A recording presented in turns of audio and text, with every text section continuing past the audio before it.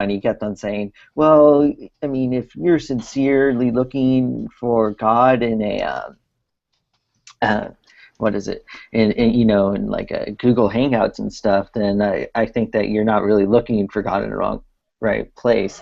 And I kept on having to tell him, like, look, I am not the example of a non-resistant non-believer. The non-resistant non-believer he's searching in all the right places, in all the places that you would imagine are right places. And he's not resisting anything. He would totally become BFFs with God if God like revealed himself in a sufficient manner to justify forming a relationship with God. But yeah. I mean, how would you establish that there probably is a non-resistant non-believer that exists or ever existed? I mean, it's a tough call. I mean, people the way that you establish it is that, you look at people who are sincerely, what's his name, Schellenberg, the guy who came up with the argument, he talks about 4 different types of non-believers that would qualify.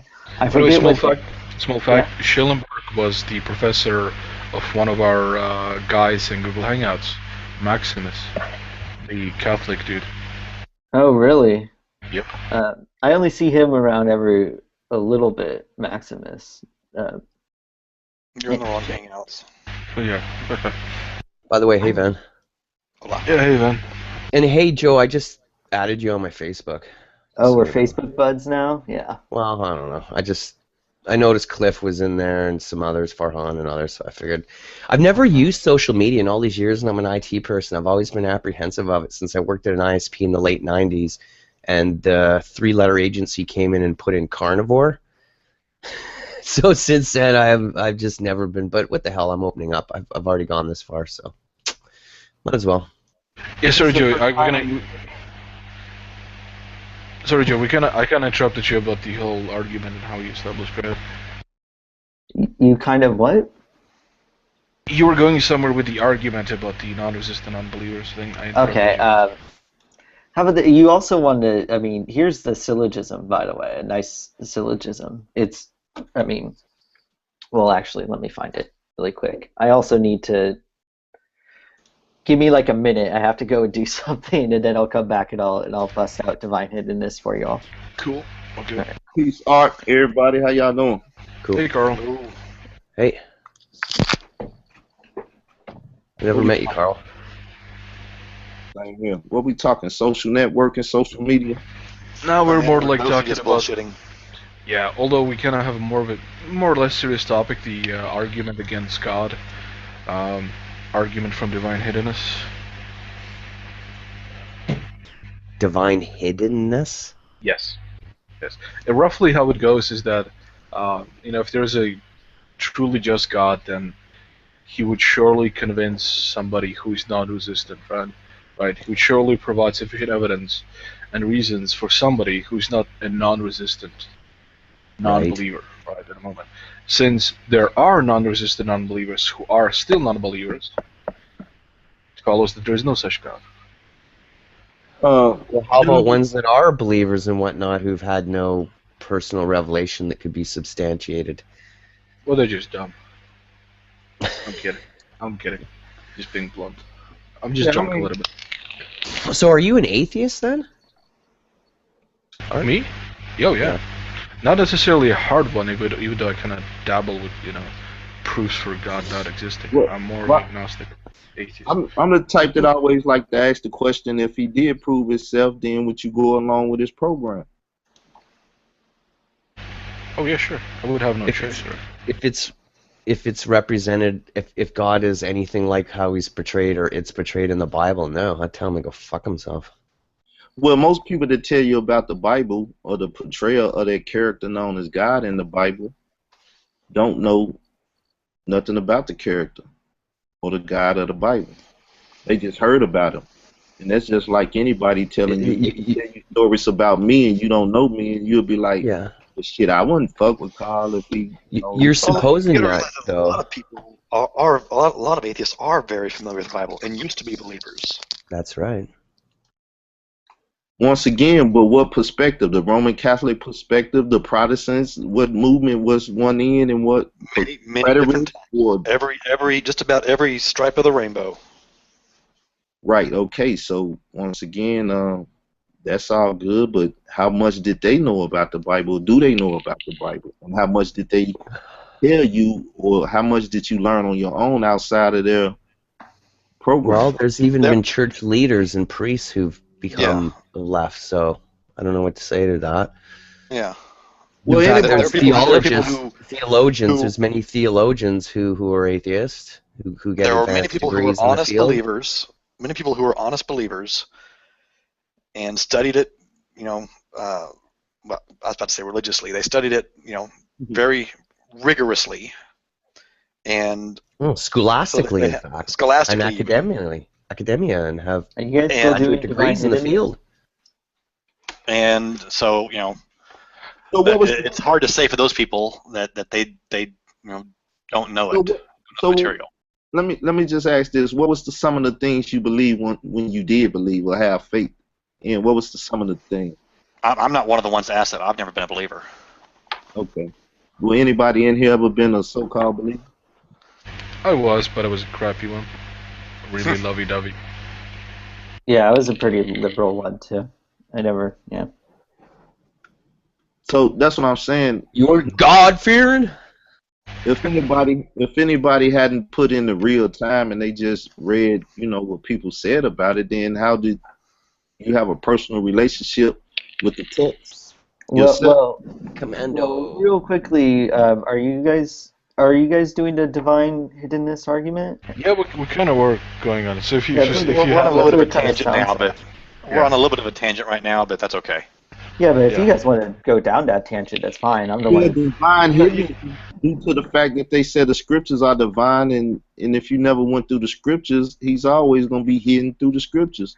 It has a verse in there that says, to the learned, the book is closed or locked. Definitely. To the unlearned, the book is closed and locked.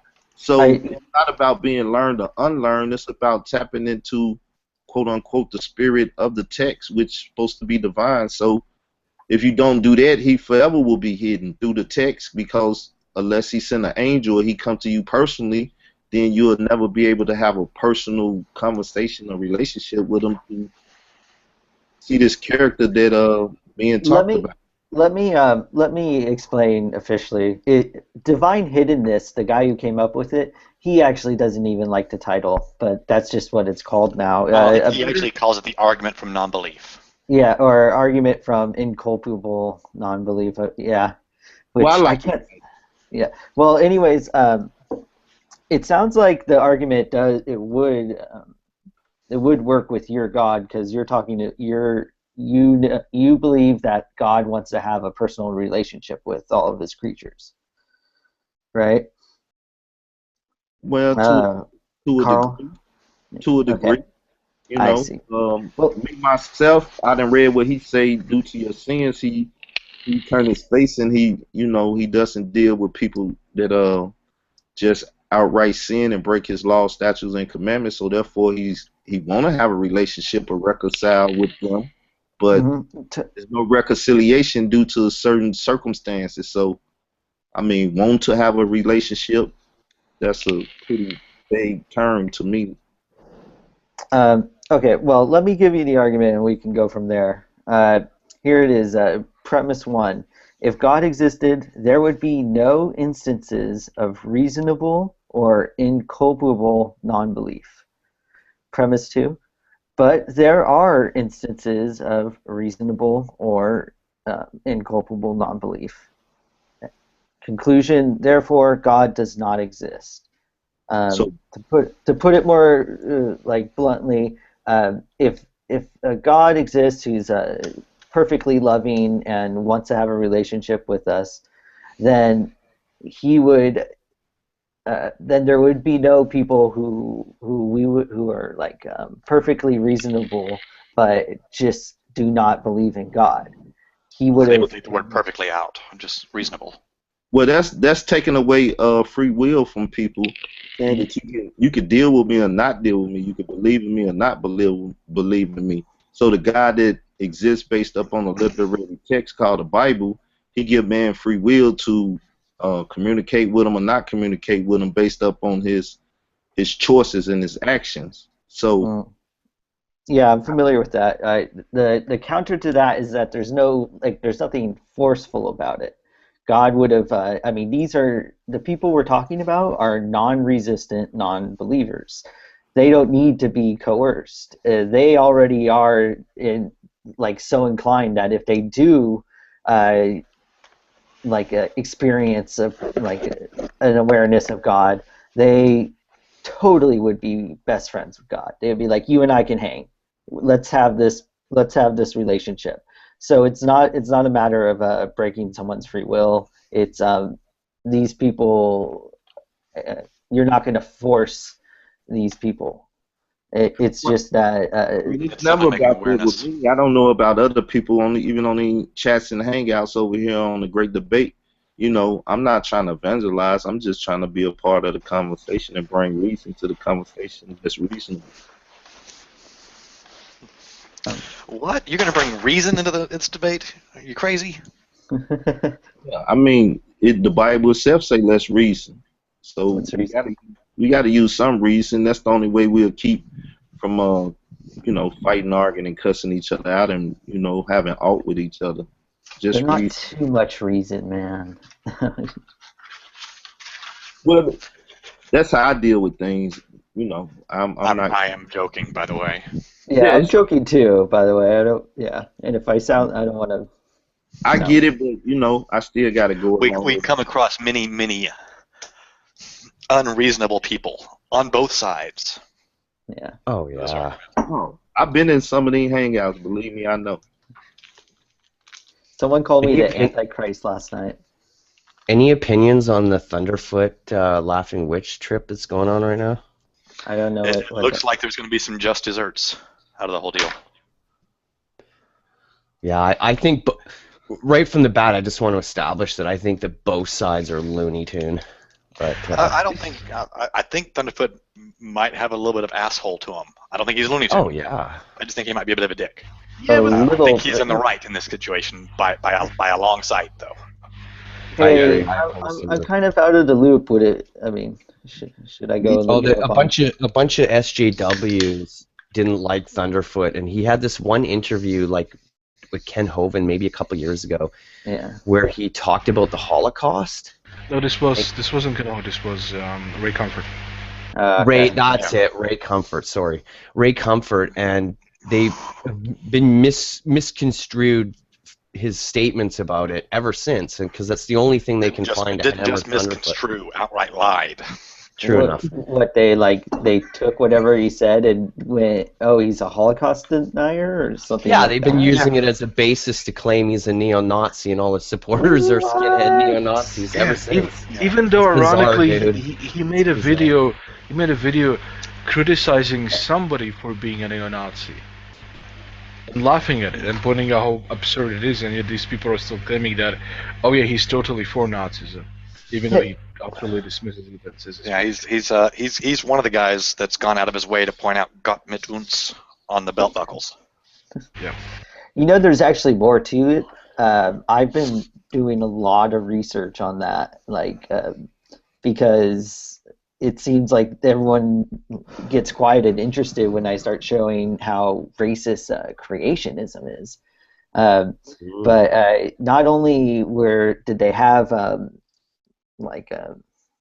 God is with us on their belt buckles, but they would have the famous Gospel of John passage posted on signs on the side of the roads and stuff all over Germany. The one where John says, what is it? The Jews are the spawn of Satan.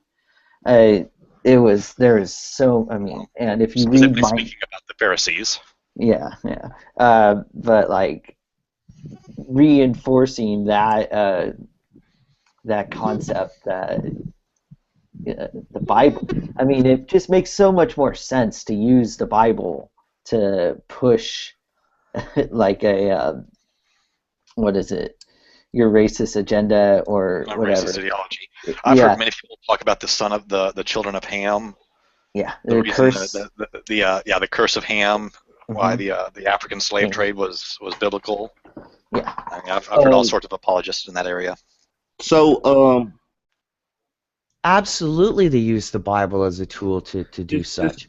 And what's Yeah. amazing is I pointed out to Mac the other night, and he just discards it like it's nothing. And the fact Well, he's a black man, that really bothers me. Well, the oh, weird Mac's an thing is idiot. that like it's not even saying it's because the Bible is it's saying it's not even saying that oh it's because the Bible is racist. What it's saying is the Bible has a lot of like a lot of people are Christians. A lot of people are believers.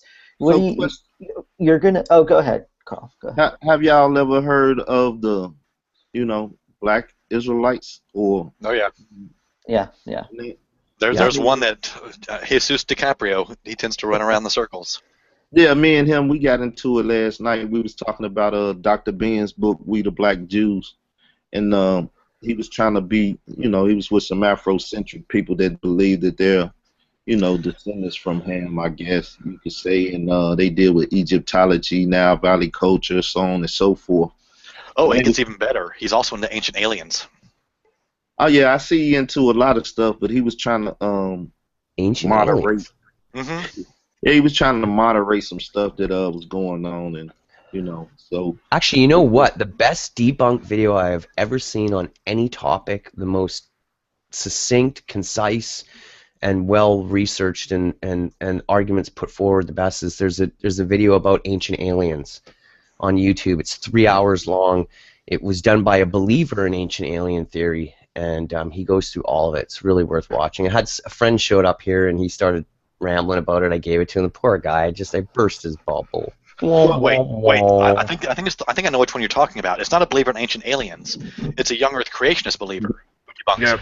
yeah. Christopher White or something like that. White And something. he does a phenomenal job debunking the whole ancient alien thing. So one sec, guys. Y'all was on Ham and the curse of Ham. Do y'all know the curse in Deuteronomy 28 and how You'll have to black remind me. blacks used that to identify themselves as the children of Israel? I'm not No, personally familiar with it. No. I'm not at all. What could you elaborate? That's interesting. That sounds interesting. You could just go to Deuteronomy 28. It got blessings and curses in there, but the biggest part of it is when you go through what people call the Torah, Tanakh, the Old Testament. It deals with a lot of curses in there that will come on the children of Israel if they didn't obey the law, statutes, and commandments and went in the land and did as you know the people before them in the land, the Canaanites, I believe to be exact. But I just run through a couple of them. Let me open up my book. It's just I'm not even gonna try to be long because I know some people just don't like hearing certain biblical stuff. So Hey, Carl, here's a good one for you. Pick up a copy of eSword. It's free, and it gives you the ability to search through the Bible and compare versions. It's great. yeah, I got one of them. It was on my PC. I got a Mac now, so I gotta get stuff to work on the map. But Deuteronomy 28 and 68 said, "And the Lord shall bring thee into Egypt, which to us is like bondage again with ship, and there ye shall be sold unto your enemies for bondmen and bondwomen." And if you know anything about the auction block, a lot of us were sold. Well, my ancestors. Then you got like Joel 3:3, and even skip down to 6, and it said, "They have cast lot for my people and gave a boy for a harlot and sold a girl for wine, that they might drink. The children of Judah and the children of Jerusalem have been sold unto the Grecians, that they might remove them far from their borders."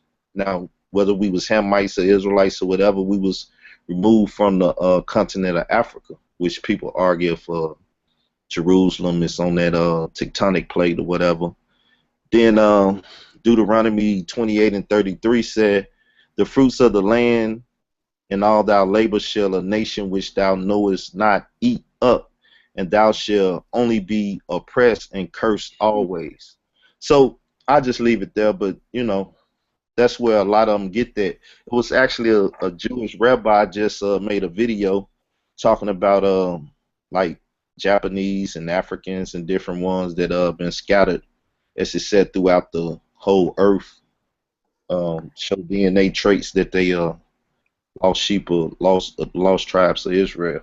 So I thought it was interesting how y'all brought up the, I guess, racial thing and, you know, the curse of Ham, because that is something that they put on the blacks. And it's really Yeah. when the curse of Ham, it was the curse of Canaan. Yeah, it You was on his sons. Yeah, Yeah. Canaan. They were to be the servants of all the sons of Shem and Japheth. Right. Who, and if you think of like that whole story is just kind of creepy. Like, what is it? Noah got really drunk and naked, and If you look at Ham. the story though and do a research on it through the book, it said Ham saw his father's nakedness. When you go to Leviticus, it'll tell you your father's nakedness is his wife. So when you look at, as you say, the curses to his brother, they said Canaan will be a servant to his brethren. Then it names Shem and Yeah. Japheth. It don't name Ham because truly Ham is like the father of Canaan, which Yeah. incestual relations with his mother, his father's nakedness. So a lot of people don't see it like that because they don't really study the book. But if you really study the book, that's the way it kind of breaks down.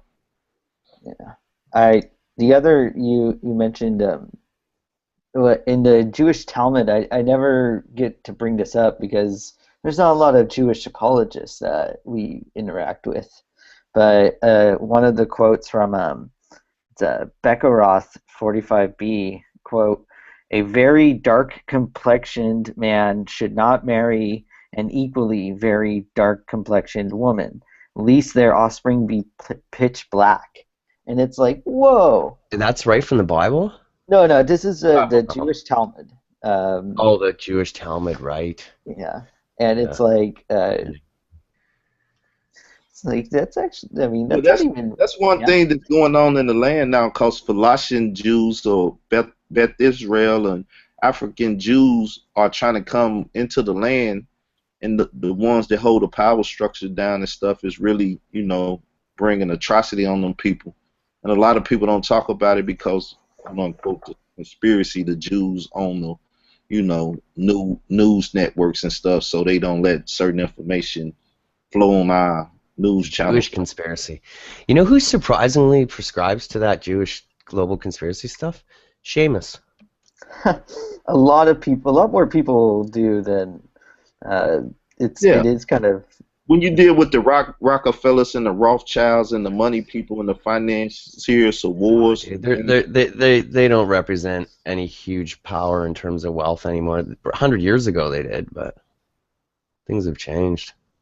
well, it's still about holding positions. You know, people of that type of.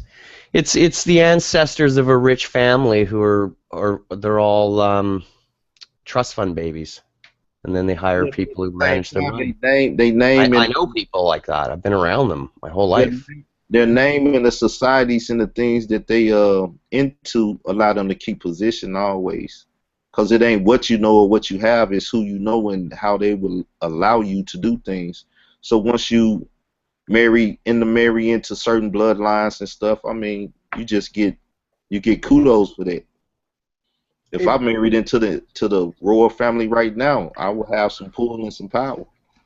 Of course. Well, yeah, but there's far more fluidity in terms of socioeconomic mobility now among people at the top. So the thing is that there's no heads, there's no top brass, there's no families, royal families or the equivalent of that anymore. So you can't actually kind of destroy the system by targeting. Okay, let's get the Rothschilds and the Rockefellers. If you got rid of all of them right now, nothing would change because there's a power vacuum. People will step into that position, and that's how it goes. And essentially, with the way the world economy works, is it's moving so fast that people are dropping in and out of favor rather quickly. They're making their fortunes, they're losing their fortunes, and generally, with the way that the world works right now, is people with a great amount of money they make their fortunes by taking advantage of a certain economic bubble. Once that bubble bursts, they're out. New people come in to take their place. And things like states and governments, queens, Kate, churches, they're all sort of subservient to the money, obviously. Yeah. Well, Charles' son there married that girl, Kate, little cutie, by the way, isn't she? She's no royal or anything. Her family have money, but they got rich. They were worth like $100 million, but they got rich starting an online party. Like you talking about Kate Middleton? That's right. Yeah. She comes from money, but they're new money. Her family's money comes from online party supply stuff or something, wasn't it? Right, but there's a reason they marry certain people. Like if you look at who Kate Middleton actually is, they're actually connected to some of the royals through certain. Well, she probably went to a good school. That's what I'm saying. Well, this is what I'm saying. They don't marry like normal money. people. They marry people who have superior genetics. They marry people who have good economic status. There's a reason for it. It's control. Well, superior genetics, but it has to do with money, sure. Because he probably met her in school. He met her in school. Yeah, the superior genetics thing kind of falls flat if we're going to talk about like people who are connected to royalty, because to them it wasn't about superior genetics. It was about keeping it in the family.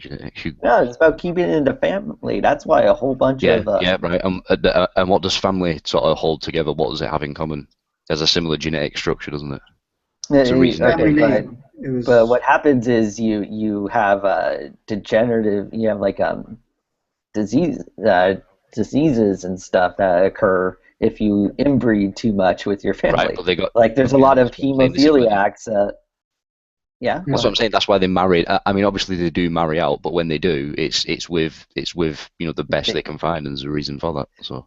Like the most purebred. I don't think they go around looking for a girl to find, man. Are you kidding me? You went to school with her and knew her and dated her and stuff. It's like the rest of us. It's just that their difference is they're rich, so they go to school in a limo. And exactly, so it's syncretic, isn't it? You know what I'm saying? Like, there's a reason, certain top people always stay with certain top people. It's well, is that a surprise? What is that? Is that a surprise that the guy in the trailer ends up fucking and knocking up the chick 3 trailers up the trailer park? It's not surprising. I'm saying, like. Yes, because trailers.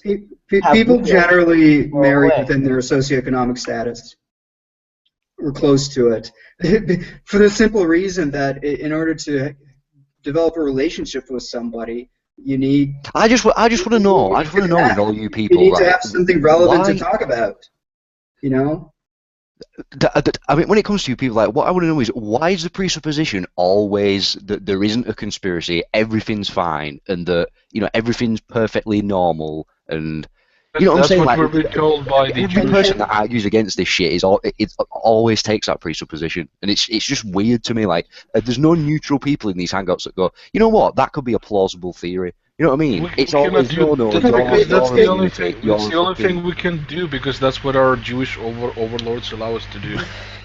No, but not only that, but the whole idea of sort of strategic marriage is as old as civilization itself, and it's something that's around right now. Well, exactly. There's a reason for it, because it's like I said, it's about preserving certain genetic bloodlines and traits. Because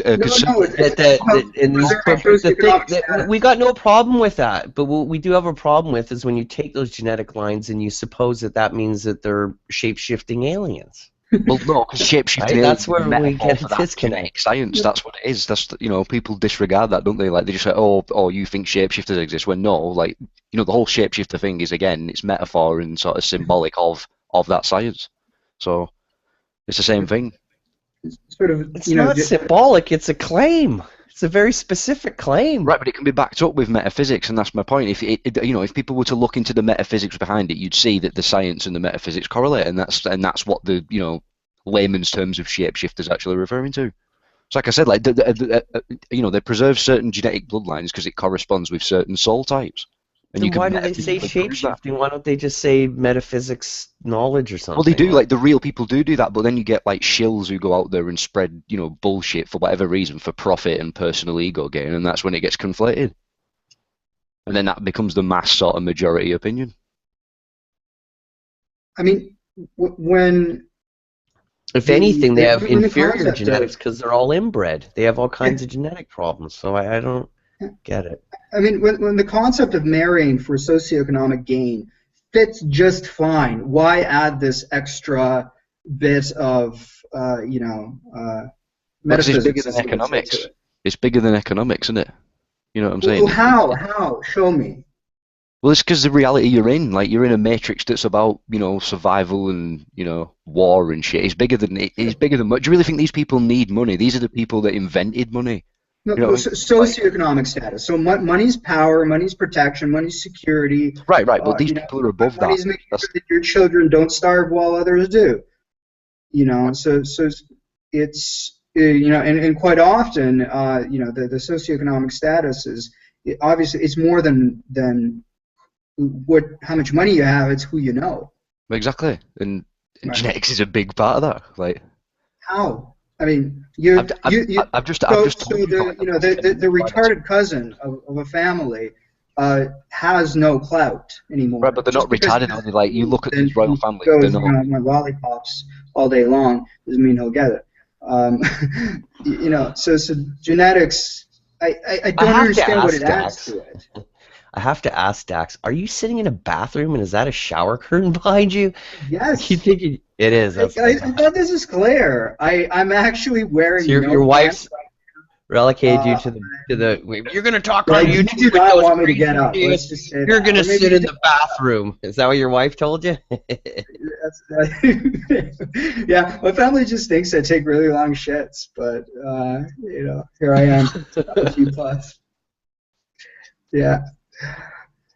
Oh dear. Just don't leave a bunch of toilet paper all over. They might get the wrong idea. Yeah. Yeah. I mean, from Commando's perspective, when you say it means genetics, family name, yes, I can see the family name. That's important to a lot of people. Right, still, but and family ties. But why do you Right. think that's important? Do you really think that's important for ego reasons? Yes, it is important because generally we look out for our own, right? So the people that you trust most are those that are close to you.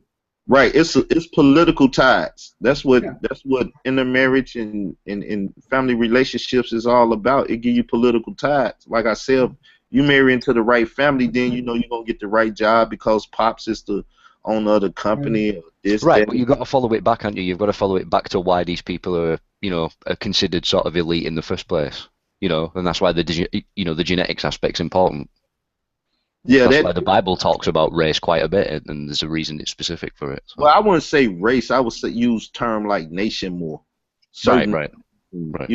Because when you go to Genesis 10, it breaks down the 3 sons and the nations that came up out of them, and then you can see how those nations kind of, evolved amongst each other and lived amongst each other and married amongst each other. Then Exactly. I'd agree with it. I mean, yeah, I'd agree with that. I'd agree it's better to go by nation because, with race, like people, people nowadays don't even know what a race is. You know what I'm saying? People think like Northern Scandinavians are white when they're not. So, I agree with that. Yeah, that's right. According to you, they crossbred with albinos. Well, yeah, that's a fact. That's a fact. That's the made curse of Ham. That's what Genesis is referring to. It's a curse of Ham. That's albinism. Well, we was talking those people about moved north with the that curse went to Canaan and not Ham, truly. But it's that. Hang on. Let me find a link to see what I'm. That's really bizarre, man. To me, that's just really. It's not bizarre. You can follow it through the language. What is north? It's bizarre, dude. There's people who've married albinos, black albinos married, and they shoot out babies, and they're black. Well, once you deal with what the hell? Or leprosy or something like that, it still has the opportunity for the children to have that gene trait, and albinism is an extremely recessive trait. Yeah, you need 2 recessive genes in both parents for it to occur. Yeah. Yeah, but if you just go off the language, you can just see from the language, though.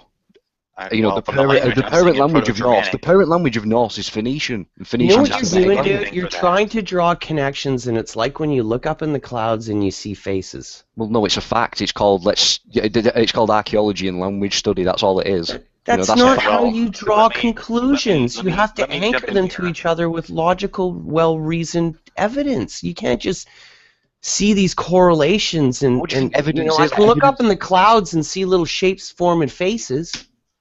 Yeah, but what do you Doesn't think mean evidence that is? Like, faces are evidence is a cloud. collection. See, there's no point, is Because there? the Germanic parent language doesn't appear to be Semitic or Phoenician. I did look it up. Yeah. So while we talking about language, I'm at a loss. I stepped away for a sec. I did too, actually. I jumped in the middle of it. You like it's a good fight going on. Let me get in it. Sure Right, wish if you you would have some watch evidence, that 3-part please feel playlist free. of Kevin de Laplante, who's a philosophy professor, about critical thinking about conspiracy theories. The main reason why I want you to watch is not necessarily to change your opinion, Commando, but to understand what my position is and what the position is of most quote-unquote critical thinkers, that there's sort of a default skepticism here. Right, there's a default Right. paradigm to sort of par off anything skeptical of the current status quo. Yeah, I get that. But I wish you would watch it. It's But when more you about having a coherent model. I think when you come along and you say, well, your model is wrong, but I can't offer you a better one. What am I to do with that? You know, what am I to do with that? There's nothing I can do about that, right? So you need to either build a bridge and tell me, okay, well, what's true here on on this side of the bridge, and then build out maybe to your side, or at least start somewhere that you can start something that you can show and demonstrate and people will agree with, and then go from there. Like I said, if you have some evidence for the albinism or the Phoenician language, feel free to share. I just did, I mean... I heard you talk. I didn't hear any compelling evidence. I heard some assertions. Well, what do you want? What am I supposed to present? From the evidence research that to I've done, support your claim. I mean, are there any books that show that the Phoenician language is the source? Yeah, there's for plenty. the There's plenty Germanic of language, websites. There's which is plenty the of source sources for the North Yeah, language, I just right? provided a source showing that the Norse language came from Germanic. Yeah. So there's different subsets of that language. Like, if you look at the parent language of it all, it's Phoenician. You can even tell by the look of it. I mean, all you have to do is look at it. Like, you don't even need to go that far. You can just look at the way the text is honestly arranged. think that? See, this is the thing that bugs me about people like you. No offense, you don't understand the amount of effort and works that it takes to become expert at something. I don't think you people do either. Firing up I don't Google. think you people are. Yeah, we do, because most of us have undergraduate degrees at the least in this around you, dude. We understand how much hard work it takes to learn something and to be able to claim expert at it. Okay. It's not just going off on the internet using confirmation bias, looking up stuff that lines around with your preconceived notions. I mean, so how's the North language hard work similar and to time to separate the chaff from, like.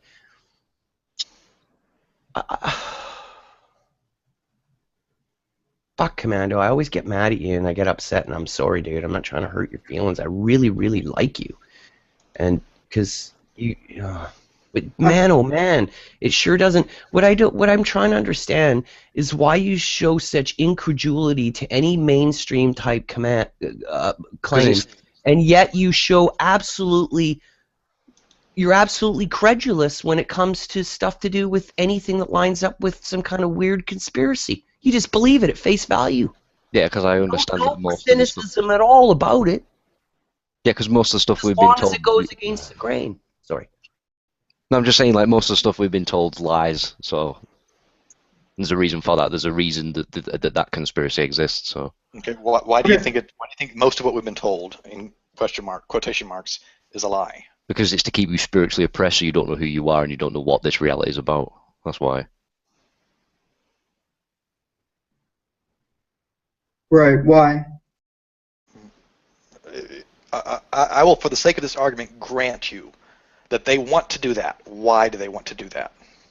Because I can't really expand on that without going into you know, metaphysics and even more presuppositions and even more shit that you obviously don't understand or care for. So it's like, well, you're admitting you've built your suppositions on a house of cards, none of which follow through. None of them follow. I won't say house of cards. Like, I can see why it would come across as house of cards, whatever. But like, I mean, for me, that's obviously not the case, is it? But you know. Well, obviously not. But I mean, in all the conversations I've heard, you know, Commando, I've heard you, and you've never explained your view. There have been hangouts where I've sort of laid it down. No, maybe you think you're explaining things when you say, well, all you have to do is introspect, or, you know, well, it's esoteric. No, that's not an explanation. I've provided links like so many times to sort of help people grasp where it is I'm coming from. You haven't. I've been on here for like about a year. You say you will post the links, but you never actually do. I do. That's why. You know, I think I've seen like one link from you, and that was to, like, you only gave me one link in all the discussions we had, and that was to a comedian whose bit is to act as if he was a fake NASA employee. That was the only link I've ever seen from you. you've not been in like every hangout that I have you? Like, you've obviously not been in. Well, I've been in at least 10 discussions like this, so, you know. Right. I would think that after, you know, 100 discussions like this, you'd kind of have like a copy and paste board, like, okay, read this first, then read that, and come back to me, you know, with rebuttals or whatever. You know, that would be fair enough. Like I said, if this is such a long-standing conspiracy, you think at least one point in history there'd be some kind of evidence that your camp would have, Commando, that you could provide to us that would at least meet logical basic scrutiny. Well, there is. I mean, it depends what you're looking for, innit? What do you mean? Like, you know, what would you see as sufficient? Like, any fact that would support any of your assertions, man.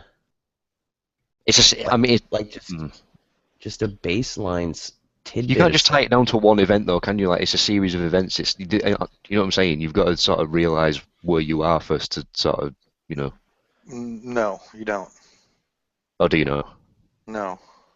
Right. Okay. So you know, by your logic, we can tie everything to do with reality down to one event, and that is apparently. No. No, I was talking about you have to know where you're at before you can know where you came from. I was talking about you have to know where you're at to be able to do this metaphysical thought. Right. No. So you don't need to know who you. Nothing. And collect facts. Well, that's the problem. That's why these sort of then authorities determine where you're at. I mean, that's why this sort of conspiracy continues to perpetuate, because of like the attitude like that. Oh, I don't need to know who and what I am. I just need to appeal to an authority and work with that. Oh, I said nothing. Could it be that the conspiracy is nothing more that in life that there's people who are disenfranchised and people who are born with a silver spoon in their mouth? Couldn't it be that simple? I wish it was, but couldn't possibly be that simple, that some people are just rich because of position they were born into. Well, no, because, you know, what does rich mean? It means you've got money. What's money? Where does money come from? Why do we need money? You know what I'm saying? It's just an endless regress at that point. So, like, no, you can't oversimplify it and tie it down to people being somehow better than everyone else. Nobody's saying they're better. I'm just pointing out, it's like being born with blue eyes versus being born black or whatever. It's just the card you're dealt in life, man. And I'm not going to disagree that a lot of these rich people got their money from being bastards to the rest of society and taking advantage of people. You got no argument there. If there's any real conspiracy, my friend, it's a conspiracy to do with socioeconomics and class. Well, I agree. I mean, I agree with that. That's a big proponent of it. But, you know, again, it's not founded on the fact that they have some kind of special powers and are shape-shifting aliens. I mean, don't you understand that maybe there is a conspiracy for those people to float bullshit like that so that nobody actually addresses it properly? Maybe that's the conspiracy. I mean, that's an aspect of it too. I mean, that's sort of what the purpose of like shills are. So, I mean, I agree with that. But the shill term really bugs the shit out of me. Just because someone this is what theorists do on the internet all the time. The moment somebody disagrees with them, they just label them a shill, and that's their way of dismissing their points. That really but sometimes it is justified to sort of label someone a shill because, you know. Not really. No. Attack their argument. Don't attack Well, that's how people come to the conclusion that people are shills in the first place. The validity of a claim doesn't hinge on the claim maker or any of their character, any character traits. It hinges on the claim itself. I mean, I agree. It's nothing to do with the character of the person. It's to do with the arguments they present. I agree 100%. That's how you sort of determine who's a shill or not. You look for contradictory, standpoints in someone's argument. So. Well, then under that criteria, if you want my opinion, that would make the entire conspiracy community a group of shills. I mean, to an extent, you're correct. I mean, that's it's a pretty big rabbit hole, isn't it? You're not going to get the truth day one looking at one person's research or whatever. Like.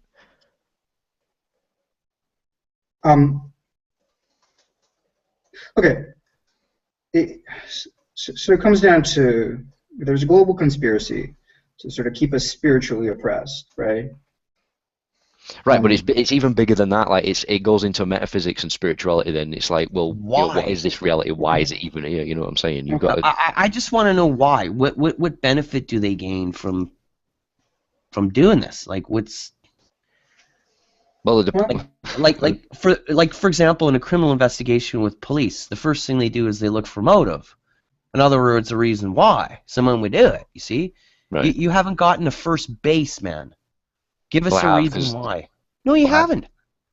No, you haven't, because you haven't offered a plausible explanation as to why. Van asked you why, Dex asked you why, and you bounced around the question. You haven't answered it.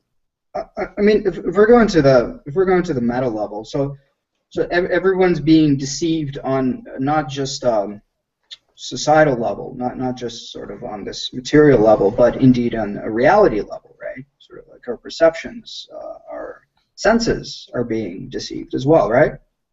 Right. Okay. So, what is truth? How do we actually get to? Well, I suppose what is? How do we access the other side? Because obviously the deception is real too, right? So. Right. So you don't. I mean, like the first sort of basic premise is don't trust anything except your own sort of perspective, intuition, and state of awareness. Like that's. You know what I say to that? Horse sense is horse shit. No, but what if my intuition's being controlled? I mean, my intuition's based on what I'm born with. It's based on my senses. It's based on what's being presented to me. And, well, exactly. And you can distinguish between from birth by my environment and the people I interact with. So how do I trust my intuition? Well, I mean, you've sort of just done it. Like you make the distinction between what senses are, what the mind is, what the soul is, what what you are. You know what I'm saying? Like you make those distinctions, and you work from sort of the ground up, don't you? Like. Okay, so senses receive data from the environment that I'm in. Exactly. So the environment's false, therefore all my senses are false, right? Well, no, I'm just saying you can't trust them 100% of the time. That's Like. Well, how do I determine what exactly? How do I determine exactly, and that's why science doesn't rely on such things. Here's a question for you. Do you believe that there's an objective reality that exists outside of your mind? That's a bit, yeah. No, he doesn't. Okay. He doesn't. No, he doesn't. No. See, that's the big problem. That's not a problem. I mean, we can go with sort of a non-cognitivist, like anti-realist approach to it. That's fine. It's sort of the question is, where do you start? Like, how do you ground your knowledge of anything? It's like I said, like you just got to know what you are first. Right, except if it's false, then you're screwed. Yeah, well, you have to provide a mechanism to prove it right or wrong. This is the thing. Then that's in the Popper sense, which makes something unfalsifiable. Yeah. I'm sorry, I'm a party pooper, but I find that we all argue unfalsifiable claims nonstop and run around in circles, and it's just ludicrous. If you can't provide a mechanism to substantiate a claim or to falsify it, then the default position is we have no good reason to believe it. Well, that's because you're the mechanism. Like, if you're looking for an external mechanism to describe or explain your own experience in reality, then you're already, that's already a problem, isn't it? Like. Well, can you provide a falsification of what you said right now, or a possible confirmation of what I you don't said. even understand. I'm going to be honest. I don't even understand why people sort of refer to this falsifiable, unfalsifiable thing like that. It doesn't bear any relevancy to what. It's how we can You have Because to you're bring up saying this is true, and I'm examples of saying this is ridiculous true. claims that can't be proven one way or the other. It's because we Look up recognize. Russell's teapot. Yeah, it's because we recognize there are things that are made up and mistakenly arrived at, and there are things that are true, and we need to be able to distinguish between these two scenarios. Right, And- exactly. But if something's unfalsifiable, all that means is it can't be proven. If something's falsifiable, No, then it's That's right, and unfalsifiable that means makes it's it unproven. nonsensical. Nonsensical to even argue it. Then I could make up all kinds of ridiculous things. I mean, the biggest. loads of people in these hangouts say, well, if you can falsify it, then it has validity. Well, not really, because if you can prove it wrong, then it's not really. No. No, That's you're not misunderstanding it. this logic. Please read Russell's teapot. I just posted it. Please read. Yeah, that's not the point of the falsifiability argument. It's not that you're saying you've proved it wrong. You're saying this is the condition that would prove it wrong. Well, that's what I'm saying. If it's the truth, you wouldn't be able to, do that. Like, if it's the truth, isn't it? You're not going to. No. Yet again, you're misunderstanding it. Yeah. Okay, I mean, like, I admit I probably might be understanding that, but yet again, I don't understand that line of reasoning. Like, oh, it's falsifiable, therefore it must be correct. Like, I don't get that. Like, that's not the way I think. No. Just because it's unfalsifiable doesn't mean it's true, right? Unfalsifiability leans weight to your idea because now it can be possibly disproven, and we have a pathway to sort of find out whether or not it's false. It's even better if the falsifiability condition is somewhere in the future and we can check for it. Like, for example, what I think Haley, the famous scientist in the 16th, 17th century, claimed that comets, are actually asteroids that travel periodically around our solar system. He made a prediction on that. At the same time, that prediction is a falsifiability sort of condition, because if it didn't happen, I could falsify his idea, right? And so this is a way that we can both confirm and disconfirm the idea. You can find out if it's true or not. You're not providing any such condition. I get what you're saying, but like, to me, that's just backwards. I really don't see the point in that sort of logic. Like, that's just I don't get it. Basic idea of falsifiability. Really? Do we have to suppose ridiculous things that can't be proven one way or another, and then try and make a truth in claim metaphysics, you can have axiomatic beliefs, sure, but when you're talking about reality, you have to be able to actually check to see if things are the way they are. So when you're presenting a model of reality, you're assuming that there's some sort of objective reality external to you. Yeah, that's why I asked him that. Right? Check and see if your model fits. So your model has to be able to make certain predictions. Right, but it just sounds as though you've set one sort of model for understanding reality that isn't your own, and then you're running sort of all the other ones by it as though it's like some sort of thing that should be put on a pedestal. What's your model for understanding reality? But their model's been substantiated and is falsifiable. The claims make therein.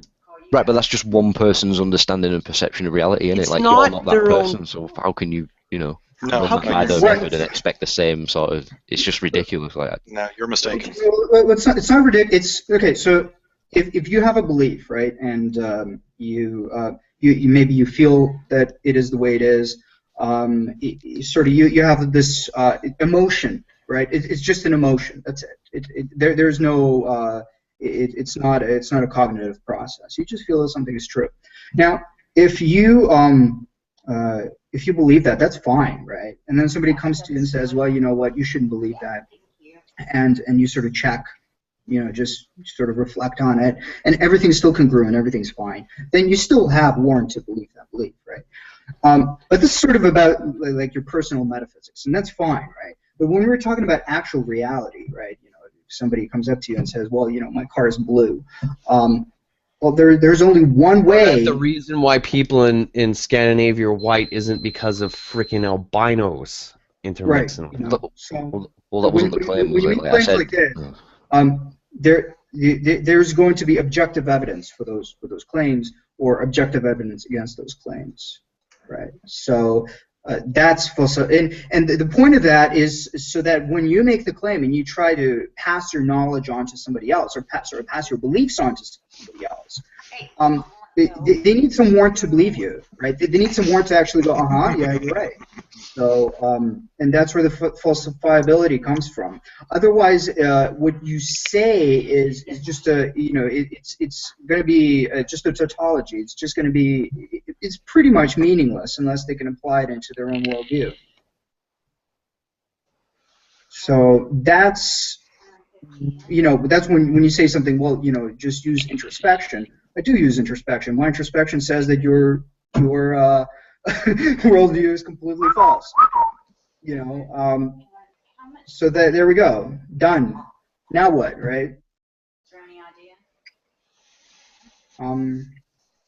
So there needs to be bridges being built. Otherwise, we'll just keep having these discussions going in circles. Yeah, but the problem is if you're asking someone else how your reality functions, then that's just backwards, isn't it? That's no. Well, first of all, is it our reality or is it your reality and my reality? Well, who's experiencing your reality for you right now, Dex? Is it me or is it you? Well, do we share some of it though? Are we similar? We can both perceive external things. We can both perceive external things, but the reason we both understand that the thing we're perceiving is in fact the same is through our own sort of introspective sort of state of awareness on it. You know what I'm saying? That's what I'm trying to demonstrate. So is there any place where we can actually meet? Maybe we have similar natures. For example, we've all come pre-programmed to detect colors and categorize them. Some of us. Well, yeah, some of us, exactly. Some of us are not. But most of us are, come pre-programmed to detect colors and be able to categorize them. Well, there's proof, in my opinion, there's proof that reality is truly objective, because we can look at those block charts that show color blindness, and we can determine that some people, that can't see, color, green and what is it, color blindness, whatever. But it's sort of, I'm one of them. We need to share at least some categories of knowledge that are similar. If we don't, then we're always talking past each other. Right, but the things I'm bringing to the table aren't just grounded in physical 3D reality, are they? Majority of it's metaphysical. So how do I use? Even if it's supernatural, we have to sort of assume that you and I have some similarities, that you and I have a similar thought process, that when we perceive certain objects. Right, but metaphysically we might not. In a similar way. Okay, but metaphysically we might not. You might have a completely different soul type to me, so you're, for example, you might project different astral energies than I do. You know what I'm saying? You've got a different ball game, isn't it? I don't know what it means either. The thing is let's all agree there's a lot of players that appeal to metaphysical stuff, or even better, supernaturalism, right? And the thing is that they've never demonstrated it. They've ranted on about their supernatural shit forever, and we thought that way up until the Renaissance, until Newton. And look at what Newton's line of reasoning has brought for us. These computers, but you ain't all Newton. this technology. What the hell has your line of reasoning ever achieved? All right, nothing. So because nothing. It's never produced any fruit. Okay, so because some sort of Freemason occultist discovered gravity or whatever, that means we should all subscribe to that because he must be correct. Because Poisoning the well. That's essentially what you're saying. Forget your own sort of perception of reality. We should subscribe to it because it has predictory power. It's proven with maths. What more proof do you need? How can you be incredulous to these things that have basis for them, they're actually falsifiable, they actually have predictory power, they actually have mathematical basis, all this stuff, and you're just willing to throw it out the fucking door? You must remember that. But some asshole in his basement with a fucking website of conspiracy shit, no problem, you just take it at face value. You must remember, Ludwig, that we live in a snow globe. Yeah, but you laugh at that, but yet you know what I'm saying? You were told you live on a ball, so... No. No, I know. I did the experiments and measurements. I've done measurements as well. If you were never told that you lived on a ball, there is no fucking way that you would ever come to that realization. Sorry, that's just a fact. Right, but once, if that's the case, then told how it, did you can actually do experiments. Eratosthenes Yeah, figure it out? Eratosthenes. Eratosthenes. Yeah, but it's all right. You say it. It's all right. Regurgitating all this consensus science bullshit, saying, "Oh, you can do these sort of It's experiments." not bullshit. You No, can't it's just really disregard it like basic that. geometry. It's really basic geometry, Commando. I mean, the fact is that the angle of the sun, for example, is going to be drastically different on a world that's flat compared to a world that's a sphere. This is just just take out a soccer ball and Well, the shine sun light would on never it. set. How do you explain the sun setting? I mean, the only way you guys can explain the sun setting is if the sun is a flashlight that shoots a beam like a flashlight. I mean, there's no other explanation. And if it shines like a flashlight, how come it turns off when it hits the horizon? Why doesn't it all of a sudden dim above the horizon? Because if what you guys are saying is true, it would start to dim as it moves off into the distance above the horizon. Take a flashlight and sit in your room in a dark room and start moving it around. I mean, that's part of it, you know. The sunsets, the movement of the sun, the way it casts its shadows, the Terminator changing throughout the seasons. Well, what about traveling? All of this. What about traveling from Patagonia and taking a ship across? I'm talking in South America, Brazil or whatever, or Argentina. Sorry, set sail from Argentina and sail across to South Africa. And the thing is, man, you can measure this distance. In your world that's flat, it would be 5 times longer. Yeah, but that's. I'm not even getting into that. Like, I was just using that as an example, but whatever. Like. Well, it's a horrible example, my friend, and it makes you look really silly. I'd really care what it makes me look like. That's you know, like. Oh, dude, if you assert the world's flat, you look really, really silly, man. Well, I don't really care. Like, I mean, I care more about truth than I do. Well, you should if you want people to believe your arguments. That's not the thing that I'm sort of bringing to the table, though, is it? Like, I'm not here to present an external argument for your reality. So. It's not my reality. You already said earlier you agree there's an objective reality that exists outside of human minds. In regards to 3D space-time, in regards to 3D space-time, we can get an understanding that there's, a shared sort of thing. But what about 4D reality? What about 5D reality? Metaphysics. You don't account for it, do you? So. You're making a lot of assumptions here.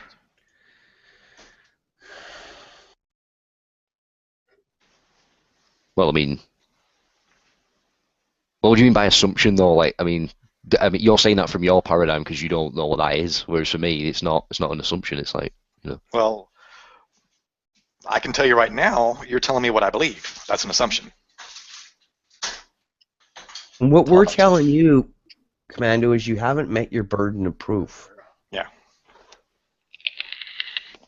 Well, I'd go even further, saying that you've said that the burden of proof is bunk. I mean, there's no philosophical arguments and there's no physical experiments that we can do to sort of show your worldview is correct. Well, there is philosophical. There's loads of philosophical arguments you can do to. Let's hear one. Okay. Yeah. Never heard you present one. Let's go and hear one. I mean, what do you want? Like, well, a philosophical how do you argument? start? Like. Well, that's what I'm saying. Yeah, where do I start from? Like, Well, why don't you pick a spot to start on a philosophical argument? Why don't you go present a baseline a basic syllogism? Well, I mean, we can even have a casual discussion about it. But like for example, we're talking about truth and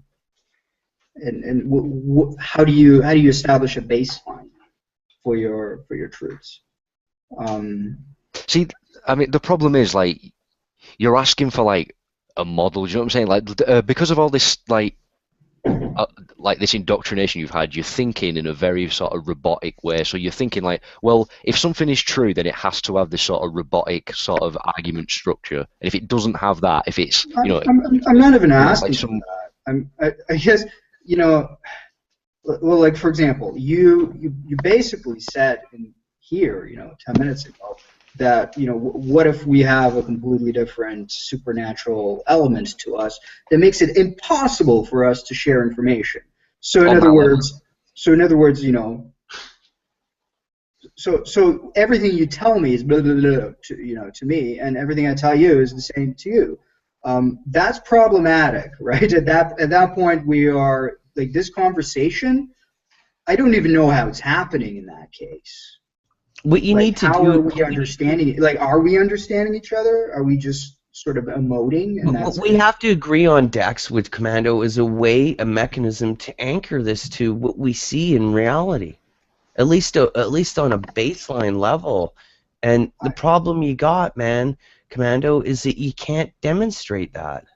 So to me, it's just like us arguing the validity of a God claim in Nadia's channel. It's ridiculous. Until someone can demonstrate a mechanism for me to validate these claims, it's nonsensical.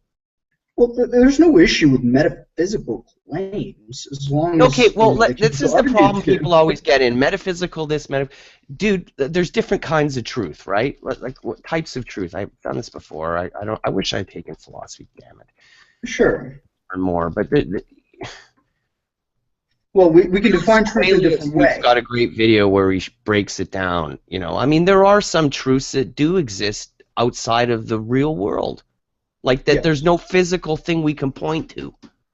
Yeah, sure. Right, like, but they've been the three logical truths. They've been reasoned in a way that meets the criteria of falsifiability. No, the logical absolutes cannot be falsified. Logical absolutes cannot be falsified. See, this is the problem. Like, you're both agreeing on what reality is. Like, you're both saying, like, none of the deeply basic beliefs could be falsified. Sorry, I didn't mean to interrupt. Sorry. I'm done. I hear you. Yeah, so there's what was it called? Strong foundationalism, I believe. So that's. I'm actually not a foundationalist, but yeah. I find that that terminology easiest to use. I mean, properly basic belief does come from foundationalism, but it actually applies to most other epistemologies as well. Yeah. It just uses a different term. Yeah, that's true. So See, that's the problem. Like, you just, I mean, I know if I'm not saying this to like piss you off or have a go at you or anything, but you just sound like a robot when you run all these words. Do you know what I'm saying? It's like, oh, this epistemology means this, you know, this mechanism. I mean, that's these the problem words, it sounds so like, robotic. Hang on. Okay, so Commando, if you are using words, okay, that means that you are following agreed upon definitions. Okay, so you're a robot too. Right. Yeah, I know what you're saying. Like, I get we all have to use language and all that shit, but like, why can't people keep it sort of simple? Like, why do you need these? You know. The logical absolutes each validate each other, right? And if one of them's not true, you're going to get logical contradictions. Well, right? And even the logical absolutes if are the law of non-contradiction is false, right? Then something can be both true and false at the same time. Right, I mean, I get what you're saying. You're obviously exercising your logic. Like, there's nothing wrong with that. Like, I get what you're doing. Like, the problem is, like, what I'm trying to suggest is that they falsify each other. But anyway, whatever. Right. But I mean, like, the problem is you're sort of stuck in this very sort of binary logical analysis of reality. That's what I'm getting. Like, you know what I'm saying? You have to use these big words to explain, you know, very binary processes. Like, you're not looking at it from a spiritual perspective. You're not looking at it from a very simplistic. You know, when we use the big words, this is simplistic. This is subject, and there are very specific words that fit into that subject. Well, I mean, there you go with the logic again. Like, you know, this is an attempt to make it as simple as possible, Commando. This is the distillation of all of these things down to the most root level that we can. So to assert it's not is just simply not true. I'm not certain that it's not. Like, again, like, I grant that you're using your logic to, you know, sort of expand your point, but that's that's the problem. It's reality isn't just a logical analysis of your surroundings. It's more than that. Okay, so if we're not going to use a philosophical language, what's an example of spiritual language? I mean, that's a good question. So metaphors are a brilliant example of that. Like the Bible's full of profound metaphors that help explain it. When it comes to metaphors, we're taking objective reality and we are applying it to something that may not be that. So the metaphor is never the thing. Exactly. Right? So that's hugely problematic. It's only problematic for a very binary logical sort of perspective. I don't see it as problematic. I see it as perfect. Like metaphors explain, certain metaphysical things, brilliantly. Like. Could you give me an example of that? Yeah. I mean, not off the top of my head. Not off the top of my head, probably not. But if you gave me the time, I could pull up loads through the Bible that explain certain, things. I mean, okay. So the whole issue is that with a metaphor is that it will never capture the full picture. Yeah, right? Metaphors are great for explaining extremely complex subjects in very simplistic manners. Right, exactly. And hold on. Before you run off, extremely complex subjects cannot be fully explained in simplistic manners. Well, that's what a metaphor does. No, it doesn't. Literally just come full circle by saying that. Like. No, it does not. So I think what Van's trying to say is that metaphors are actually ineffective. I mean, they're actually effective on very basic levels. I mean, as far as getting a very rough idea across. But as far as getting the nuance and the details across, they're horrible at it. Yeah, but you can't analyze a metaphor with logic. That's the problem you're both doing. You're trying to analyze a metaphor with a very logical, robotic sort of, if this is this, then this must be this sort of perspective. But a metaphor you're missing the point, like that. essentially. So what you do with a metaphor is you take objects or you take mechanisms that are similar in some way, or basically you take one similarity between two completely different things. And you sort of you apply it. So that one similarity, that's the same. That's what you're doing. So this is binary logic, as you just called it. Robot. Yeah, I mean, that's how metaphors work. So for every metaphor, you can point to the parts that are similar, and you can point to the parts that are not. And you can point to the parts that are deceptive, that actually mislead. I mean, I don't disagree with that, but like logic can't spiritually resonate with a metaphor, can it? I don't know what you mean. Means. Metaphors resonate by actually, giving a rough idea of what a thing is. Yeah, showing a similarity of some sort. What do you mean you don't know what spiritually resonate means? Like, I have no idea what that means. What are you, the Borg or something? Like, have you ever had a friend? What is spirituality? You know what I'm saying? Like. Okay, so spirituality, what is it? It's like I said, like it's that state of knowing. It's that state of awareness that you exist and what your experience is an experience. You know what I mean? So it's an emotional state. No, it transcends emotion. Emotion is just a reaction to one's surroundings and certain. It sounds like spirituality is the way you're describing spirituality is the way I would describe existence. Well, in a sense, that's sort of correct, though. But what you don't take into account is you don't take into account that you are responsible for that experience. Like, you just seem to think that you are sort of, I don't know, you're a product of the experience, when in actual fact you perpetuate the experience. You got it wrong, like, essentially. And that came out really patronising. I apologise, but you get what I'm saying. Like, actually, I don't get what if you're saying. Apologizing for that, I must be the biggest asshole in the community. Anyway, I just want to say, I need to learn some of these things. I guess I'll ask Seamus or somebody, but okay, so the three logical absolutes cannot be falsified, right? As a set of the three. Well, individually, they're axiomatic. But individually, they offer an avenue to falsify each other, no? Right, but you have to use them to prop up right. the next one. Which all you're doing is citing Gödel's incompleteness theorem and popping into an infinite regress. Well, that's why nonsensical. Or probably basic beliefs are not justified and cannot be justified. Okay. That makes sense. So they're taking it as a some, starting point. Yeah. There's two flavors Yeah, of they're it. the precept. One is the Why do sort of- people keep pointing to that and say, "Oh, it has to be a precept, has to be a precept." Oh, set of a set of a set. Oh, and then we go back, and then now because we know about the Big Bang, these assholes can anchor to it, like Kalam, right? So they can go. Well, Well, there's a problem there too. Is that that's the whole Big Bang and all that? That's just the beginning of our observable universe. We don't know what happened before that. Hey, peripheral. Well, but there is no happen before because it in itself is the beginning of time. So As we know before it. t equals 0, there's no time. Right, as we know it.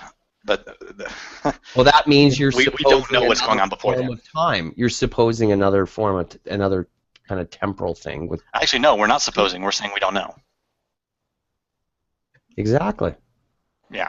I mean, once you get down So to the you Planck can't time, use the criterion of interrupting- having a temporal element to look at it.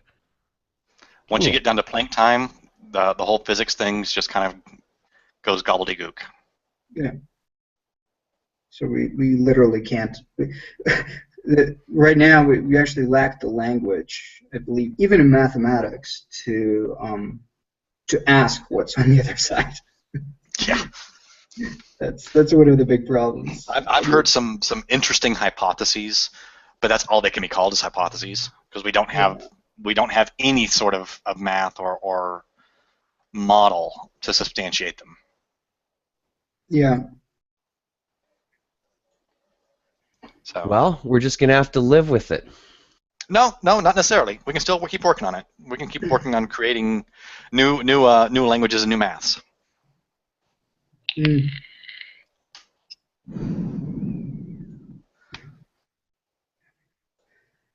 Yeah, I mean, we can work it out somehow. Well, with B theory of time, it's kind of interesting altogether. It's a single block. The different theories of time kind of hurt my head. Hmm? The different theories of time kind of hurt my head. Yeah, And indeed. time It's like itself trying is to the actually most think about amazing paradoxes and time travel. Yeah. Eventually, my head just goes. Poof. Yeah. Well, that's why we all love them so much. Mm-hmm. Why Back to the Future is such a beloved film. What am I? Have any of y'all seen Predestination? Came out last year. Was it last year or year No. before? It was No, I based haven't off a seen it. Robert Heinlein story called All You Zombies, and Yeah. it's basically a grandfather paradox times 2. Ethan Hawke. Yeah. I missed an Ethan Hawke movie. It's a good flick. I mean, it's a mind fuck, but it's Ooh. good. What was it called again? I'm sorry, I was doing something else when you said that. Oh, It's Predestined. on Netflix. Netflix never I think gets the good really it's probably the best adaptation I've seen of any Heinlein's of any of Heinlein's stuff. God, I never heard of it. I missed it. What's with that? Temporal it got aging. fairly Oh, decent. wow, I love Got fairly time decent travel reviews, stuff. but it didn't do gangbusters at the box office. Well, Too Starship cerebral Troopers is for pretty the darn public, good. I guess. but but that was a rather basic concept to capture. Not on Netflix, Heinlein's Dax? an awesome author. I don't think it's on Starship Netflix. Troopers was awesome. Oh, I hate that movie. I loathe that movie. It's perfect. First one I loved. It is. No. The rest of them was stupid. Starship Troopers. It is perfect, entertaining action movie. Okay, I'm a fan. First off, I'm a huge fan of the novel, and It doesn't do it complete justice. Yeah. it doesn't do any justice. Yeah. Because he actually puts forth, sound military doctrine. He came up with the idea of powered armor. The actual movie Starship Troopers got its start as a script called Bug Hunt, and they noticed some vague similarities between Bug Hunt and Starship Troopers, and said, "Hey, maybe we can put this name on there and change a few of the characters' names." So they did. Oh wow. Yeah. Yeah, and the military doctrine where you're outnumbered 10,000 to 1, it takes 10 of you to kill one of them, and the only weapons you have are M16s and tactical nuclear grenades. Okay, so it was a bit far-fetched, but... my outright loathing of the movie comes from being such a huge fan of the book. But well, then I think you're warranted there to... because you've had the book experience, which is typically usually more detailed, more involved, and better well written. I guess I don't know. I generally don't have such a visceral reaction. Normally, I have no problem, accepting that changes must be made for a medium. For example, I really enjoyed Watchmen, and it was significantly different than the book. I think the first interview with the vamp. Have you guys seen Interview with the Vampire? Mm-hmm. I think that was probably the one movie where the book to film adaptation was really, really, really well done. I mean, it caught the spirit, which is the most important part. Yeah. Yeah. It felt like it went page by page. It was crazy. Yeah, there were a lot of differences and even contradictions between the two. Yeah. But it still caught the spirit, which is fine. Yeah. That's what you're looking for. Yeah. Well, Heinlein is would be an incredibly difficult author to put down. I really don't think so, especially if you get to his juveniles. His juveniles, I think, would translate easily.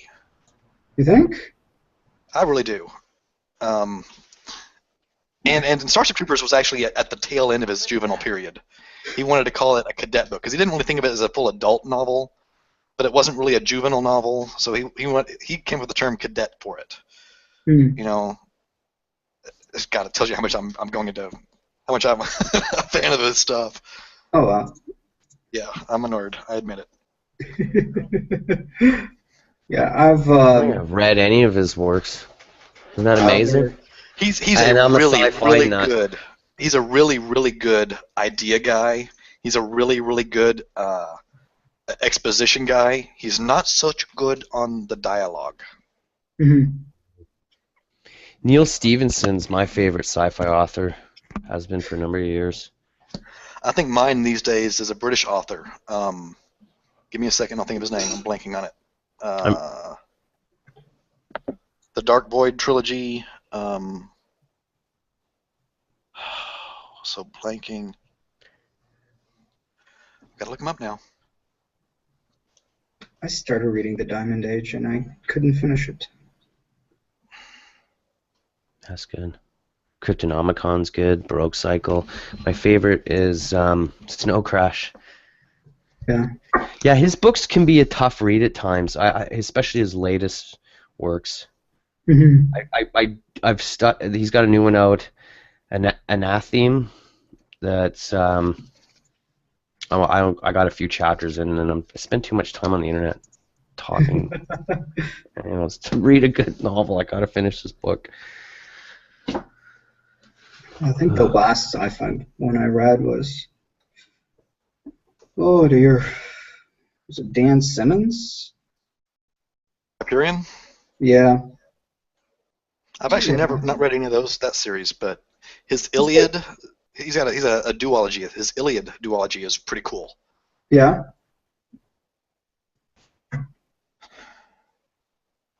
Oh, I'm so blanking. This author's great. He's the best author I've seen as far as extrapolating how a technology would change society.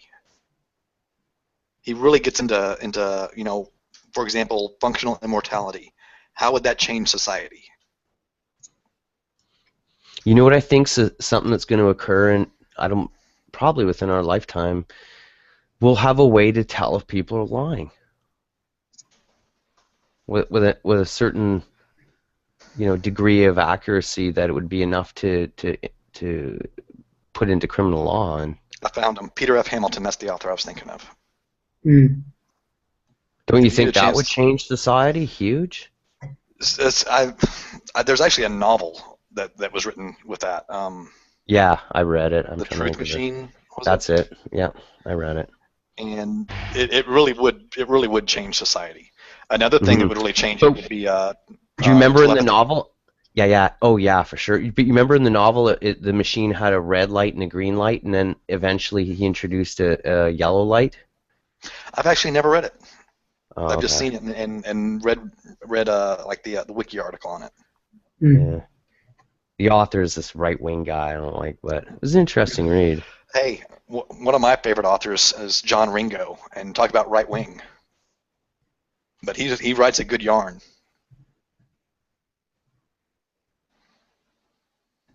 Isn't it amazing how, as human beings, like Ben Carson being a prime example, how on one hand you can become expert at a certain field, be brilliant at it, and apparently a rational individual, and yet at the same time, Be bad when shit. it comes to other disciplines, it's just bizarre. Be a younger creationist physicist or something like that, or a younger creationist engineer or something like that. Brain surgeon. Yeah. And you know, we all have these brain farts. All of us. We all got to hang up on something.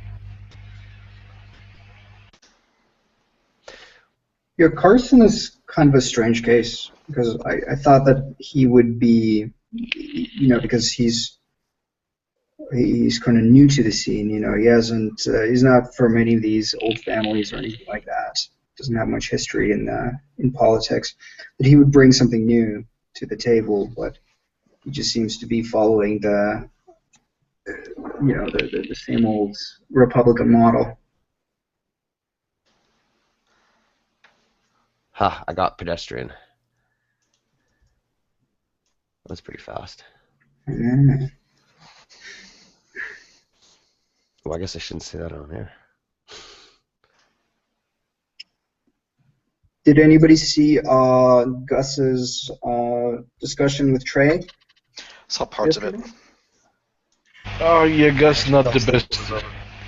Gus is not the best representative of atheism. Just saying. Gus is the best ever for atheism. Shut up, Art. The argument that Gus puts forth is he is not a philosopher. He's not a scientist. He's a stormtrooper. Yeah, he is. That's the way Gus describes himself. Yep. That's fine, but I mean, we have a lot of stormtroopers already. We have a ton of them. Yeah. and Art's, and I can't help but when I think of that social scenario, I can't help but think of Art's complaints of Seamus and how he never interjects to correct his fellow theist when they make a poor argument. It's not. He definitely gets correction. Ludic, on this you one. have no idea, bro. I was tapping the freaking refresh button trying to get in Nadia's hangout for like 30 minutes while Mac was going on. I was trying to get in there to tell him, like, Mac, you need to take your leave right now. Just that's all I was going to say to him. You need to stop having this. This has lost all productivity. You need to go. Yeah. And I couldn't get in, and then finally, I don't know what happened, but I guess he left, and then it let me join, and I got in his place. But right, and then of course there's stuff behind the scenes. The behind-the-scenes PMs and other stuff, we're unaware of, right? Yeah. So I started to realize that there's more to our community than that when, I don't know, someone added me to Facebook, and then I realized, hey, wait a second, he's Facebook to him. Oh, he's Facebook to him. Oh, they know each other in IRL, right? Yeah. So, By the way, I mean, for all I know, Seamus is correcting people and educating them in the stuff outside of which I wish he would do so for me, but... He's tough, though. I think his policy is not to do that in an open hangout to other Christians. Yeah, he's not big on the public review. But I mean, I understand the verse, right? There's a basis for that on a verse, but the verse that talks about it doesn't specify. I think it actually might be more about sort of theological issues, not scientific issues. Like that. Well, Mac doesn't make any distinction between the two. Right, but Seamus does. Mac makes very little distinctions out of the false dichotomies he constantly creates with everything. But breaks down that way for him. I mean, the other day we were talking, and Naughty was talking about suicide rates with transgender people, and all he did is glance at an article, and to him, it's 41% are killing themselves or something. And I had to ask him, what does post-op and pre-op mean to you? And he had no idea what it meant. Well, he's an incredibly misinformed and uninformed individual, to say the least. Yeah. And he's one of the guys that really gets my dander up the most. For that reason, Because he's also talking a lot and loud about things that he doesn't know about. Yeah. So I'm on board with you, Ludic. Oh, I totally ripped at him the other night at A. Okay, so yeah, you know when you have one of those moments when you go in there and you just rip a new asshole, and you feel bad, and you have to go. And I've had it happen where I've gone back in a little bit later to apologize. He wasn't there, but. Okay, so what happened with the Gus hangout? Well, he wasn't so much a stormtrooper as General Akbar. Well, he was doing. He Yeah, just kept it's a yelling, trap. "It's a trap!" Well, and I'll give credit on this one. He was right. He was right significant portion of the time. Yeah, Oh, he was, I don't he remember was. saying that. I like how you inserted that word there. Okay, so this was against Trey Jadlow? Yeah. Yeah. And Okay, it was Gus- an Gus- abortion. Being an insert of changing the argument that presented to him. Yeah. Well, Trey asked some good questions between all the traps. And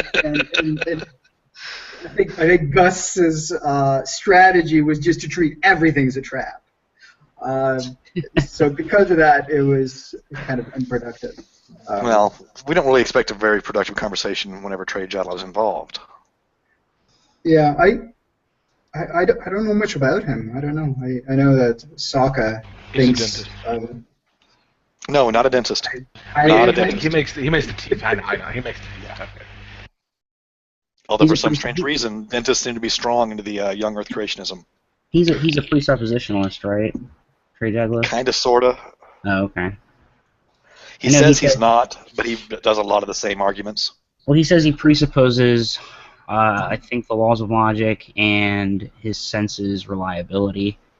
And then the one other one he does is the other How can he biggest argument he goes off of is contingency.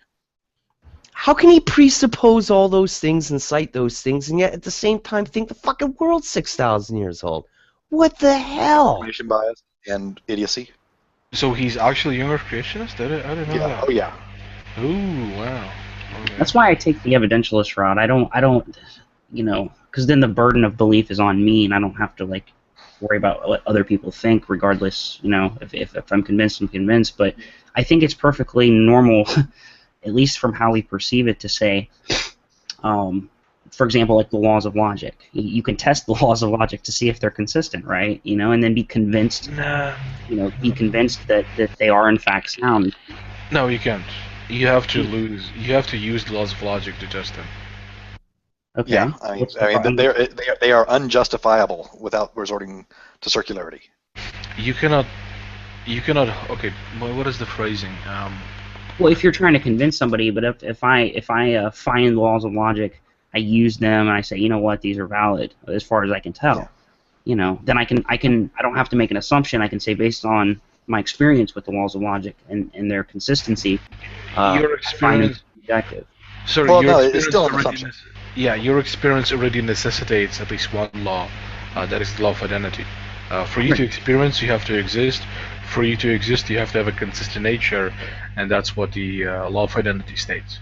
Okay, well then that is, at least for somebody, right? Because I don't want the solipsism thing to creep in, but it's true at least for somebody that the well, it does creep in though, and we're brain in the vat.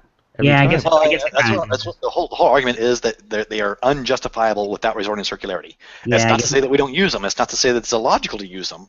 It's to say that they are a starting point. While I don't have a defeater for solipsism, but I do find it a bit ridiculous, I guess. Most everyone does. Yeah, so that's why we don't concern ourselves with it. Yeah, I try not to entertain it in the conversation. At least a serious conversation. I mean, it's worthwhile to acknowledge it, but that's about it. Yeah, I don't know. It's weird. Yeah, the whole and Arcane's really bad about, or not bad. He just loves that. Yeah. You know what's cool about all this? Really cool? The coolest thing of all, we get to find out, or not find out, depending on how you look at it. What? I mean, when we die. Well, we're all mortal, man. Yeah, that's true. I'm not gonna find out. That'd be the worst part, actually. See, this is why I almost wish that there was. I wish that there was sort of like a little interim period where we're all gathered together and you get to laugh at each other. You know. You want the series finale of Lost is what you want. What was that movie in the 80s with Kiefer Sutherland that was really big where they were killing themselves for like 5 minutes at a time? Flatliners. Flatliners. That's interesting. But what you want, Dex, is you want the series finale of Lost. I never watched that show. Is that how it happened? Okay, spoiler alert here. The series finale of Lost, you don't know it, but they're all dead. And they're in basically they're in purgatory. Kind of purgatory, kind of limbo. I don't know exactly, and they don't know it, and then they all figure it out eventually, and then they go to the church, and then they move on. Yeah. See, I'm glad I didn't see it to the end because that's such bullshit. No, actually, it works out. It works really well in story. Like, yeah, sure. I don't doubt that it's consistent, but so is fucking presuppositionalism. It's also consistent. The only thing I'm concerned about in a story is internal consistency.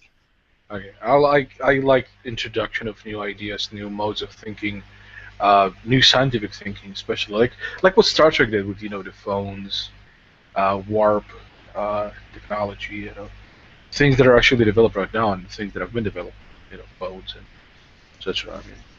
I mean, I like that. Talking Ethan Hawke, I don't know why I'm going back because I'm just looking at pedestrian there. He was in a movie recently where he flies drones.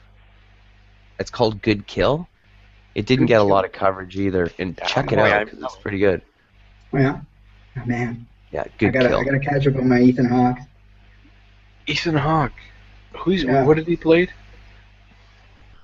He always plays like kind of oddball roles in fringe movies. Which one that he's well known for? I don't even know. Let me pull him up here. Let's see. IMDb. Mm-hmm. He was. Purge. He was a '90s actor, right? So. Yeah. In the most recent Total Recall, he was Hauser in the most recent Total Recall in the remake. Hauser. Who was Hauser? The star. Okay, Total Recall? No, he wasn't. No, that wasn't Ethan Hawke. Hauser? No. Carl Hauser? No. It was that Scottish guy or English guy. Oh, you mean the main actor? Yeah, the main actor was the one who played fucking... with the eyes, he does the eyebrow thing. He played Alexander the Great in the movie. Here's one, Training Day. He was the... Training Day, yeah, that's the big one. He was the rookie in Training Day. That's it, yeah. I haven't seen that. Sorry. He was the star of Gattaca. Didn't he play in a Matrix or something, for fuck's sake?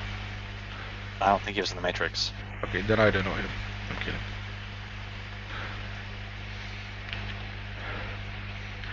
Anyway, right. Gattaca is probably the one I would go to, but I'm a science fiction dork. Yeah, so am I. I haven't seen like the Well, okay. Did you guys see what's the answer to everything or something like that?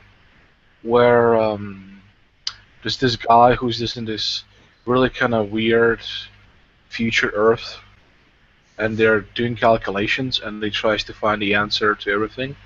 It's kind of new, 2014 or something. It's called The Answer to Everything. Something like that. The Answer Man? No. Fuck, I forgot it. Those are always the little jewels. There's always the cerebral films that are little jewels, and they never make it to they never have box office success, eh? Yeah. It's interesting because you look at filmmakers, especially the ones that have money, when they budget, they'll budget for some of those films for indie or whatever, right? Like they'll try to. They know that they're not going to make money and that they might be losers, but they make them anyway. Yeah. Did anybody watch Her? Oh yeah. By Spike Jones? Yeah. Yeah. Interesting. Very interesting. I was heartbroken though when I found out that she actually had a relationship with somebody else. That bitch. Somebody else with like 46 other people. Yeah, fucking whore. Some of them AIs.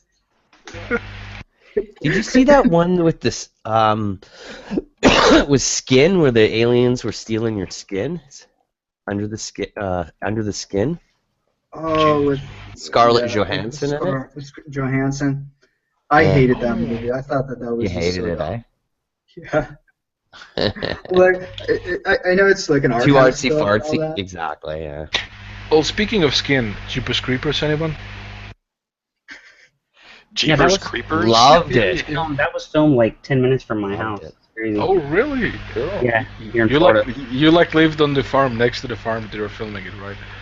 Yeah, there's no farm where I'm at, but I live in the city. But yeah, I just know where it was shot, filmed at. Oh, you're talking about the first one or the second one? I think I'm talking about the first one. Ah, okay. Like, I haven't seen either one of them. Yeah, I live in like I'm not a huge fan actually of like the slasher flick. Yeah, neither am I. I don't know if I'd call it a slasher though. There's not a lot of gore in it, man. Well, it's more like a classic 80s kind of horror thing, but without. Well, see, that's what I think of when I think of 80s horror. I think of slasher flicks, and I'm not a huge fan. That's of them. true. My wife loves them. Yeah. But and I'm saying this, and I actually really do enjoy at times the Nightmare on Elm Street and the Friday the 13th just because of the humor element to them. Oh, yeah, right. But hey, as a small comment, Final Destination, I think the guys who make Final Destination need to understand the word final and what it means. Yeah. That's funny. It's like 6 movies, are you kidding me? If we're going to talk, I've got one to toss out here, and Peripheral Profit on the side, Luc Besson, my favorite sci-fi movie, I think, of all time is The Fifth Element. Yes, one of the best It's ever. a satire, isn't it? Wouldn't you consider it a satire? I mean, it totally makes fun of science. It's got some satire to it, definitely. Not that much, though. The first time I watched it, the whole thing's a satire. It just totally makes fun of fucking science fiction. That French director isn't into science fiction. I disagree. The whole thing was a farce. It was a farce to make fun of it. That's why when I first saw it, it pissed me right the fuck off, and I hated it. Yeah, you're looking at it the wrong Absolutely. way. You're looking at it the wrong way, man. I know I was. I love when we're in like hindsight, since I've grown to like it because now I understand it. It's like Natural Born Killers. When I first saw it, I didn't like it. I love how we almost had a shitstorm about How dare you? The funny thing about the Fifth Element is the casting of it. Who do they get to play the president? Black dude. Tiny Lister. Debo. Zeus. Debo. and it worked. Yep. Yeah, Gary Oldman too, as the Gary Oldman's great. I mean, even in crappy movies, he's great. Yeah. Oh. I like the visuals of it. Well, the visuals of it are Runner actually very famous. The guy who is the visual consultant on that movie is a pretty famous French comic book artist. Give me a second, I'll think of his name. I'm blanking on it, but the cops in that movie, I mean, those are just his stock cops. I mean, don't you think it's like Starship Troopers? I mean, it's the same kind of... It's got the same genealogy. Yeah. I mean, don't a policeman... I honestly still interpret it as taking a run at science fiction. I hadn't seen it I'll like that. always interpret The Fifth Element that way. Like, can you give me an example of something? Because it's cliched in all the scenes with the little rubber masked fucking guys with their guns running around.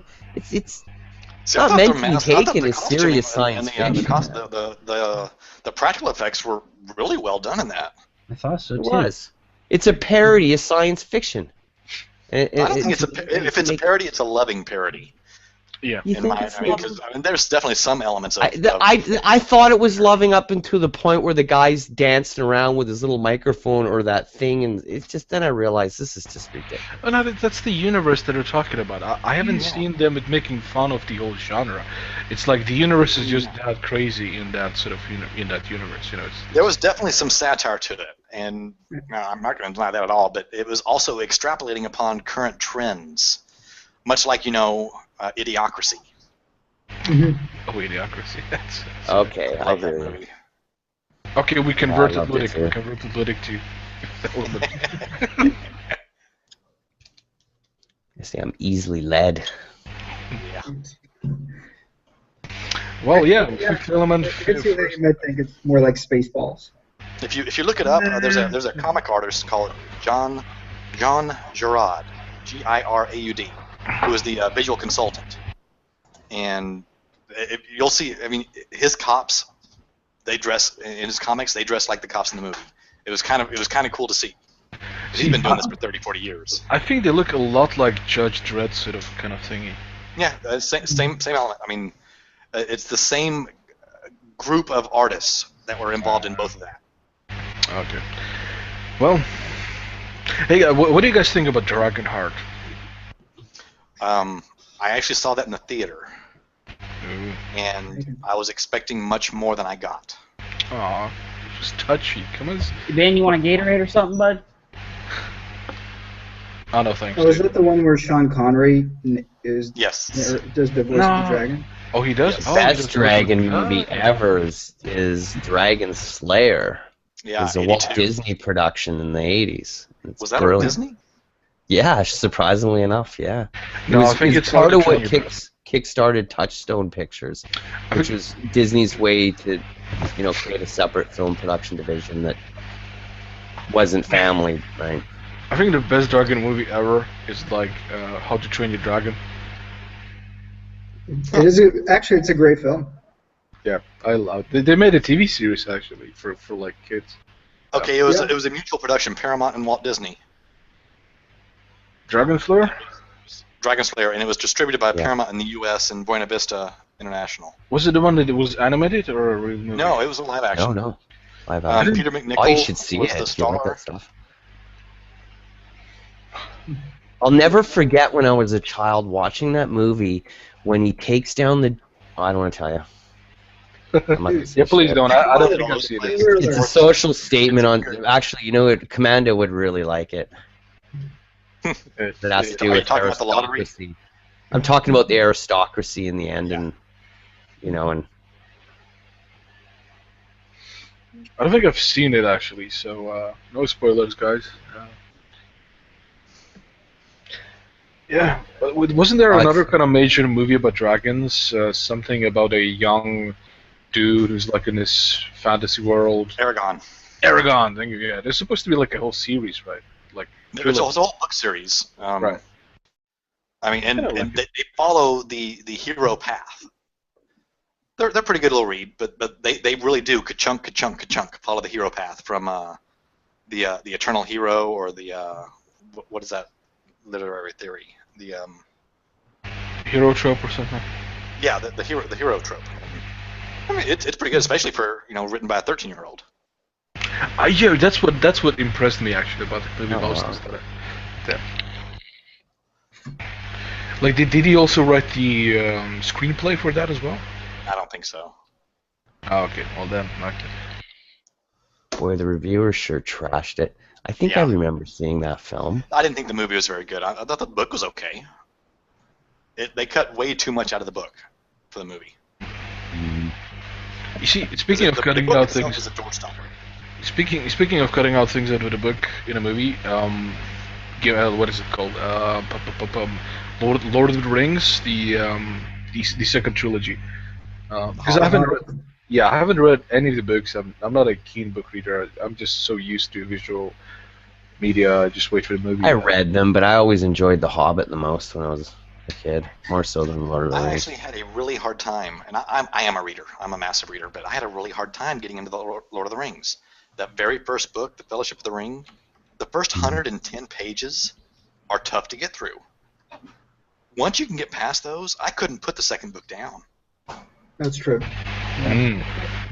That's why I think The Hobbit is the Hobbit's the perfect intro to it because it's a really short book actually compared to the other three, and get through it and the story is pretty succinct and it's a good intro for people to get into the The trilogy. origin of them is kind of an interesting little thing. The Hobbit was written as a bedtime story for his kids.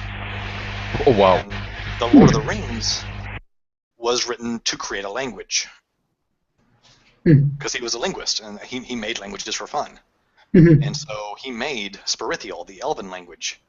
And in order to truly make a language, you have to come up with a history to show how the language would evolve and how it gets to where it is.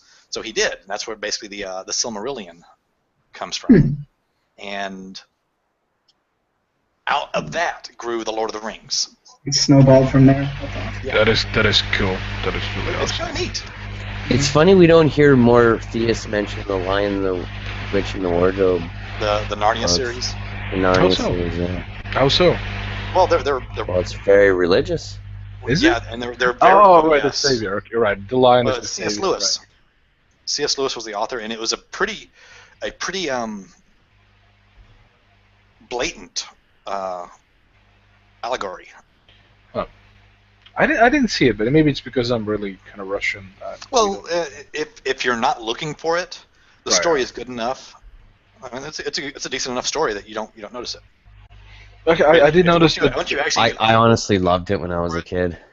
oh yeah, By the way, guys, if anybody likes the battles in Lord of the Rings, like little trolls and big units, Total War Games is making a Warhammer Warhammer game that will feature these giant creatures from the Warhammer universe, like trolls and giants, and it's gonna be pretty much like Lord of the Rings.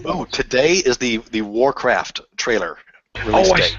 Yeah, my brother told me. My brother told me he's big into that. I have yet to There's see been it. leaks. There's been leaks too for Fallout, and the graphics engine. looks Yeah. superb.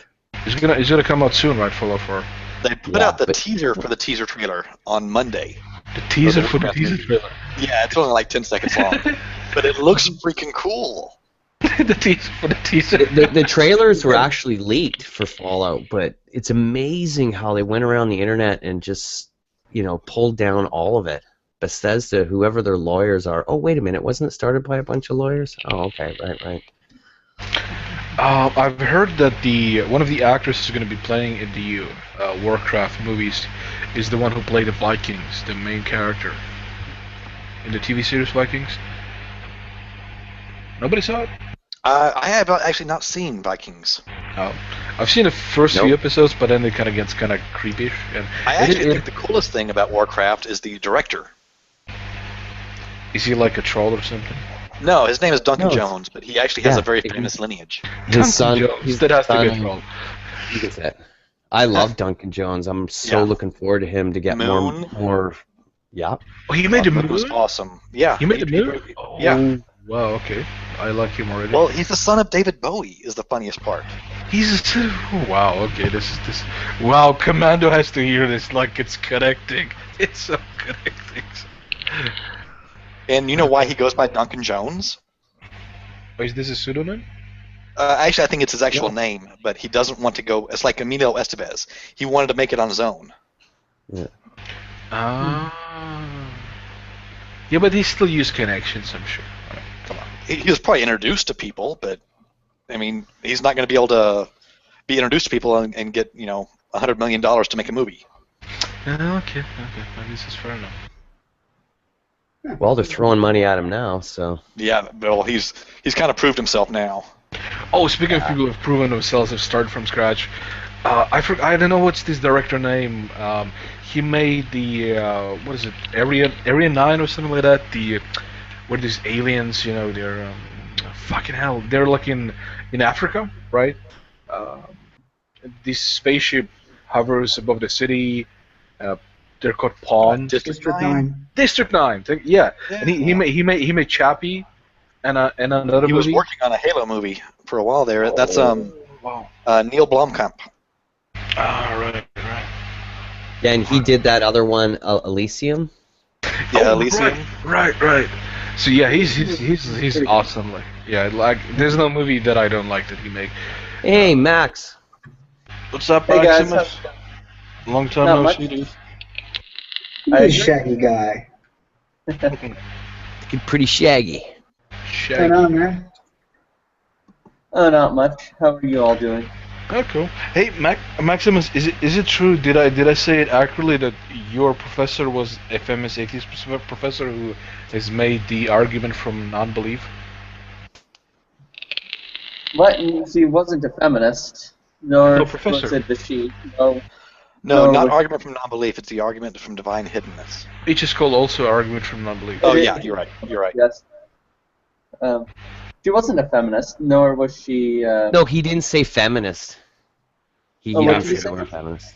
Yeah, I'm famous. He's just pointing out sort of the irony that your prof is, you know, a fairly well-known atheist who's put forth this particular argument. Yeah, we were talking about the argument, and I mentioned that actually, hey, one of our guys here, Plus, who's a theist, former Catholic, had a professor who actually made this. What is his name? Gail Schellenberg.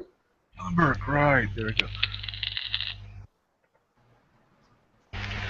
So, what do you think about the argument, Epi, by the way? Oh, Maximus. I think it's relatively a good one.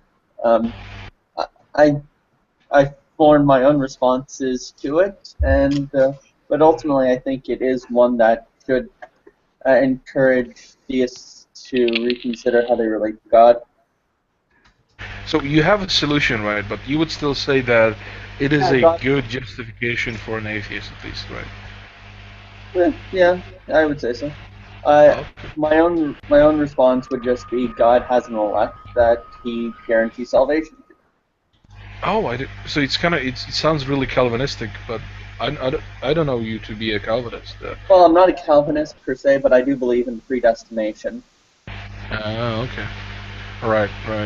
Yeah, I thought that Calvinists would have a solution to that. Basically, you know, there's elect people, and this non-resistant non-believer is simply not of the elect. That's it. Right. Yeah. I mean, okay. It's very similar to my own solution for the problem of evil. I consider it to be just a variant of that. Dex, I thought source code is pretty good. Oh, I'm sorry? Sorry, side chat. Oh, okay. Yeah, at the moment we're kind of talking about movies because we didn't have, like, really... We got tired of yelling at Commando. Ludic needed to cool down. Oh, Maximus, I'm gonna to ask exercises. You. Maximus, I wanted to ask you, what do you think about the resurgence of flat Earth belief, or not resurgence, the sort of popularity of flat Earth belief amongst the younger creationists? Yeah, I think it's just because people got tired of bothering younger creationists, and they just needed a new group of people to debate in order to feel intellectually. Except it's the same group. Yeah, it's the same. That's what I'm talking about. It's Yeah, the same. Max, No, it's not. Max, I don't know where you've been, bro. A lot of guys are going to flat Earth, bro. It's crazy. Yeah. Well, I mean, come on, Purple. You're a younger creationist. You would never in 100 years be a flat earther. No, I wouldn't. But I've noticed some Christians on here who are suddenly flat earthers. I don't know. It's crazy. Okay. So, like, who do we have? MG42, Pillbox, and Rose Pat. That's it. Our logos, Johnny KZG. Wait, John, wait. Yeah. Logos flat earther? Yeah. Not even slightly. He's dived in completely, head first. Thank you, Jesus. Oh, damn, Arcade. Johnny, no. Yeah. Why? Wow. It's hitting us like the plague, man. Yeah. We're dropping like flies. We're all going flat Earth. I mean, if they're going to take this, like, if they're going to take the language of the Bible seriously where it describes it as being flat, there's one section that says that the Earth has 4 corners, and there's one that says it's completely circular. Like, I'd take both of those to be just figurative language, but like if you want to take both of them literally, you have to believe the Earth is a squared circle. How the hell is that going to make sense? The Earth is like a pizza, and the square is the box. Right. Makes sense to me. Oh no! Big Commander is perpetuating this. Yeah. So apparently Sugar wants to know who has her blocked and why. Oh, yeah, that would be... Okay, let's not go into that. If somebody has her blocked, if you're willing, please unblock her and rejoin, please, if you could. I don't want this drama. No, it should have been kind of... It should have died out a long time ago. Just kill it with fire. Kill the drama with fire. Like, we will not talk about this topic again. I'm pretty sure she has a soft tone or something. Whoever has her blocked doesn't necessarily need to unblock her. Yeah, Sugar. If you have a sock, Sugar, please join in. If you don't, type in the Hey, channel it's chat. Sugar Roads, everybody. Sorry. Yeah, I think it's time for a sock account for her. Say it. Yeah. We all have one. I have one.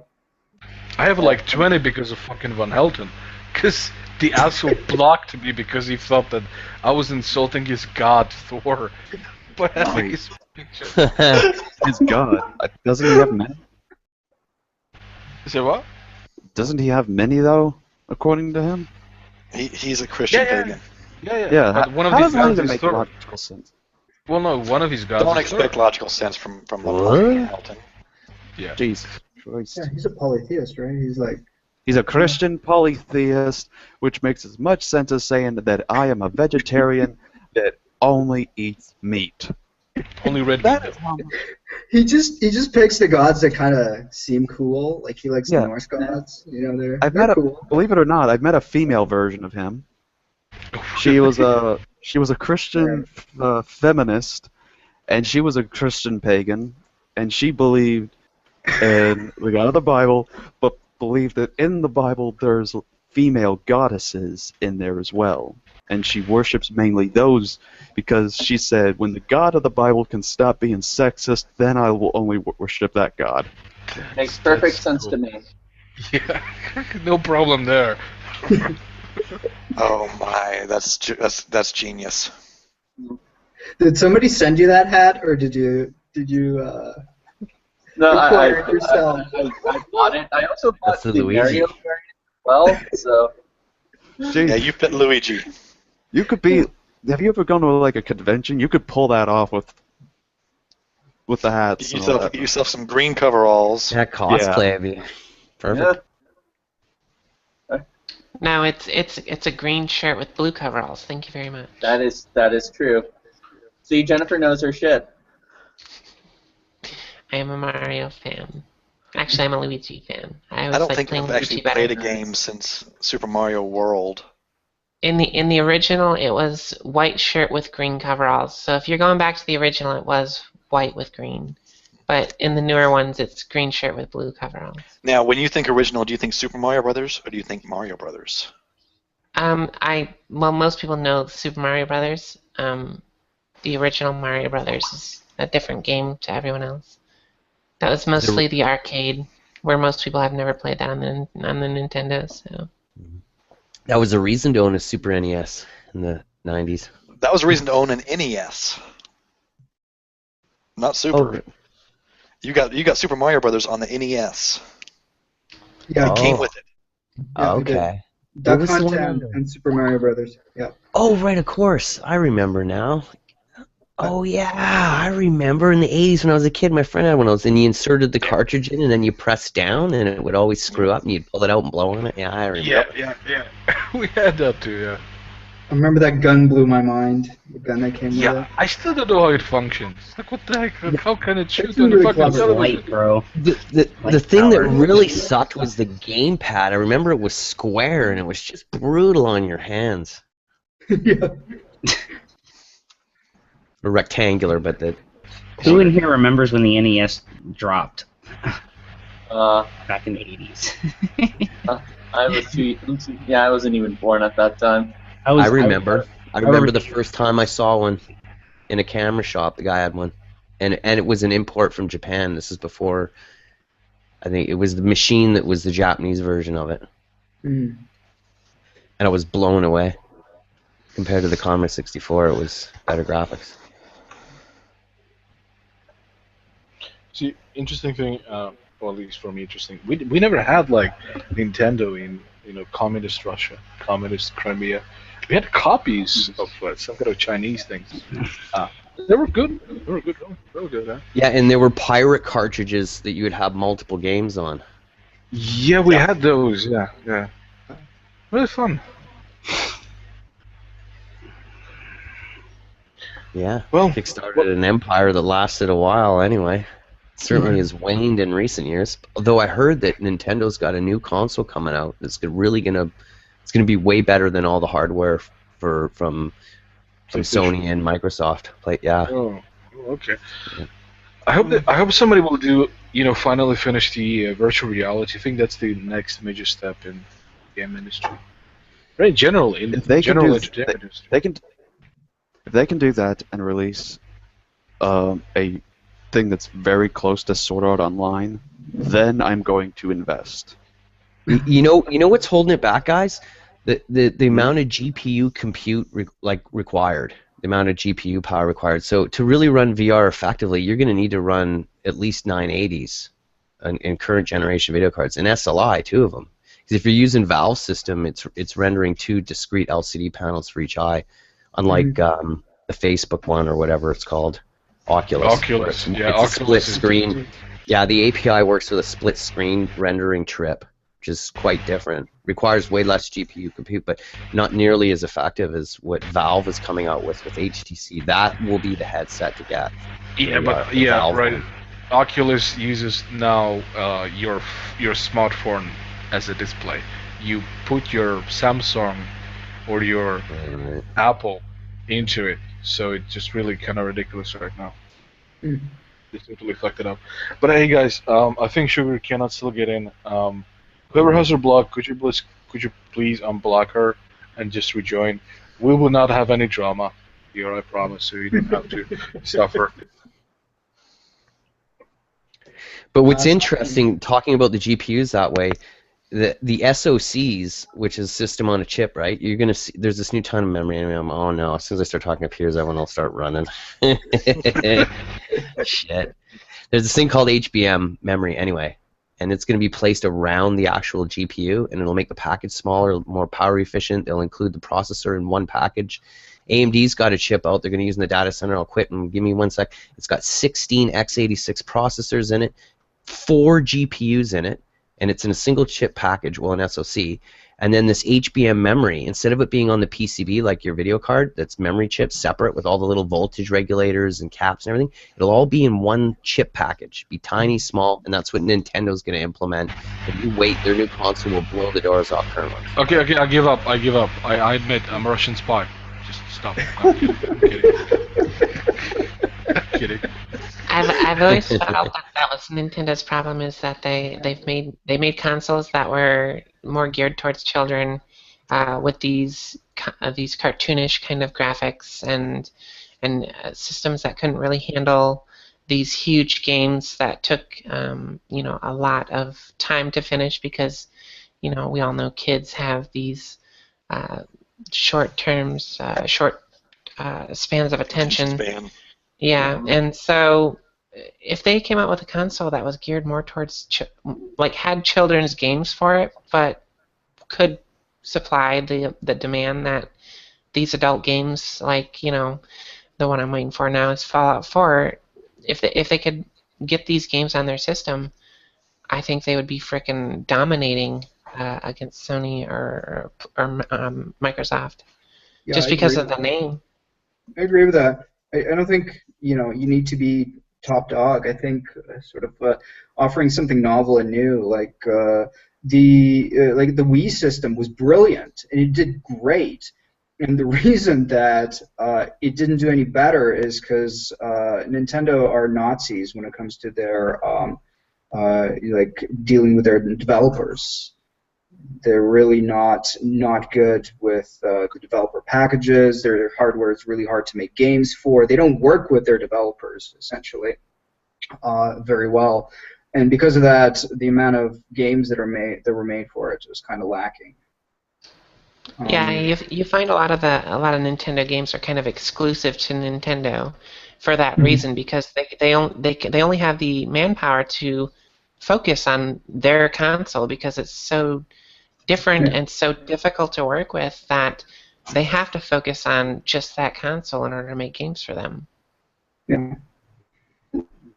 Yeah, but we got a couple of really great APIs now with DirectX now. Well, I'm not sure they'd be using that, but there's ways with a wrapper to use that. But Vulkan is the big one. What's an API? Application Program Interface. Hello? I'm just returning a call.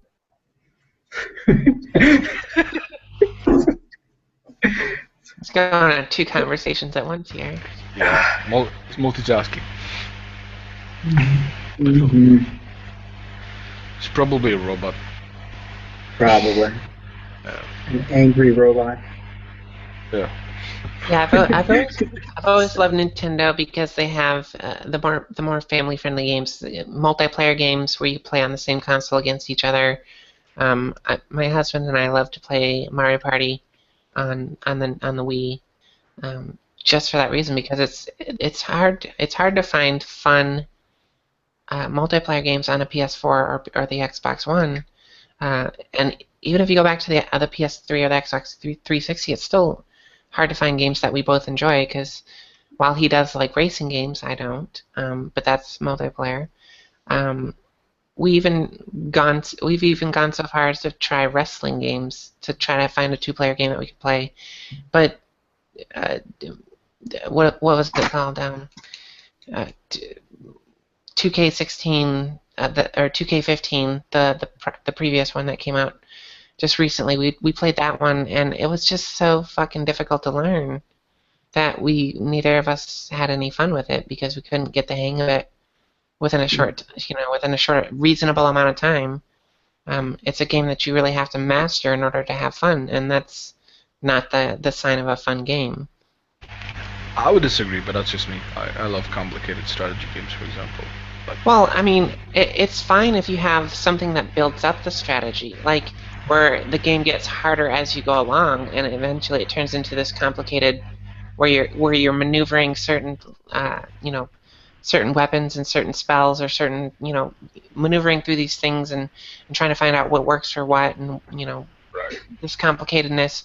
But to start off a game like the wrestling 2K16, or was it WWE 2K16 or 2K15? 216 is now the new one coming out just after this one, but it doesn't have like the build up like a strategy game yeah, has. it just Don't build fucking an started out complicated, and like in order to learn, you had to like get your ass whooped like 100 times just to learn a little bit of the game, and it was just like, no, this ain't fun to us. Right. You kind of have to really like the genre, or really like to build up stuff. Like me personally, I like Pacific Storm Allies, which is a Russian strategy game, which is incredibly detailed, like real-time, huge naval battles with just hundreds of planes and hundreds of ships. Everything is simulated. Every object has a ton of damage boxes. Just incredible. It doesn't work properly, unfortunately, because it was way sort of beyond its time. That even today you can barely play it properly. But yeah, this is kind of extreme sort of cult kind of game. But yeah, right. Any topics? Anything? I haven't played any of the new wrestling games myself. Although the 2Ks seem kind of interesting. I really like the custom modes from the old games I used to play. So, might work well. Yep. Yeah, they took that's the thing I had the most fun on, is creating a character and creating the entrance. The one thing that pissed me off about the 2K15 was that they didn't have female characters. Fucking misogynists. Well, no, it's not. I'm not going to be all feminist and shit, but I would have liked to have created a character that looked like me. That would have been nice, but instead I had to... Yeah, I understand. I think it's shitty development if you don't include... If you have a character creation system and you don't feature females, that's absurd. That's stupid. Well, yeah, the thing is that the thing that pissed me off the most was that the previous game had females in it. Like, you create a female character. The fact that they took that out is what kind of pissed me off most. What you have to remember is that the divas aren't generally well liked amongst wrestling fans. The divas.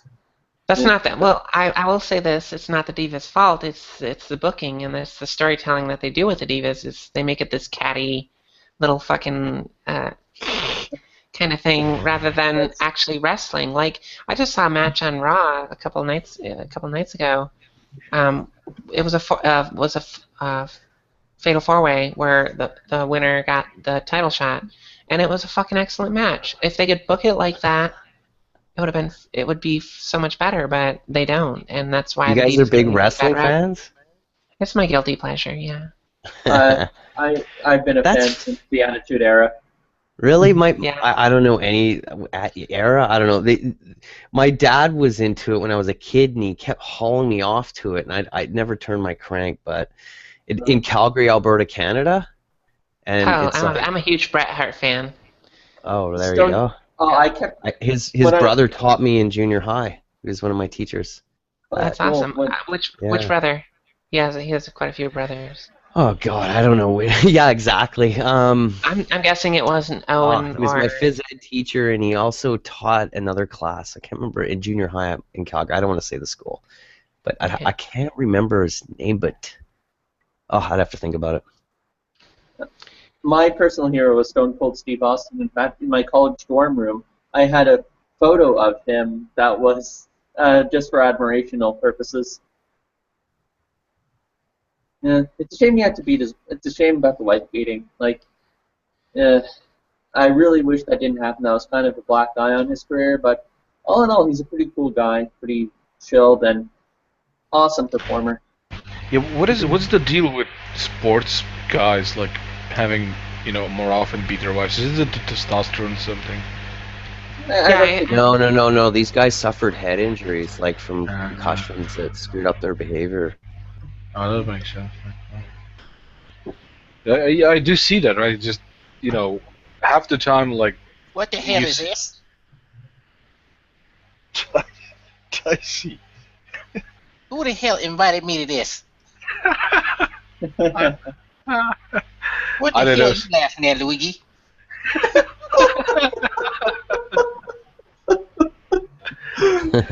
Whose room is this?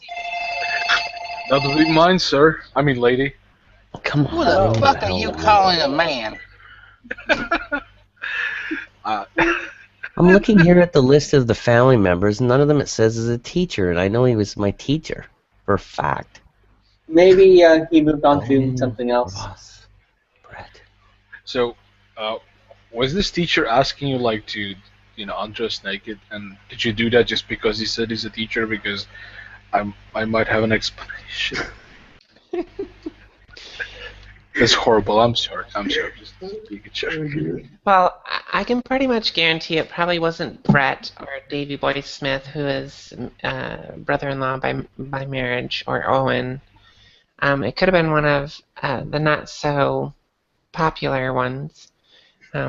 Because I probably would have remembered. The old man, my dad knew him. He used to hang out this area in Calgary in the South Park called Midnapore. It used to be its own separate town, but it ended up getting sucked into the city. The family used to live there until they got wealthy, and then they bought this big house in the northwest up on this hill. But like I've met them, like at this place called the Olive Grove. The dad used to go in there, and I went to high school with the son, Lebanese fellow, who's a good high school buddy of mine. But anyway, whatever. I'm just rambling. So, hey guys, do you think that I kind of know who that is actually, Ticey, but cause I'm kind of. T, you don't know me. I'm trying to figure out who you is. Is this supposed to be like what is her name? Candy. Right. Oh hell no! Oh, if you see that bitch. Tell her to take that ugly ass wig off her fucking head. It looks like a goddamn bleach muskrat. All right? Oh man, this just got very heavy in here. Yeah. Too real. Hey, as long as the trolls are fun, I'm gonna keep them. Who the hell are you calling a troll? See, the worst thing is I know who that is. I fucking know who that is. I'm not gonna review his true identity. But you got to get that sock puppet and animate it. I got something you can animate.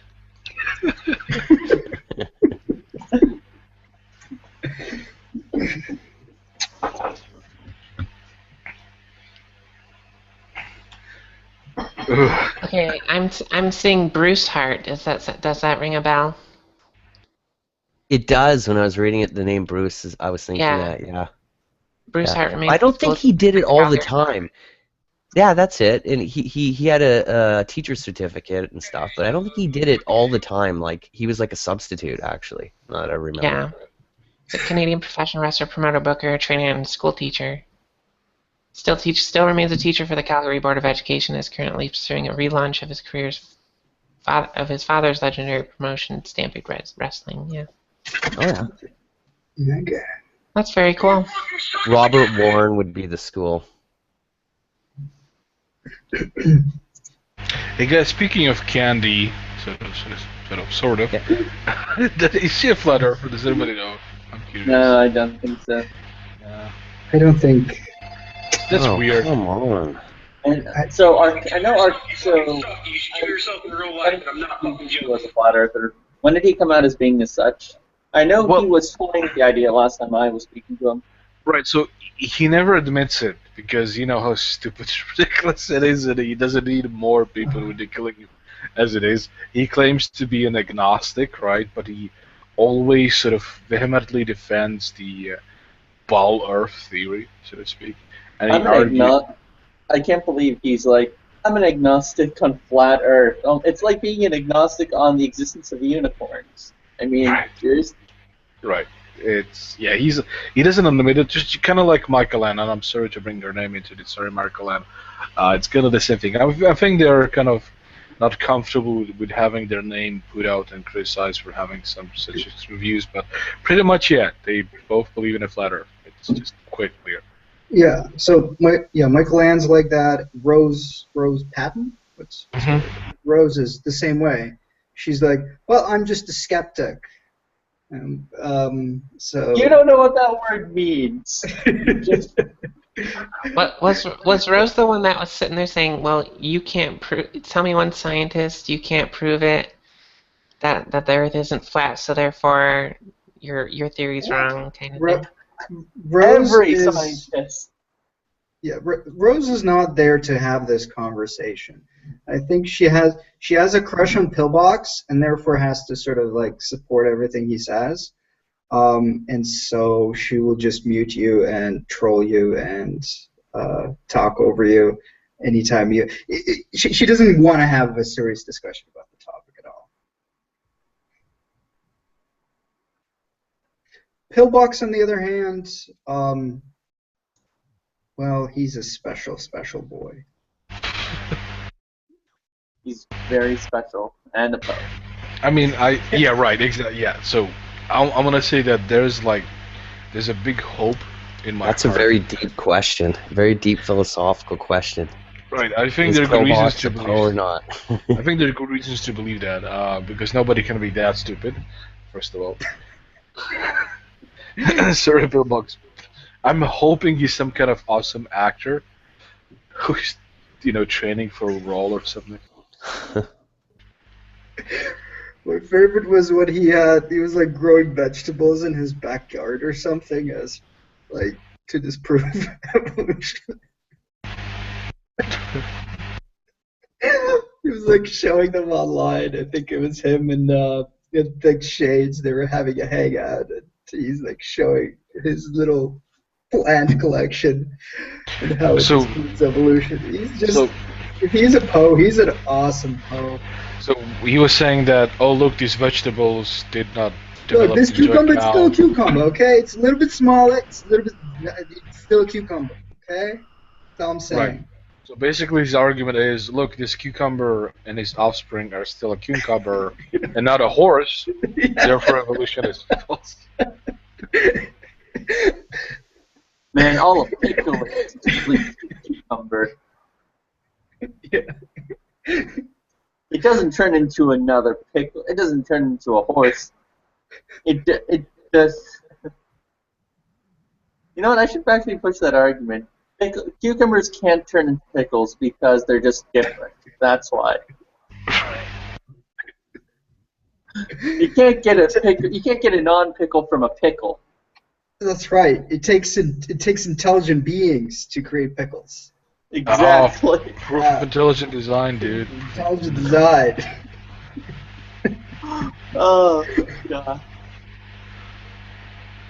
Look, amazing how far these, people will go. I mean, do you guys know that Nephilim Free said that if naturalism is true, if materialism is true, and information is material, that when a professor gives like a lecture, then there has to be like a literal sort of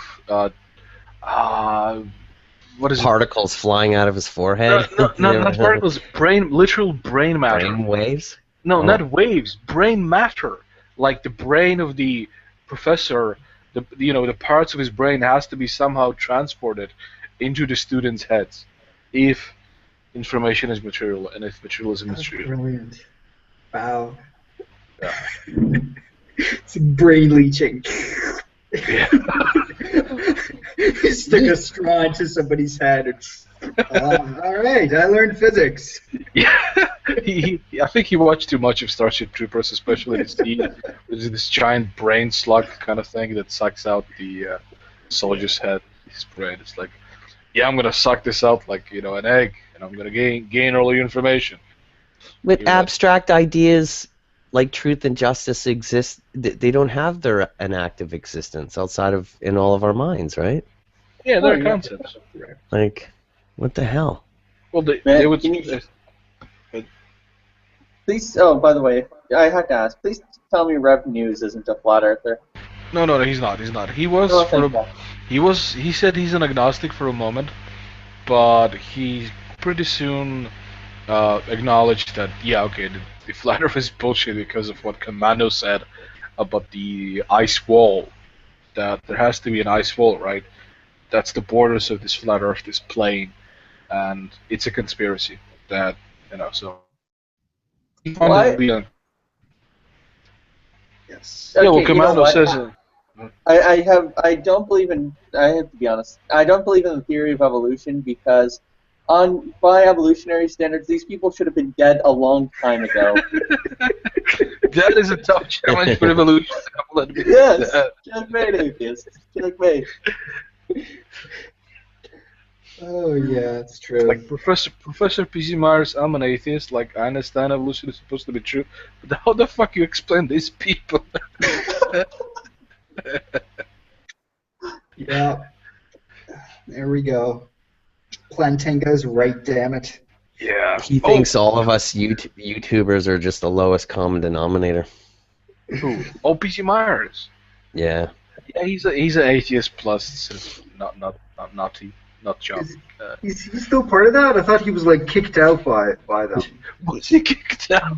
He wrote one piece where he just completely dismissed YouTube and Hangouts in the comments in YouTube, period, like collectively, and labeled anybody that has anything to do with it as just trolls. Oh wow. Fucking trolls. Weird pawn scum. Yeah.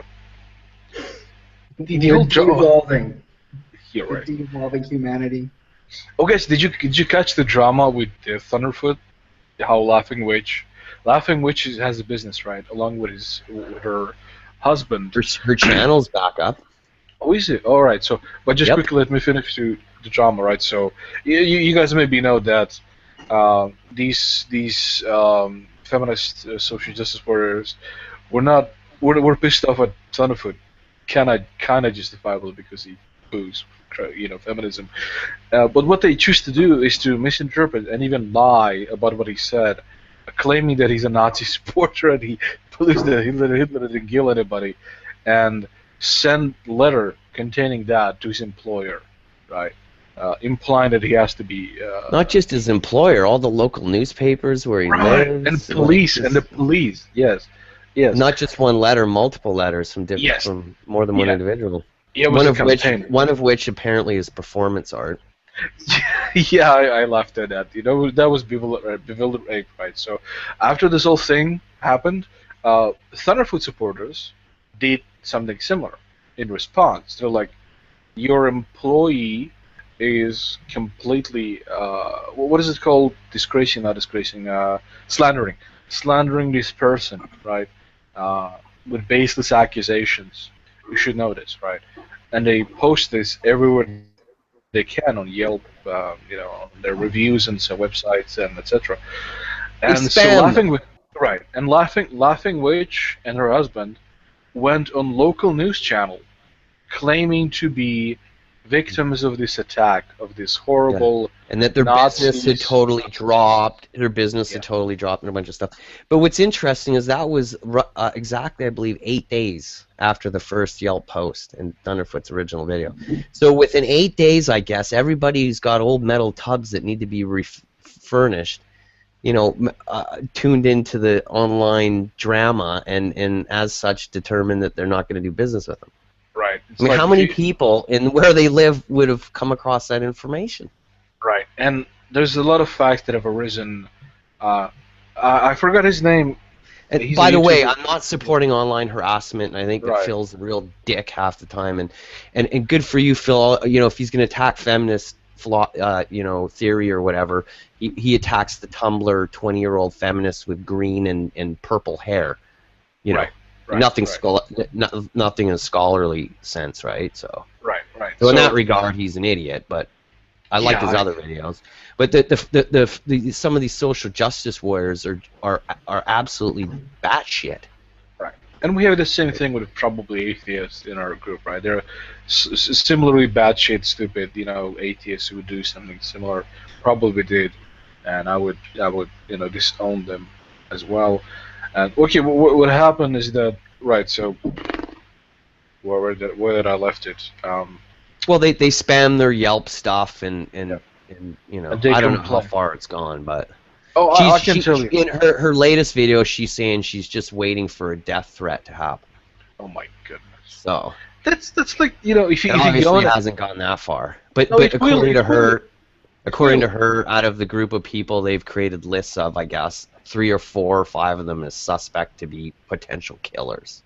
Oh, for fuck's sake! So first of all, she's a total like a professional victim kind of mentality, right? So anybody knows that if you go on the fucking internet and you say, "I'm just waiting for a death threat because this horrible group is attacking me," or basically if you say anything and you say, "I'm just waiting for a death threat," somebody will say, "I'm gonna kill you," because they're trolls on the internet. For fuck's sake. Nobody says it's a good thing, right?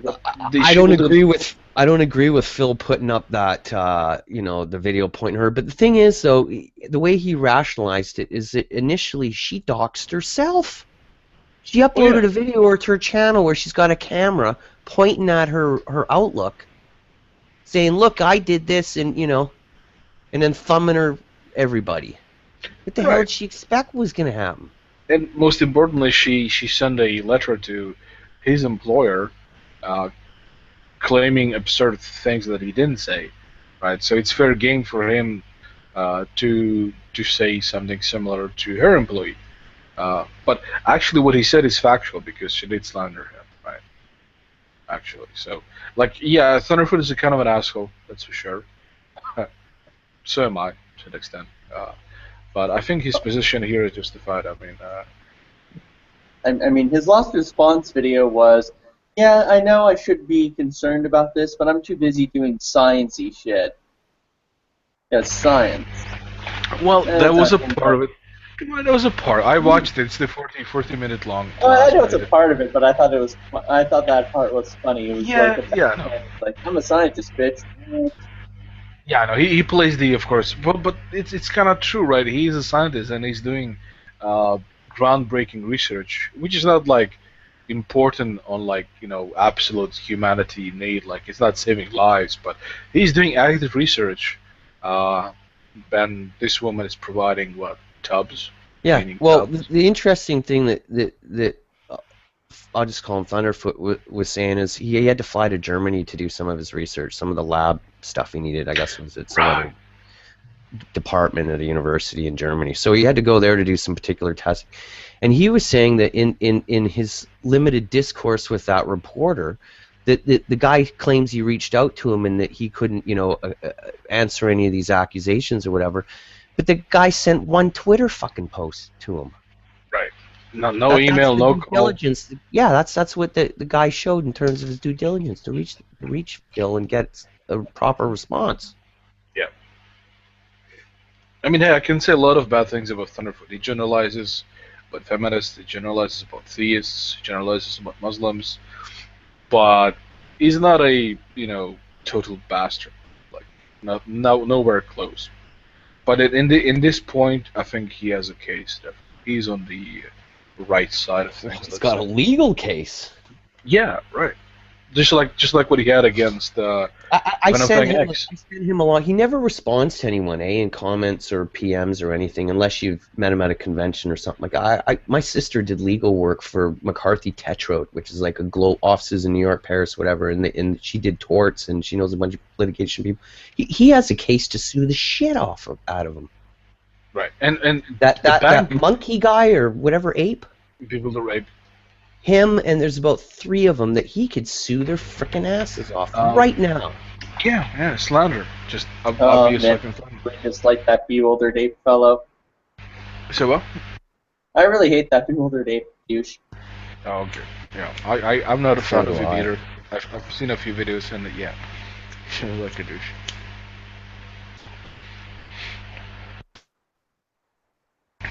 Yeah, so Thunderfoot. So Maximus, you still don't like Thunderfoot as a gadget, right? Yeah, I do not like Thunderfoot. I understand. That's cool. Like, is it the whole what he said about the whole scale of rape or something like that? Yeah, that particular one. I can understand that. Yeah, that was bad. Horrible. He strikes me as the kind of person who believes because he's a scientist and an expert in one area, he can pretty much get every other area of knowledge covered. Yeah, it's common amongst scientists in general, I would say. Just look at Dawkins and what's the dude who says that the universe can come from nothing, that something can come from nothing. Lawrence Krauss. Here we go. Oh, Krauss is Krauss is an idiot. Yeah. Well, on that particular topic. Yeah. Yeah, that's what I hate about scientists, is that they're not philosophically literal. They sort of use philosophy, right, but in a very static sense. It's like philosophy has given them this thing and they're not doing active research, or they don't understand what it actually is and they just kind of use it. And they should know more about it, for sure, to avoid at least these horrible blunders. Yeah, that is for sure. Right. But hey, if I could change the topic just a tad bit. Are we going back to the flat earthers? Because those are fun. Oh yeah, we could. Hey, fucking flat earthers. I actually, when they first came out, I was like, oh yeah, fuck hell yeah, let's do this, because I see Michael and I kind of gotten to know her a little bit more, and we have sort of buried the war hatchet. And she's been posting me calmly videos videos that sort of betray the position of sort of this anti-globe Earth, anti-space travel, anti-moon landing kind of stuff. And the arguments are really easily addressed just with a few bits of research. It's interesting. I don't know. It's just interesting to me. I mean. I just find that the concept itself, to me, is very simple to comprehend. And well, either one, right? Like the fact that our observations would differ, depending on which model and which observations would be correct. This is very basic. I mean, it's basic geometry. So just sort of, I don't know, a lot of these people don't seem to comprehend that. Yeah, they don't. I mean, you mostly see flat Earth belief in people who are not literate in science or philosophy, right? It's coming. You don't see a fucking physicist arguing that the Earth is flat. Like maybe one somewhere. Hey, Beckel. Reality is subjective. Hey, Beckel. Stop.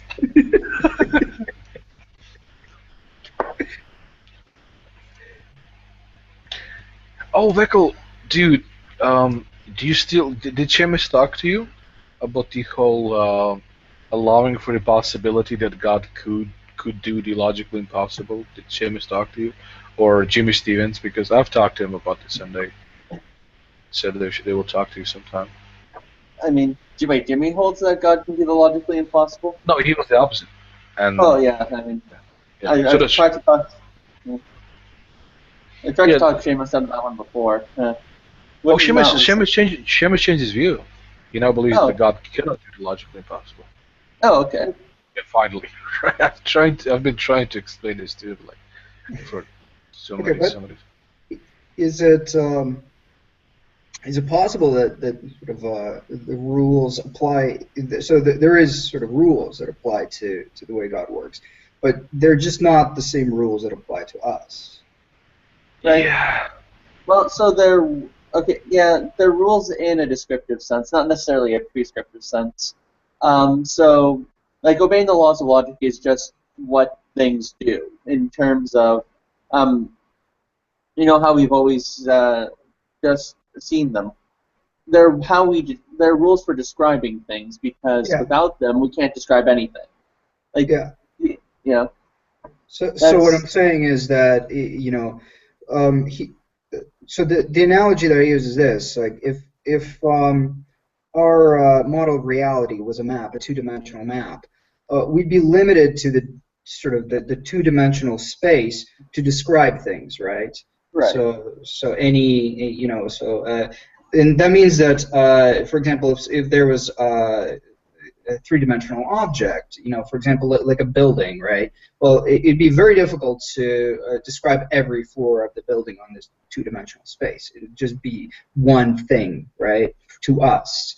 But to a person that's using a 3D model, well, that's not a problem. So something can be something and something else in a three-dimensional space, essentially. Right. Something could have two dimensions in the three-dimensional space, but it'd have to include the third. But nothing that is three-dimensional can exist in a two-dimensional space. I mean, the point is you can't have mutually exclusive properties because if we allow for that, then we can't really describe anything. When we would describe something, we'd just be taking it back. I mean, these aren't points of conditioning. Like, we are conditioned in an environment where we see things in 3 dimensions. This is why we can't imagine a fourth. Like, I can comprehend a fourth dimension, even though I can't envision it, even though I can't see it or imagine it. But I can logically grasp it.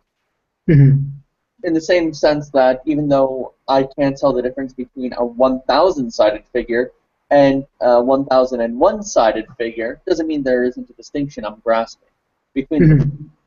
So, while God is always going to be described obeying the laws of logic, that's just because the laws of logic are necessary for describing anything or for human comprehension at all. Yeah, that's fair enough. Well, I kind of struggle with trying to explain why something logically impossible cannot exist, right?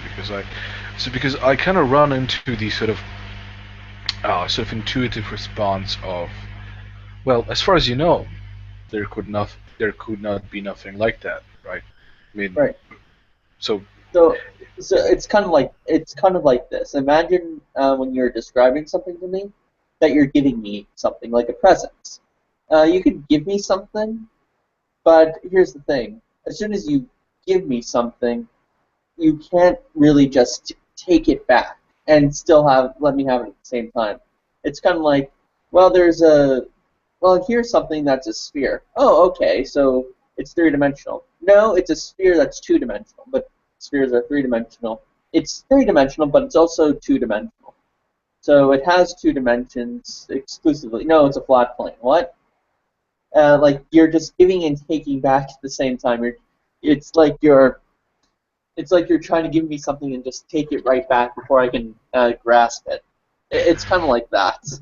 Right. Like, I get that that's absurd, but the response that I would give get from like Vekel and Farhan and a few other guys is that, well, it's absurd as far as you know, right? Maybe God can do this. It's absurd as far as I know. But at that point, they're just, but at that point, you could deny anything. Like, you can be in doubt of pretty much everything you can imagine. You can doubt induction, sure. You could also doubt deduction. You could also doubt the laws of logic. Why not even doubt I think, therefore I am? Why not just doubt all these things? You can doubt anything you want to put your mind to. It's not that hard. But the question is, why should I put that into doubt? I could even doubt I could even be skeptical of your skepticism. Oh, like. Okay. You're willing you're just willing to take away every arbitrary rule. I'll give you. Oh, not to cut in, but I can give you. I don't know. I'm just talking off the top of my head. I don't know if I'm even going to answer your question, but I'm going to attempt. So you could say, like, why would you doubt? Well, so the God of the Bible, he does stuff that's like, hey, you know what? Give me a second to think about this. Take your time. Go ahead and someone else talk, but yeah, go ahead. I'll take a note or something.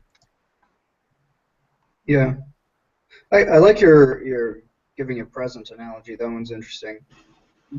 Yeah, that one works.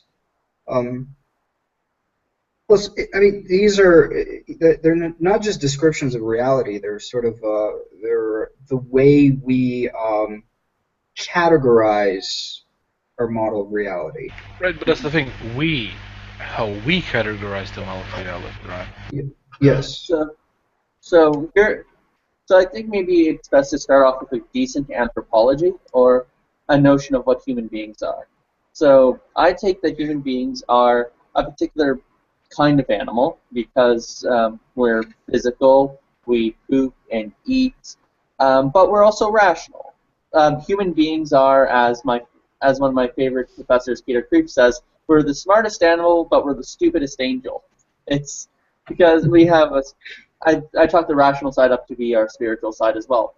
So we have a rational side as well that is able to deduce, create universals, understand that Socrates is a man, all men are mortal, Socrates is mortal, something akin to that. Something akin to that effect. So it's in our nature to know. We have a telos or an end that is for no. And even if we have particular instances where somebody might not be aware or might not know, it's no different than saying, it's no different than trying to argue that just because particular watches don't keep time properly doesn't mean that watches aren't created or made for the purpose of keeping time. So if human beings have a telos or an end that requires knowledge, and at the same time we're doubting that very end or nature, of course we're not going to work properly. It's kind of like a watch that has a busted gear, or... Hey, Max. Oh, okay. Did you finish? I wanted to cut in. Yeah, I'm done. So you said something about a busted heater or something. Watch.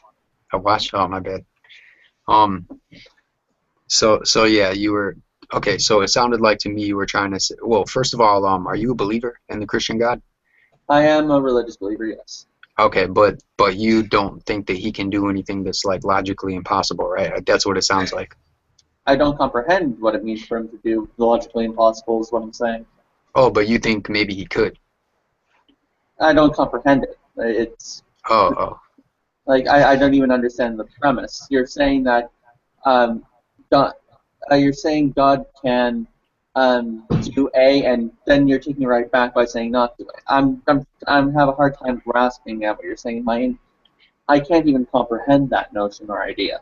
Right. So here's the way that I look at it, and I'm not saying I'm right. This is just an idea that comes to my mind. I think it's important to address. You said why. You said like why should we even, right? Well, yeah. Why should we doubt this? So my personal goal, which this might sound bad, but my personal goal and is sometimes to like deconvert Christians into, I don't know into what, but definitely deconvert them from Christianity. And so like, and the reason being is because I think that sometimes, like, speaking from personal experience, because I was a Christian, that like it so the Bible says to do a bunch of stuff, Right. and so basically it takes away the reasoning of the person, and they are just convinced that they should just do this stuff. So you got a bunch of people in the world that are just doing stuff like not having abortions, not being cool with, you know, homosexuality, and they're just doing it. But it's like, what if that stuff is actually bad? Like, so like my whole thing is like, let's think about these things instead of just doing them because God says so. And so my thing is like, I kind of forgot why I even mentioned that. Oh yeah, that's why I like to deconvert Christians, because it's like they have this map in life which we haven't even really decided, in my opinion, whether it's a good map or not. Like, let's at least think about it. So that's the reason why I try to deconvert them. And first of all, I'm not saying my map is good either. I'm just saying, like, let's think about it. But when you're a Christian, you don't think about it even. You just do something. So here's my other point. So that's why I try to deconvert Christians. The way I try to deconvert Christians sometimes is by pointing out to them that the God that they worship could actually be an evil God. And so when it comes to this whole logic thing, the way I think about it is like you said, that you can't comprehend him doing something logically impossible. Well, the Bible even says that we can't comprehend him. So what I'm saying is he could actually be evil, which we have many indications to believe he might be evil. For example, Can I just ask Max a quick question? When you say telos, right? You're talking about the dialogue of telos. You're talking about the dialogue of Minos. Oh no, Minos is another thing entirely. Telos is the Greek word for end or final cause. It means the purpose to which something exists. So the telos of how do you spell that? Telos. Telos. Yes, you got it. All right. So you said okay. So there was something that was said about not comprehending God. There is a sense in which we don't comprehend God, but there is a sense in which we do. So in terms of non-comprehension, I take that, we have to take that as meaning something we don't know, not in a sense something that's mysterious. Things which are mysterious, I would say, are at least logic, or at least have to be logical. That's the very first thing one takes into consideration. Like, I don't comprehend things being logically impossible because, like, I'm just unable to wrap my brain around it. It's something that can't possibly be explained to me in any slight detail. But with God, I don't understand his essence merely because I'm also an empirical creature. Usually things I do understand are things which are directly known through my senses, or things I know by way of analogy. So, for example, even the word for falsehood or lie, something along those lines, it means to bend. It's an analogy. It's kind of like we're analogizing it to a bent piece of metal. So we don't understand God in his essence because we're empirical creatures, but we understand God through his effects. That is through the universe and nature, and through Scripture and Revelation. Those are the two books of knowing. So when it comes to that, that's how we do understand God. It's kind of like how the ancients understood water. They didn't know water was H2O. That's the essence of water. All water has hydrogen. One is the hydrogen-oxygen combination. But we wouldn't say they understood nothing about water, that they didn't have any comprehension of it. They understood it was wet, that it could put out fires, things of that nature. So we know of God in his accidents, so we could say that there would be something that wouldn't be comprehensible in his essence. But it doesn't mean we know what his essence is. So the ancients, even though they didn't know H2O was the essence of water, they did, however, they could be sure that its essence couldn't be something that itself was flammable. I mean, hydrogen and oxygen is flammable taken on their own, but together as a combination, they can't be flammable. So So in that regard, we do know of God through the effects, but we just don't know of God in essence. That's the way we don't know God. So that's something that has to be kept in mind. But many theists claim to know essence, and they claim to do so through the filter of the biblical text. Well, yeah, but the biblical text is only an effect. It's not the essence itself. Like it's no different than understanding God through nature, which is what many of the Greeks did. Even Revelation is merely an effect. But what about when the good text conflicts naturalistic observation, scientific observation? Well, because it seems to me the authors did try to anchor it to a naturalistic worldview, and right. I mean, they made many claims about things that can be proven one way or the other, right? Didn't they? What kind of biblical claims have been made in that regard? So if God is the author of that nature and the author of text, then God is truth and truth does not contradict itself, then one would say that there would be some way of reconciling the two. And I'd have to go into each specific claim in itself and address it case by case. It's not something I would have a blanket answer for. Okay, so the essence thing, right? Right. So what I'm saying is God's essence could actually be evil, and since he is so far beyond people, he wouldn't necessarily be contradicting his nature, because in the Bible he says he's not evil. So if he was evil, that would seem like a contradiction, right? But what I'm saying... So the evil God challenge is false because it conflicts with natural theology, and here's how it conflicts. So God is himself the what's called the prime mover. The Greek term is far more complex, but that's the basic English translation for it. So if God himself is the cause of all things, then God is the cause. Then of course God is the cause of goodness. Now you might say, well, didn't that mean God is the cause of evil? Yeah, metaphysically speaking, evil is understood, and always has been in the Christian tradition, as a privation of the good, which is to say that evil is accidental. It's something that doesn't exist in the essence of anything. It's something that exists as a failure for the essence to be properly instantiated. So, for example, if it's in the essence of a heart to pump blood, then yeah, that's what it's functioning for. That's what the end is geared towards.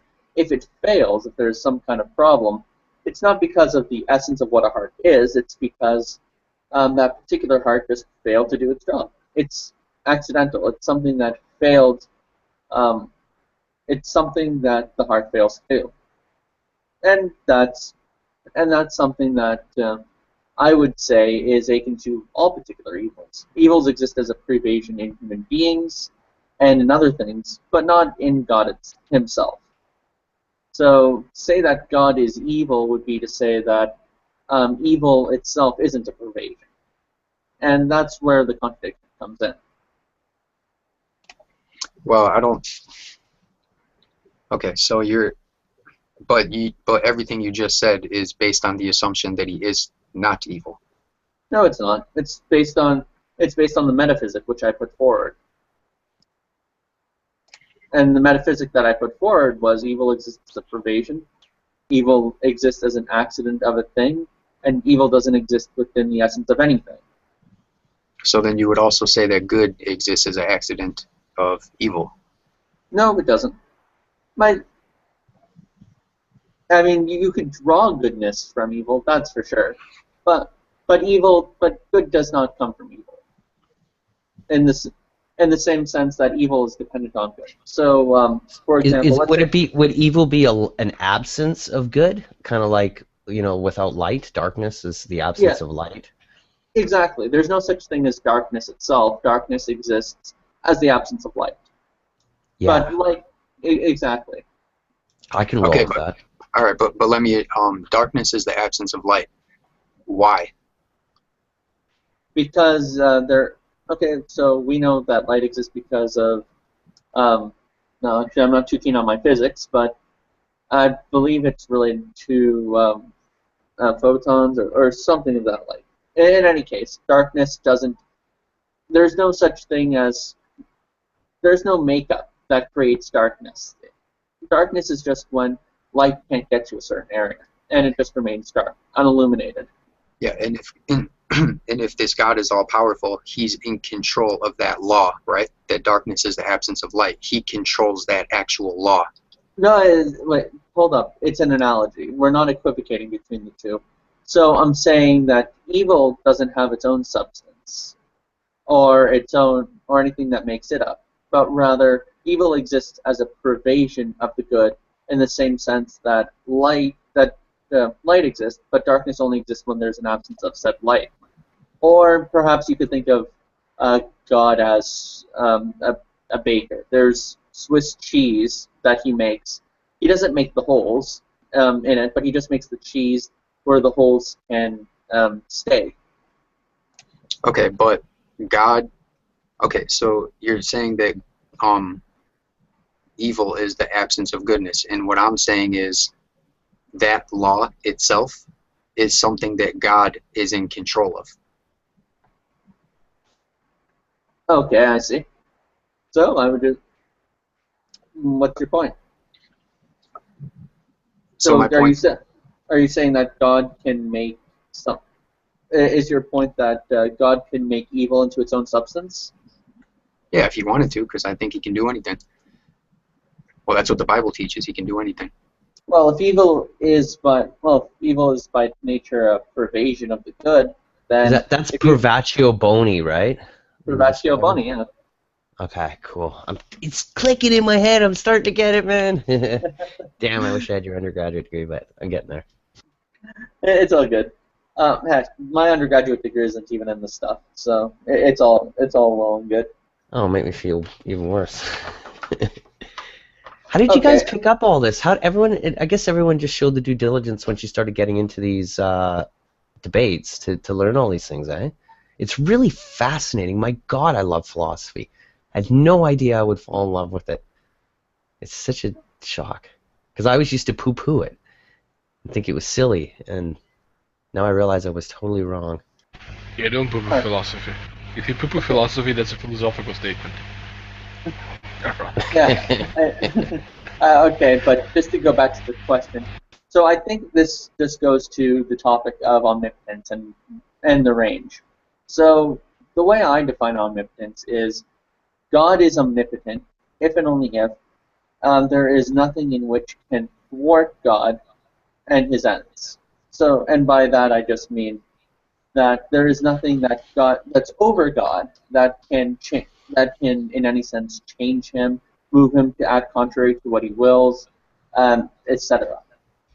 So as long as God is doing as he wills, and as long as he wills what he does by his own nature, then that's sufficient enough for omnipotence. So this doesn't include anything like breaking the laws of logic. It doesn't include things like lying because by nature there's no pervasion that exists within God. There's nothing in which there's no potential for him to change, and of course any kind of pervasion requires change. It requires a certain change of failure. So on that ground, God cannot be the source of evil. That kind of went over my head, or either that, or I was thinking about what I wanted to say while you were talking. But I want to go back a little bit. If we go with the definition that evil is the absence of good, God could still be evil. Evil is okay. Just to be specific. You can look it up. You can look up the argument. Privatio Boni. Google that. By the way, I just want to insert that I had to ask Nadia.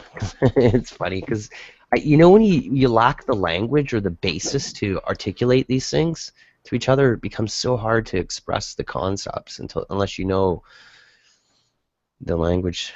But Yeah, so privatio boni, I don't know what that means. What does that mean? It means that there's only ontology to good, not to evil. That there could not be any being that has within its nature to be the evil, because evil is just the absence of good. Yeah, but I'm not quite making a connection there, because the way that I see it right now is that I will go along with the privatio boni, that evil is the absence of good. However, what I'm saying is God could be evil, and since he's evil, he is the absence of good. Well, right. I mean, God could have just the absence of evil, right? God can just have God. So there could be a being that is maximally powerful, maximally wise, etc., and just lacks any good, right? That would be maximally evil. Yeah, but here's the problem, though. If God is maximally evil, then in God there would be some kind of privation. In which case, we're not really talking about the same being, because when I speak of God, I'm speaking about a being who has, by his very nature, no potency. Sorry, Max. Do you know what he means by privation in a philosophical sense? I just dumped a link quickly in the side so you can reference in the philosophical sense, I just mean without something. We get hung up in the language a lot here. So you're saying God is without evil? Yes, I am. Yeah, because he is without any kind of potency. God is the term unmoved mover that's usually attributed to God? Movement in the Greek sense has a very wide definition, and movement just means change. Change meaning going from one stage of existence to another, like a cocoon to a butterfly, or you could even think of things that exist at the same time. There's even potency in myself, even if I wasn't moving around or acting on motion or anything, because if you look at my own body, it changes from the top down. So God is without any form of change. But because evil is a privation, it's something that has potency. So if that's what you're speaking of, then you're speaking about a God that I don't. It supposes though that it's the absence of good is the causality for it, though, right? All right. So this goes to a metaphysical principle called. Let's see. What is this? It's called the principle of proportionate causality. There's nothing which exists in the cause which doesn't. Sorry, there's nothing which exists in the effect that doesn't exist in an equal or greater extent than the cause. So if evil is Can you reference the wiki for him? Sure. Otherwise the whole exercise of explaining it, Max, gets lost, right? Hey, by the way, Max, you mind if I just jump in real quick? Sure, just let me find the link. Because I think that I think maybe I can avoid this, or maybe I can address this in a different way. Okay, so even if I go along with that God is good, and actually no, I wouldn't go along with that if my point is that he's evil. So I guess I still will fish around this topic, but yeah, go ahead, and I'll just maybe reply. Okay, so the principle of proportionate causality states there's nothing which exists in the cause, in the effect, that doesn't exist in an equal or greater degree than in the cause. So if there's a cause for any particular effect, then that effect cannot have something which the cause doesn't, because that would be, in a sense, something coming from nothing. Because you'd have some kind of result that just came out of nowhere in that. So evil, if it's to come, any good which exists in the world, anything of that sort, ultimately is going to come from God, because God exists as being absolutely simple, good, undivided. So he has no goal or telos, or distinct from what he is. He doesn't require anything else to be what he is. His goodness is just his own. Whereas evil has to exist in any particular circumstance as a pervasion of any good. So you can't. So evil like a failing heart doesn't exist unless there are hearts in which to fail. And hearts, because they serve a good purpose for us, are considered good for ultimately our own ends. Okay, so you trying to say something there, Bob? Yeah, I was gonna. I don't know, how does this headset sound? You guys understand me? Yeah, but it's not like your usual voice, but yeah, I can still understand it. All right. This pervasion thing of good, I think, is a cop-out. Because if you think about it this way, like you're going to use the light example. Well, blackness is the starting point, and you're adding light to it to create something. Well, evil is the starting point. You're adding good to it. So evil is not a pervasion of good. Evil is a starting point, and you're adding... You kind of broke up there. Can you hear me?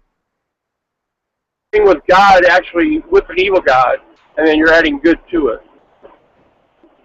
Well, so if I'm starting off with an evil God, I'm not sure what I'm starting off with. I mean, that in itself is a contradiction.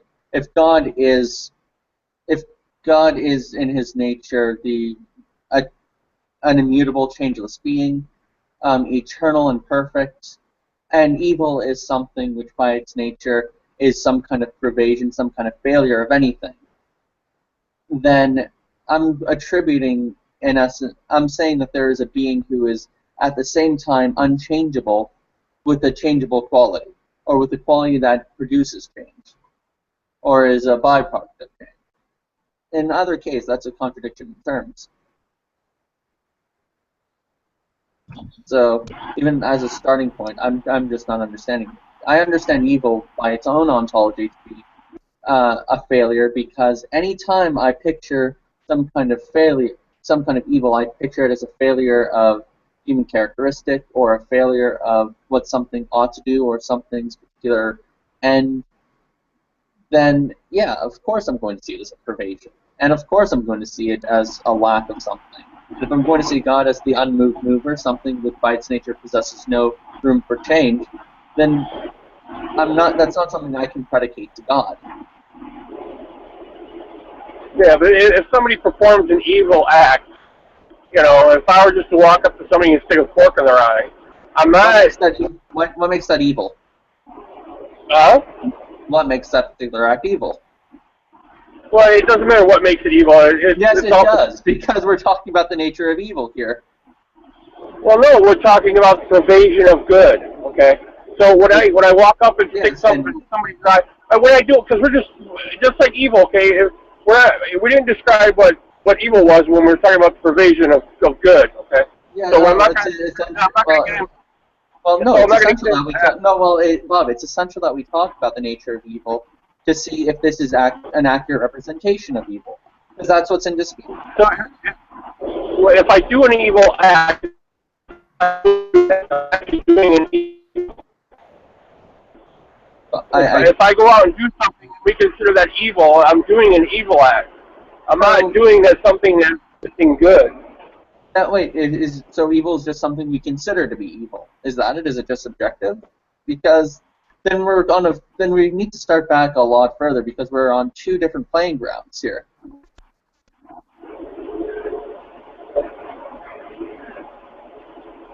No, we're talking about. You're saying we should understand what makes that act evil. Otherwise, we're talking past each other. Yeah, evil is a version of good. So that means everything is good. You do good acts and good things, and when you're not doing those good things, evil is there. Well, evil is also an act, so it's not something that's missing. You know, like. So I don't understand. So here's what has to be taken. So here's what has to be consideration that I think is being looked over.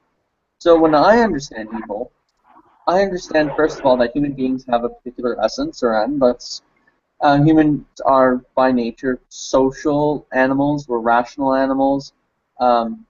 We need each other for our functions, our ends to flourish well, and even our intellectual capacity to flourish well. And that involves certain acts towards one another, certain social acts, greeting one another, helping one another out. This is why certain human characteristics are good for us, and certain ones are bad. The ones that are good are called virtues. The ones that aren't are vices.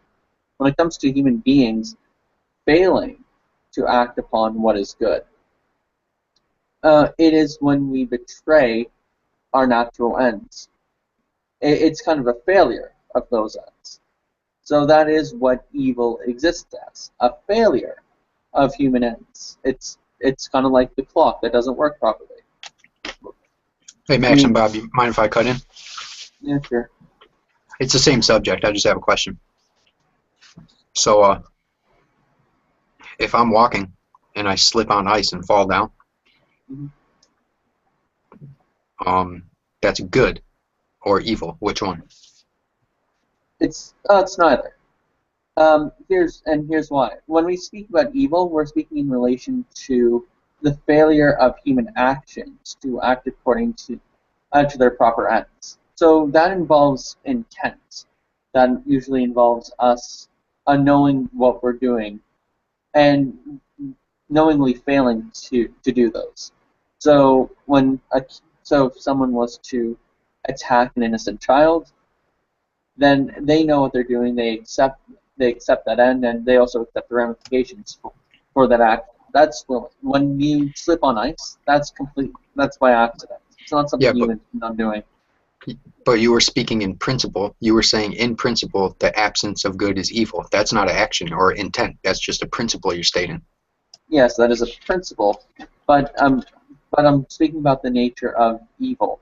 Right. So I'm saying if I slip on ice, it's not the only facet for evil, but it's a necessary requirement for evil. Right. It's necessary. It's just not sufficient, is what I'm saying.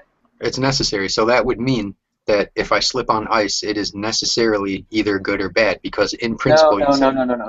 Pervasion of good. No, evil. No. It's a negative causation. If something is a pervasion, that is a necessary requirement for good, but it's not sufficient. So, for example, a necessary requirement for something to be, let's say, a book, is that it has one page. That's a necessary requirement, but it's not sufficient. No book just has a single page. Or just to use another example, it's sufficient that it's necessary that a square has 4 angles, but it doesn't mean it's sufficient because rectangles also have 4 angles. Other shapes, Euclidean shapes, have 4 angles. That doesn't make it square. It's necessary to be a square, but it's not sufficient. Okay, so you're saying it's a principle of reality that the absence of good is evil. However, that principle doesn't always apply to every situation. No. I'm saying it's a necessary requirement. It's just not a sufficient one. So it's necessary that squares have 4 angles, but it's not sufficient to make it a square. Oh, so it's necessary that evil is the absence of good. Yes. Yeah, and who made that necessary? God himself, right? No. No? Well, he's not in control of it then? That means he's not all powerful. No. So here's what you... So when something is necessary, that means it has to be a necessary requirement for what it is we're speaking of. God also can't make a 5-sided square. It doesn't mean it's necessary that squares have 4 angles on Euclidean geometry. That's just what the nature of a square is. The nature of evil is just that as well. Natures are things which nobody controls or determines or deliberates or makes up rules for. That's it. They are just what they are. Yeah, but the God of the Bible is in control over nature. Hey, what argument are you running? You're equivocating natures, plural, with nature, creation. Creation is just is just what he creates, and which is contingent upon him. Natures are things which exist abstractly. So like God's nature. So what I'm saying is Okay, God. so there's no such thing as the number 2 walking and roaming around here. Right. It doesn't have its own ontology. Rather, it's just an abstraction. Yeah, but when it comes to the physical world, we can create for ourselves 2 of anything. Yeah, but God's nature is an abstraction, and so that's what you're referring to when you say his nature, right? The abstraction of his nature. So when I'm speaking about God's nature, I'm only speaking about in the sense of analogy. I don't comprehend God's nature inherently, but I do through but I do understand it by way of analogy to other things. And that's how I understand God. It's just like how the ancient Greeks didn't know the nature of water as H2O, but could still speak about and know things about water. I'm a bit confused because I must be so misunderstood. so H2O. So I have never looked at H2O directly, like molecules themselves. I have a apprehension of them, but I've never looked at them. And yet, at the same time, we understand that these are essential for water. So, and even though we had a huge past where we didn't know the essence of water as H2O, it doesn't mean people in the past didn't know anything about water. Likewise, because they looked at it by way of its accidents, its wetness, its non-flammability and such. Yeah, because I thought you said that you didn't know the nature of God, but then I thought you said you did know the nature of God. I know the nature of God by way of analogy, just not directly. So you by have to way of understand that. By way of analogy, yeah, go ahead. So to use we use analogy all the time in language. For example, the term false means to, or was it lie? One of the 2 words means to bend. It like bending, like imagine bending this. Yeah, because we're bending the truth. It's kind of by way of that. It helps us to understand and reconcile ideas of such that we have for ourselves. But we understand things by analogy, and there are some things which are fit to be called as such by analogy, and some things which aren't. Well, I just think that it sounds like what you're saying is that you have inferred the nature of God through your own understanding, and I think that according to the Bible, God is above. No, not through my own understanding, through creation. And it says in Romans 1, we understand God by way of his creation. He has made himself known by it. Well, I think there's scripture that says, "Who can understand your ways?" And I think God. I take that to mean. Yes, I take that to mean we don't know God in his essence.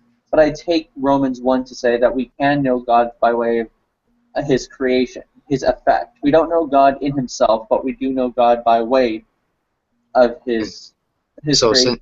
Since there's evil things in creation, that's how we know good God exists. Okay. So now we're getting bad. Now we're getting on good track to the problem of evil. And for this, we have to understand.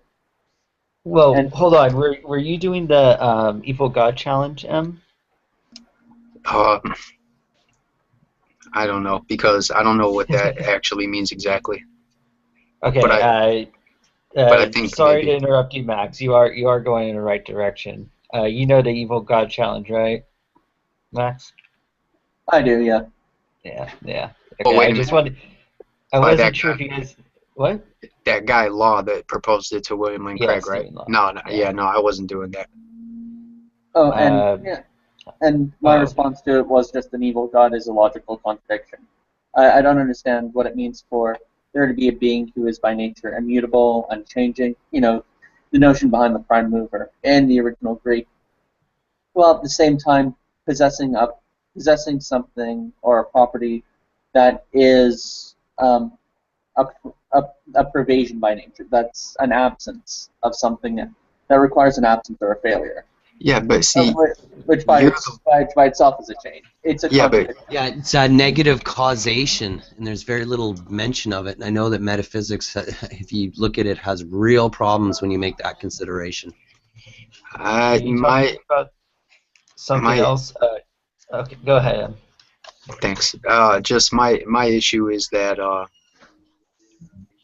don't see why we have jumped to the necessary conclusion that evil is the absence of good in the first place.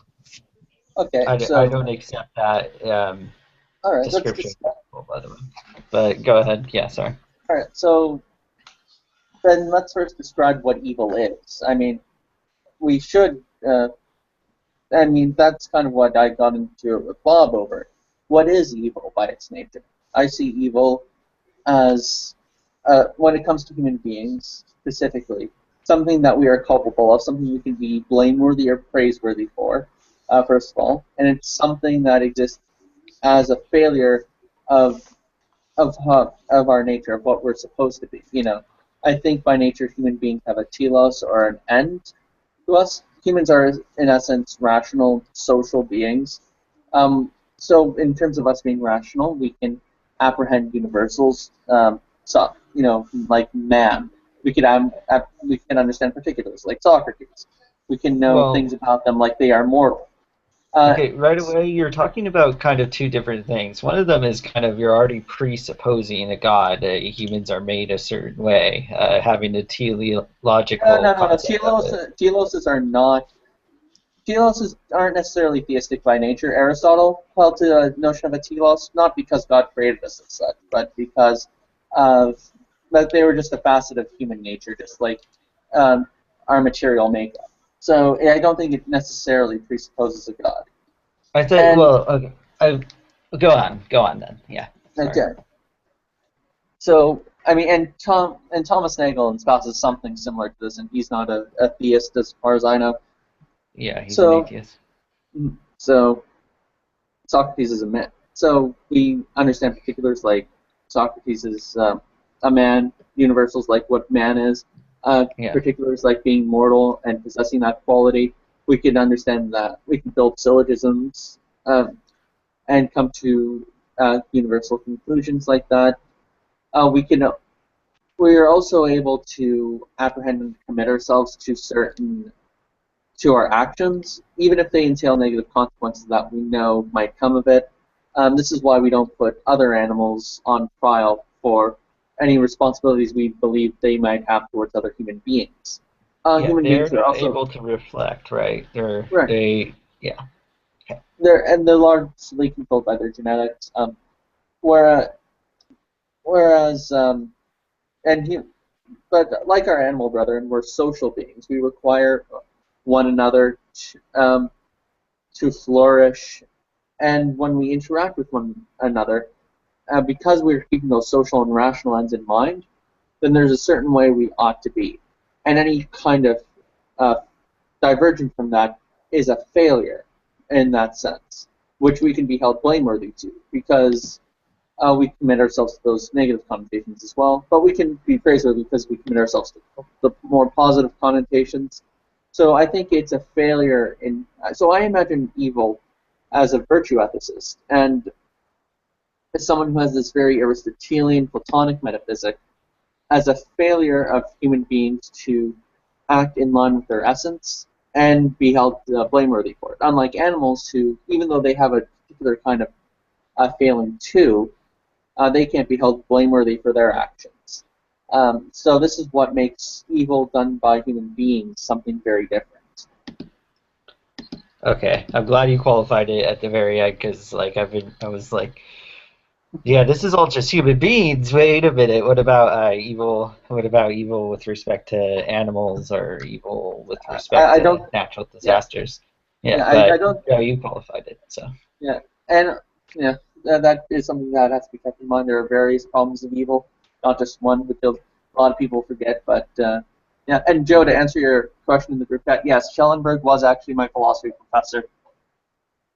How was he? Because, yeah, how did you like him? Did you like having him? Oh, I loved the guy. He always challenged his students. He never pulled any punches on anyone. I've read his books. Very smart guy.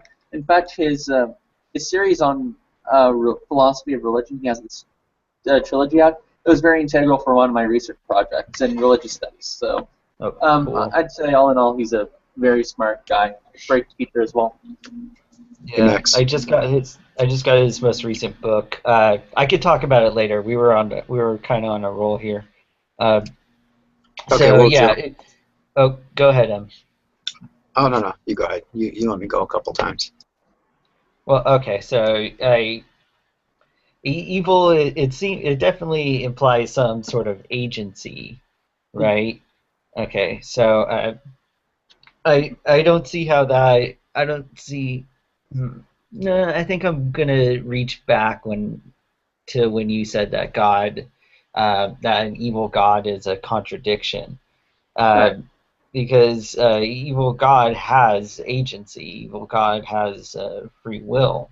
So if it requires agency in order to perform some sort of evil, then I don't see how. I mean, evil God can have the same type of agency that good God has, and I don't see how it would be contradictory. You know? Okay. So it would be contradictory because the way I understand evil is it has to exist as some kind of potency or change. It's a particular change, if you will, with regards to human beings and with regards to our own agency. But God, who is, to use the Greek term, actus purus, or the pure act of existence itself, he possesses no potentiality. He's and I believe the Latin term is immutable, unchanging. Hey Max, if you don't mind. So if that is a necessary requirement for evil, and God doesn't have in nature, by way of what he is, that necessary requirement, then that would absolve him from being an evil God. Hey Max, so you're saying that the way you understand evil is that it changes. So yes, based on the way you understand it, I'll accept anything you say based on the way you understand it, but have a different understanding, and I don't accept the premise that evil is changing in the way you described it. All right, how would you describe evil? Well, I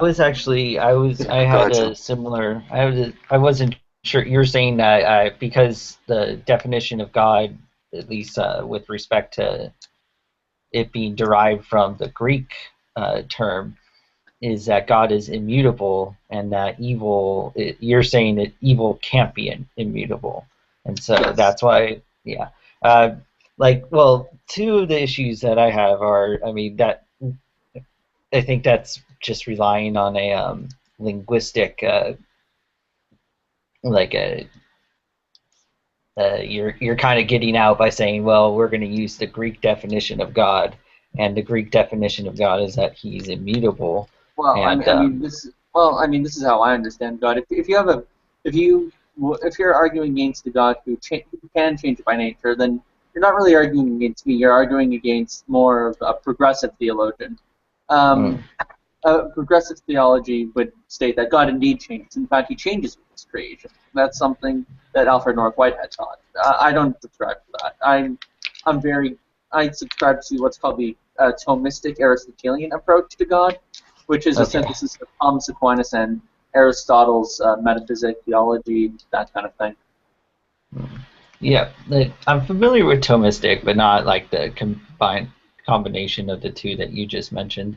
It makes sense because the other person I heard give the evil is lack of good argument, he also was really into Thomistic, using that. I don't know what to call it otherwise. I only know Isn't how to that say negative Thomistic. causation? To say that the absence of good is evil?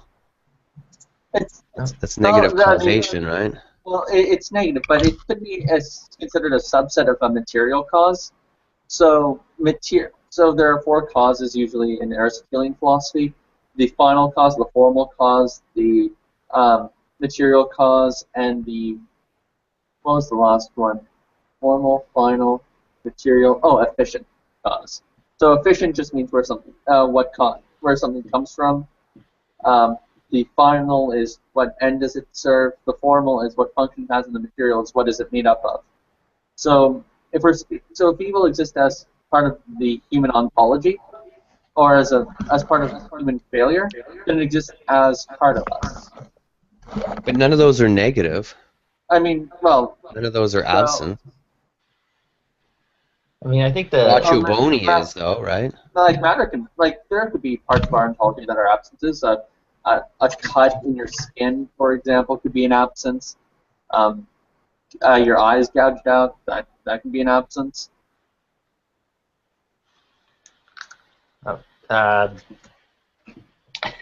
But the thing with it is, well, the thing with the absence of evil, I mean, the absence of good, as a definition of evil, well, wait a minute. I was actually arguing about the immutability of God, and you mentioned that the God that you follow, he is immutable. He doesn't change. Yes. But I mean, if it's the God of the Bible, he has changed his mind several times, but he himself doesn't change. Oh, actually, yeah. So there's a lot of people find a tough time reconciling God with, the philosophical God, the God of the philosophers, with the God of Abraham, Isaac, and Jacob. I think that's how Pascal delineated the two. So I would say that we understand the God of the Bible a lot. He's angry, vengeful, jealous, loving. These are very human emotions. I consider those to be anthropomorphisms. These are ways of understanding the transcendent by using very human terms, and I'm okay with that. Well, okay, so you think that means that he hasn't really changed? It's just the only way we can describe what his interactions with us has been through the language of change? Exactly. Okay, well, I don't understand. Well, then how can you conclude that he doesn't change if we can't, I mean, where did you draw that conclusion from if we can't judge whether or not? Right.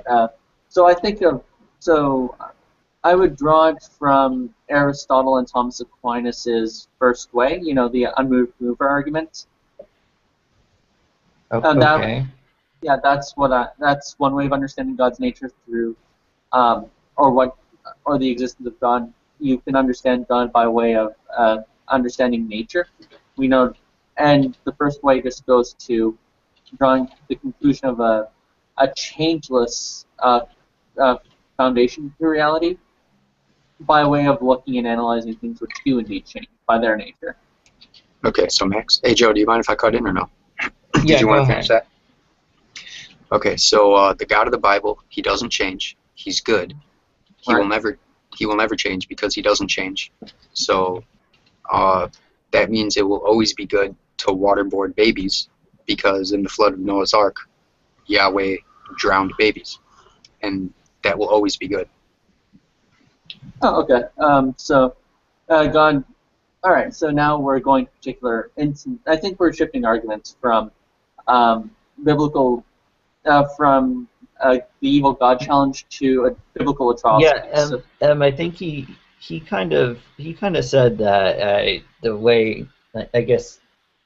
I mean, this makes sense as a Catholic. You're not dependent on the Bible as like a biblical literal. No, so God, it's like ultimate loophole. Yeah, you don't have to worry about that. I think right now. Yeah. Thanks.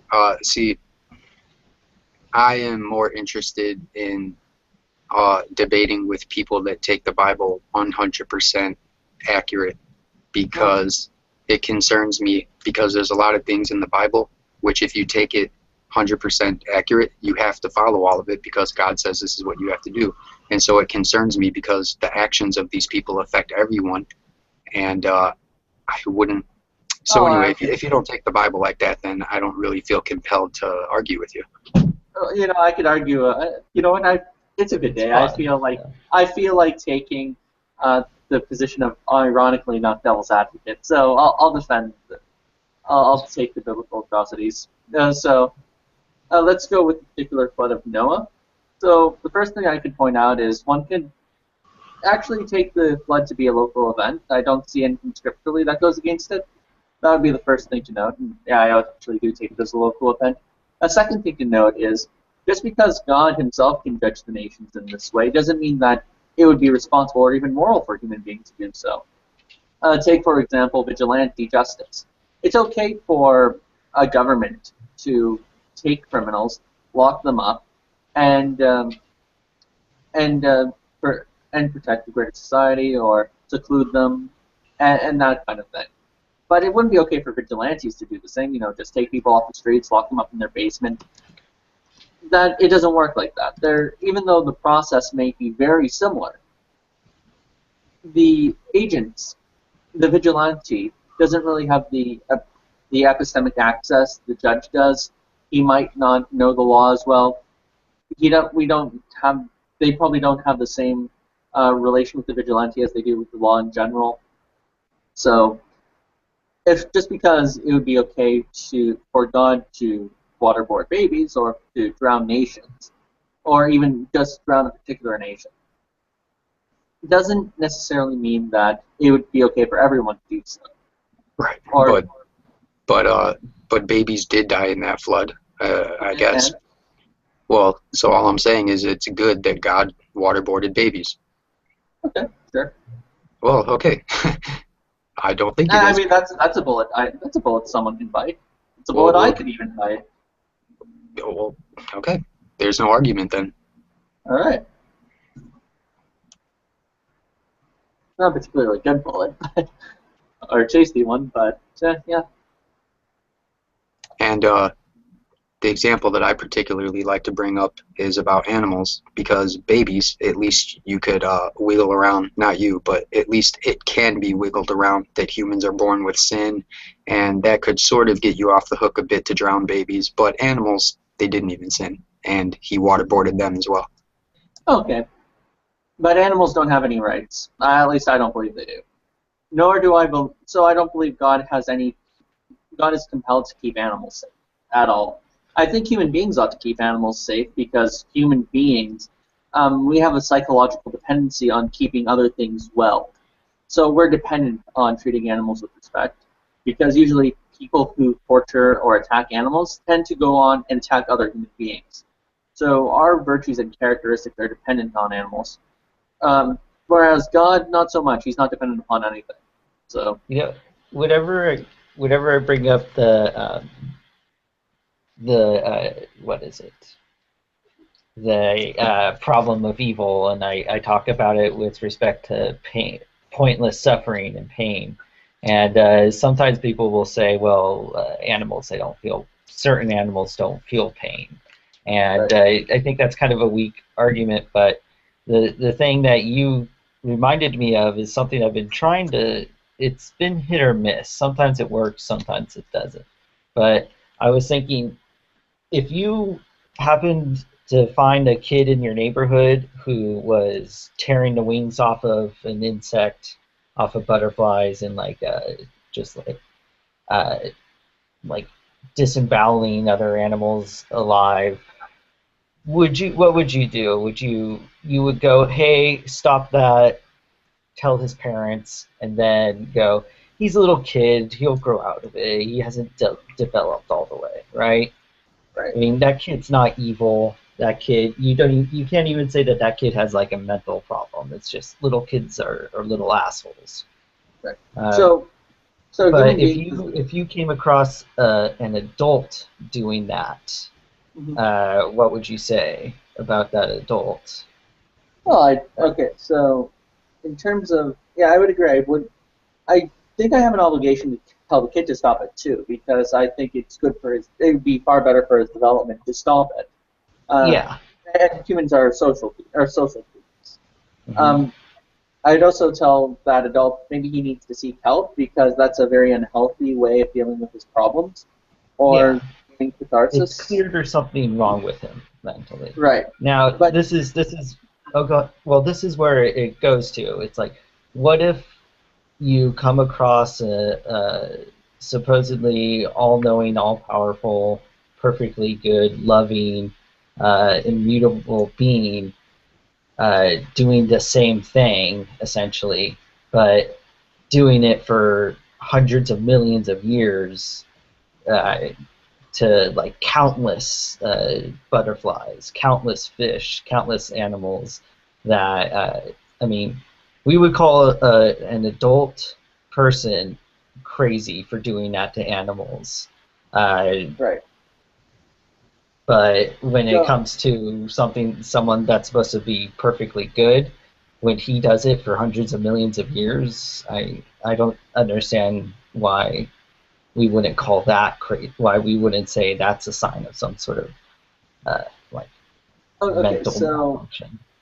Okay, so when it comes to human beings, our psychology is dependent upon developing well-being, whereas God, he doesn't need to develop anything. He's immutable. He already exists as being perfect, as I would understand it. As for why he would be doing this, if as Aristotle would say, nature does nothing without reason, and God is the author of nature, then I would ask him what his reason was. Because this actually goes to the general problem of evil, which I think Aquinas handles pretty well in the first Summa, which was, God from evil could always draw upon some greater good. He's not necessarily confined to creating things absolutely perfect. I don't think God actually has any obligation to be good. I'm sorry, I don't think God has any obligation to prevent evil, but I do believe that he doesn't allow it to exist without reason. So if he allows evil to exist without reason, including allowing animals to be tortured for hundreds of millions of years, he probably has a reason for that. Yeah, I don't know, but I'd say he has a reason for it. You know what's happening right now is are you familiar with skeptical theism? No, I don't think I'm being a skeptical theist. And here's why. So skeptical theism, as I understand it, is God probably has some sufficient reason that I'm not aware of that he allows for evil. What I'm saying is that I'm not saying that God has a sufficient reason. I'm not saying that I don't know, therefore I can't really draw upon any conclusion. Therefore, I'm not going to follow the conclusion through that no God exists, as the skeptical theist does. But what I'm saying is, God does have some sufficient reason for whatever it is he's doing. And he's not necessarily confined to preventing evil insofar as he can. That's what I think is the problem with a lot of modern-day theodicies and defenses. Consider Alvin Plantinga's free will defense. Both Plantinga and Mackey both agree that God can prevent. God is good because he prevents evil insofar as he is capable.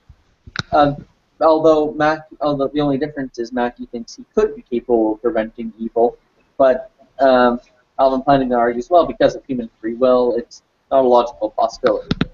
Whereas what I'm arguing is, God does not need to, nor is he obliged to prevent evil. It's not something in which he can be held culpable for. And this is where I'm diverging from the skeptical theist. The skeptical theist continues where Plantinga does, but instead of free will says some reason that's logically incompatible. What I'm saying is, I can admit it's logically possible that God can prevent any and all evils from the beginning of creation. That is something that I consider a possibility, but it's not something I believe he is obligated to do so. Yeah, and it's also good. Joe, if you don't mind, were you going to reply? Go ahead. I thought that, when we were describing what would be, it would be, in order to be a perfectly good being, wouldn't you have to be obligated to stop evil? No, I don't understand. I actually don't think so. In fact, I made a whole video. I made a video on this very subject. It's called Thomistic solution to the problem of evil. So, The Thomistic what? Sorry. The Thomistic solution to the problem of evil. So, if you'd like, I'll put forward the video. In fact, I actually wrote. So, actually, I even have the script for it. I'll get that out. Hey, well, Question. Sorry. If God is not obligated to stop evil, couldn't a perfectly good God create a world where all acts were evil all the time, and you still say it was a good God then? So long. All right. So he can't be the direct cause for evil itself. But because like I said earlier, hold that evil is a privation, and that it exists as something in just plain everyday creatures, then I think it's something that he allows as opposed to causes. That's the first thing to keep in mind. The second thing to keep in mind is he can allow as much evil as he so chooses, but as long as he has to have some. But being a perfectly rational being, he'll have some kind of greater purpose or reason for it. But you don't know his reason.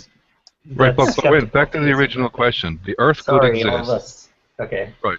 So No, go ahead, Cliff. Sorry. So the world could exist in a state where everyone in the world was evil, and they're choosing it because of their own free will or whatever. That's fine.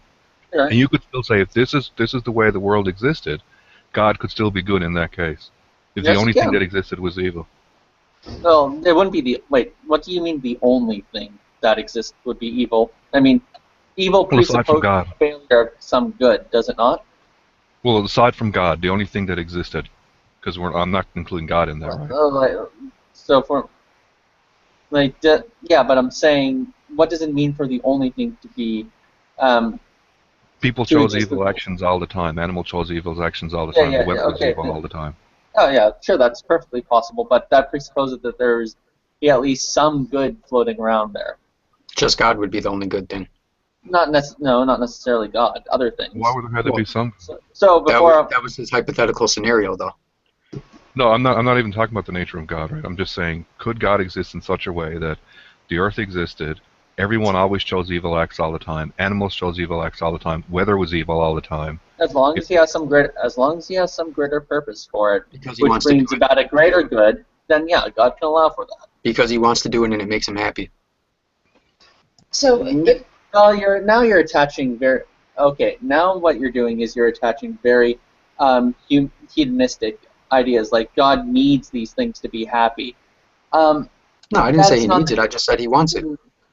Or he did. Yeah, I mean even desire kind of presupposes some kind of need. So that's something that has to. That's something that I would have to object to. First of all, I'm saying that God, as long as God can take any preliminary evil and draw about some greater good from it, for some greater reason, then yes, I'm perfectly fine with that. And as long as that tidbit stays. I don't know. The reason is that it pleases him. I don't think we have to go that far. I never said that. I don't think it has to go that far. I think it's just. Sugar, go ahead. No, I'm sorry. I just want to make sure that. So we're talking about the. Yeah, I was just looking at a quote that talked about evil, and it talks about I think JFK said it, and it's been said throughout history, is that the only thing necessary for evil to triumph is for a good man to do nothing. So this kind of furthers my thought of no God, because if we stand up and go for good, then evil doesn't triumph. But that assumes that evil is included in the thought, the intent, and the act. So that's my question. Does evil have to be completed? Does the evil act have to be completed for evil to exist? No, yeah, evil has to exist for it to exist. No, I mean, can I just have an evil thought and not be evil, or do I have to actually commit the act? Like, does it have to actually be actualized in order for it to be evil? And it has to be intentful. Well, yeah, that's but fine. The intent itself. Yeah. Oh, well, then that means God could have created a world. Intent and yet be negative causation, i.e. Piaccio Boni or whatever. So there's a theory. I think I heard a theory that had said that nothing that has been ever conquered on Earth, or any biblical story, has been conquered any other way other than through mortal man. We've done it all. We've always done it all. He doesn't reveal himself. at least in no way that we can prove. So I think it's us. I think we let evil happen.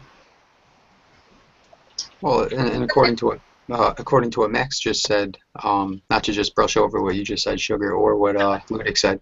May not be relevant, and that's okay because I'm new. I just thought I had something to throw in. I would see how it fit.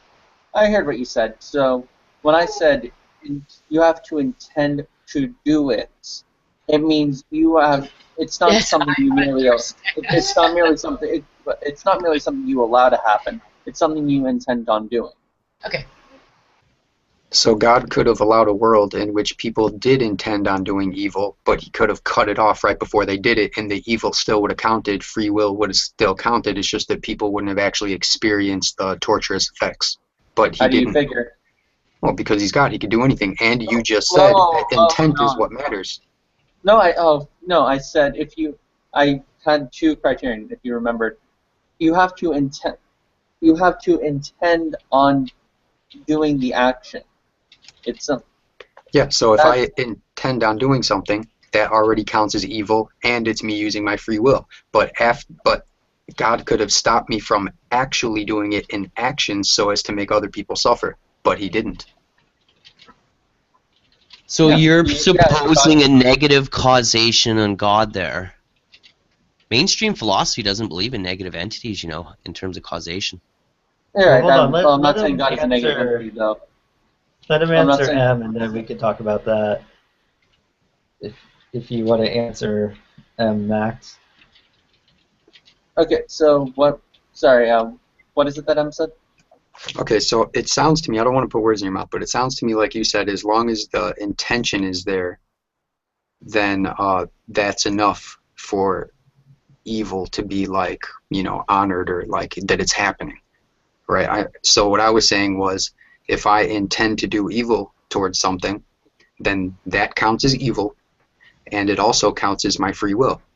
But milliseconds before I actually get to do it, God could have stopped me from doing it and saved the other person the suffering that I put on them with my evil intent and evil free will. But he didn't. He actually allowed me to do the action. Yeah, I'm not following that. So I did the intent. I had the intent to do evil, which you said is... Yeah, you had the intent. Yes, you got an idea in your head of doing some particular act. You intended to do it. You committed to it, and then you went through on it. Well, but God could have stopped me from going through on it. And he's not obliged. Yeah, he could have, and he's not obliged to do so. Okay. Well, I mean, yeah, someone else. Go ahead. I don't want to keep interrupting.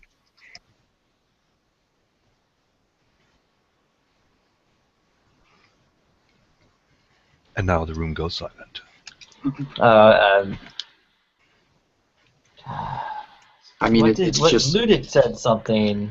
Negative causation. So when I say negative so God is not a fully negative entity. Like, he's not a whole that can cause something. I think that might just be the difference. And evil is a material cause. It exists as part of something's ontology. In the same sense, like a scrape on the skin or a scar can exist as a pervasion of skin, when you just separate. It exists on you. It's a part of you, but it's not something in which has a being on its own. It only has existence based off of your existence. Hey, Max. What up? I have a question for you, because I don't think I've ever had anybody explain it to me, or I've ever heard anybody talk about it. That whole thing about God knew what we were going to do before we did it and loved us anyways. You're familiar with that? Can you talk about that a little bit for me, and how that applies to this situation? Okay. God foreknew what would happen, and he did nothing to stop it. And he's not obliged to. And you still think he's a good guy? Yeah, pretty much. In fact, a God who is obliged to stop any and all evil, who can't do otherwise but to stop it, I would say that's a pretty weaker version of God, because this is a God whose goodness is contingent upon things that happen to us. He is in some sense responsible for us. He is obliged to us. This kind of ruins aseity. God has no obligation to us. However, because he is, as I said, perfectly rational, as long as he has some kind of greater good or end to draw out of it, then yes, that is ultimately why he allows for evil to continue on existing. And So you know God. You're talking about God as if you know him. Well, he's a Christian. He has a relationship with God. He should know him. I mean, the way. Well, yeah, okay. So this goes to how do we know of God's existence? And not just his existence. You know everything about him. You know why he does stuff. You know that he's still good. You know everything about him. Are you asking if he proposes to know the mind of God? I don't have to know everything about every question we're asking you, every question I'm asking you, Max, you're explaining away, and so it dumbfounds. By explaining away, you mean giving you an answer. You're giving. I didn't realize you asked questions not to be responded to. Well, it's not just your opinion. You're stating this as fact. So and you Max know is wicked smart. He is wicked smart, and I know how you feel, because sometimes it infuriates me that he has an answer to every question. No, I'm not infuriated with it. Everything Max says is his opinion. Everything that everyone says is their opinion in every conversation, but we don't preference it all the time, right? Right. Well, I would also add that all I really based my answer off of was, first of all, immutability, and the second one for the problem of evil, aseity. And those things, I would say, are provable just by any kind of argument for God's general existence. And the ones I usually give are Thomas Aquinas' first way. And I really am enjoying Immanuel Kant's moral argument. I think that one works too, but in a very different way. Hey, Max, I have another way that I would like you to explain something that is... Hold on. Go ahead. You were saying that he was talking as if he knew everything about God, and I don't agree with that. But now I think that's kind of my way to bring it back to skeptical theism, because I think if anything what's your other argument you were going to make? I don't know. See, this depends on what exactly Max believes about eternal hell, and if God knows the future or not. So if Max believes that God knows all of the future and that eternal hell exists, then Max would also say that, assuming he believes that stuff, then Max would also say that it's good that God created creatures, and before he created them, he knew they would go to hell forever. They didn't exist in the first place. He created them knowing they would go to hell forever, and Max would say that's good. Yeah, but he's already answered that, right? Like, I could answer that for him. Like, it's relatively easy. As long as he has a greater purpose for doing it, it's okay. Yeah, and his greater purpose would be that he just likes to do it. It pleases him. Well, he doesn't know what it is, right? In fact, which is ironic, because you're assuming that I know everything about God. Yeah, he said he doesn't know what it is. Yeah. So the whole thing is based on God having a purpose, and you don't know what that purpose is. Well, the fact is we don't even know. Hey, I could be a devout Christian for all you know, posing as an atheist, and I can tell you that certain people will do that on here. So you never know who you're talking to. Yeah, no, it's just odd to me that this whole thing, not the whole thing is based on this one thing, but a lot of this is based on God having a greater purpose. Max, you don't know what that greater purpose is, but you're willing to assume he's good, despite of all of this clearly not good stuff. I don't think he just assumes he's good. I mean, yeah, I could even, I don't even think it really goes against the God thesis all that much. I mean, I can deny, I can deny the existence of an eternal hell. There are pretty good arguments for attacking hell, but I'm not sure that any of them really hold up, and I prefer to remain agnostic about people's eternal fates. I'm somewhat of a universalist on that front. So, to me, hell's existence doesn't really bother me one too many.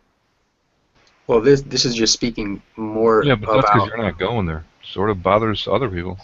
Well, I think at the end of the day, it doesn't even really matter whether you're religious or whether you're secular, because if it's true that we do allow evil to prevail, I mean, we really do have the power. We just forget that that individually we feel powerless, but as a collective we are quite powerful.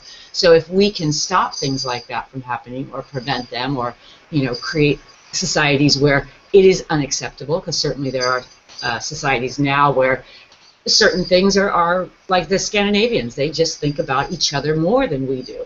So if we have that power and we're not using it, then that's on us. Regardless of whether regardless of whether God has the power to stop it or not, we always have the power to stop something, or at least to give it an effort to reduce evil.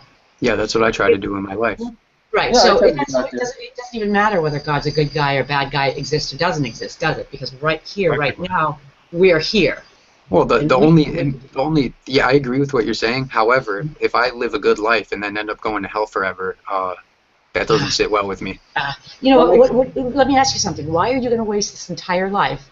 Because here, as an atheist, and a very, very solid atheist, I'm telling you that wasting another day, 50 years I went and never spoke of religion, and I get here and everybody's talking about it every day. Like, I'm just worried about... I'm worried about other people. I'm worried about other people because other people then actually... you're not an atheist then, because No. if you worry about this, it doesn't exist. That is the weirdest criterion for being an atheist I have No, what ever I'm saying heard. is I would start focusing my energy on real life people that are here and now. So if you're worried about people, because all you can control is yourself in the here and now, get out there, volunteer, get out there and be political, get out there and feed people, get out there and do all those things that we are commanded to do.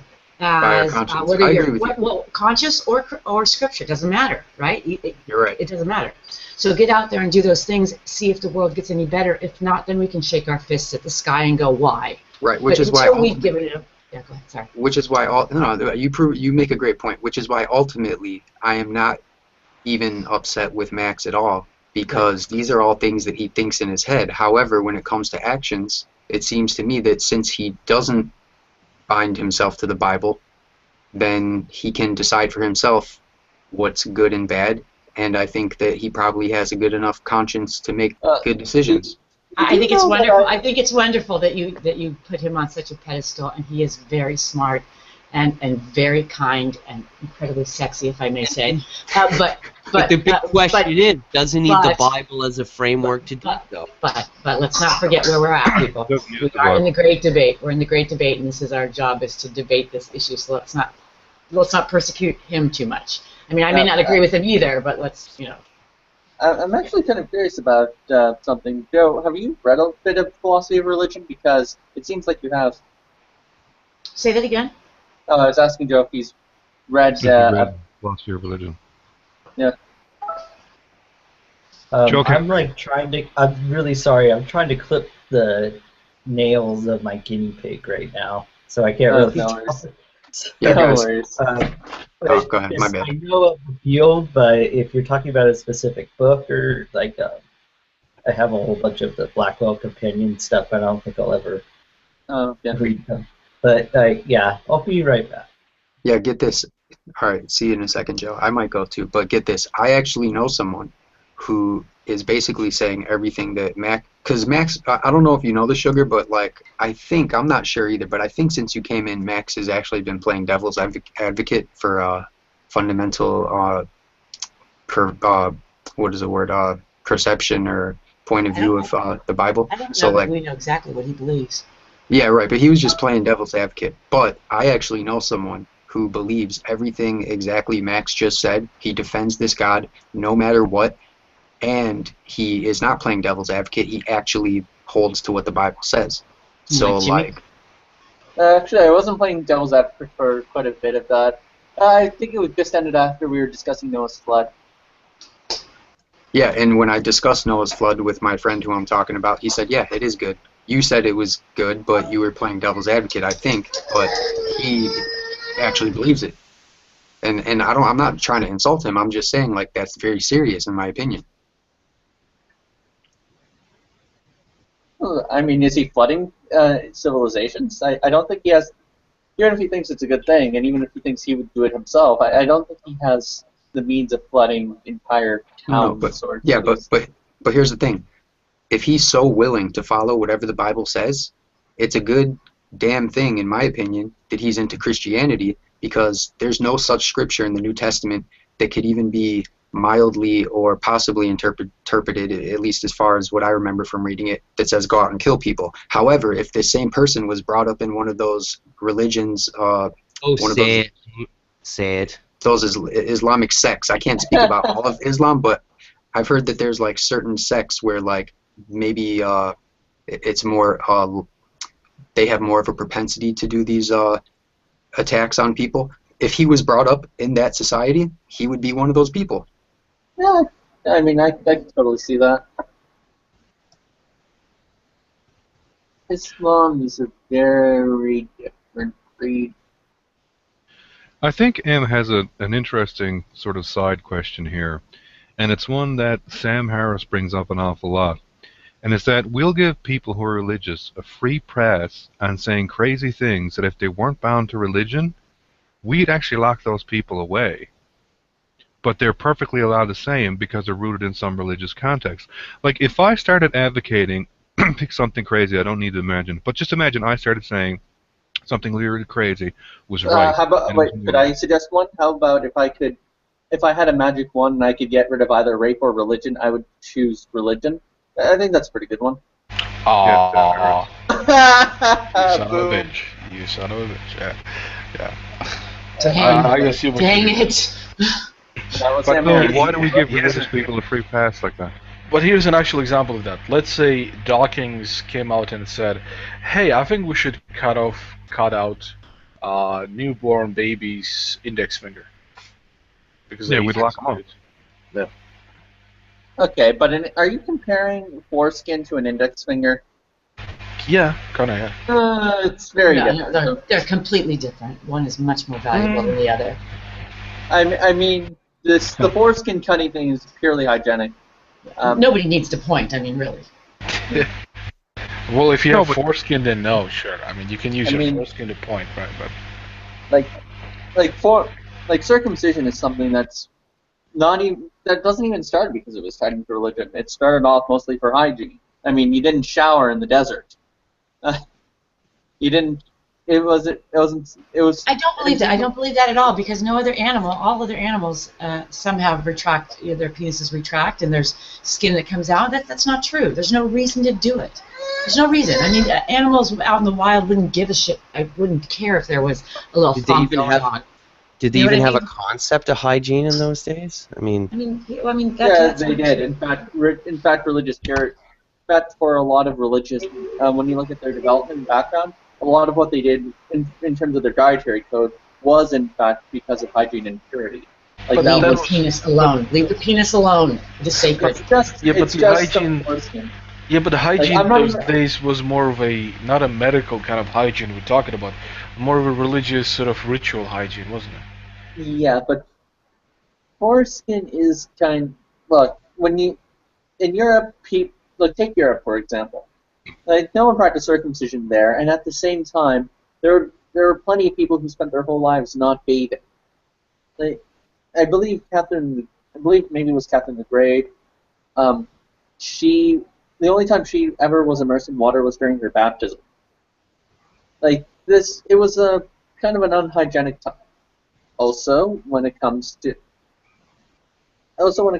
other people and other civilizations, especially the very hot and sweaty ones, when you could go weeks without showering in caravans, yeah, I would imagine it's not all too hygienic. As for animals, I can't really speak to their physiology. Maybe they have a different way of cleaning themselves down there, like a dog who has a lot of fun cleaning himself down there. Well, you guys could clean like that too. I mean, I'm just really protective.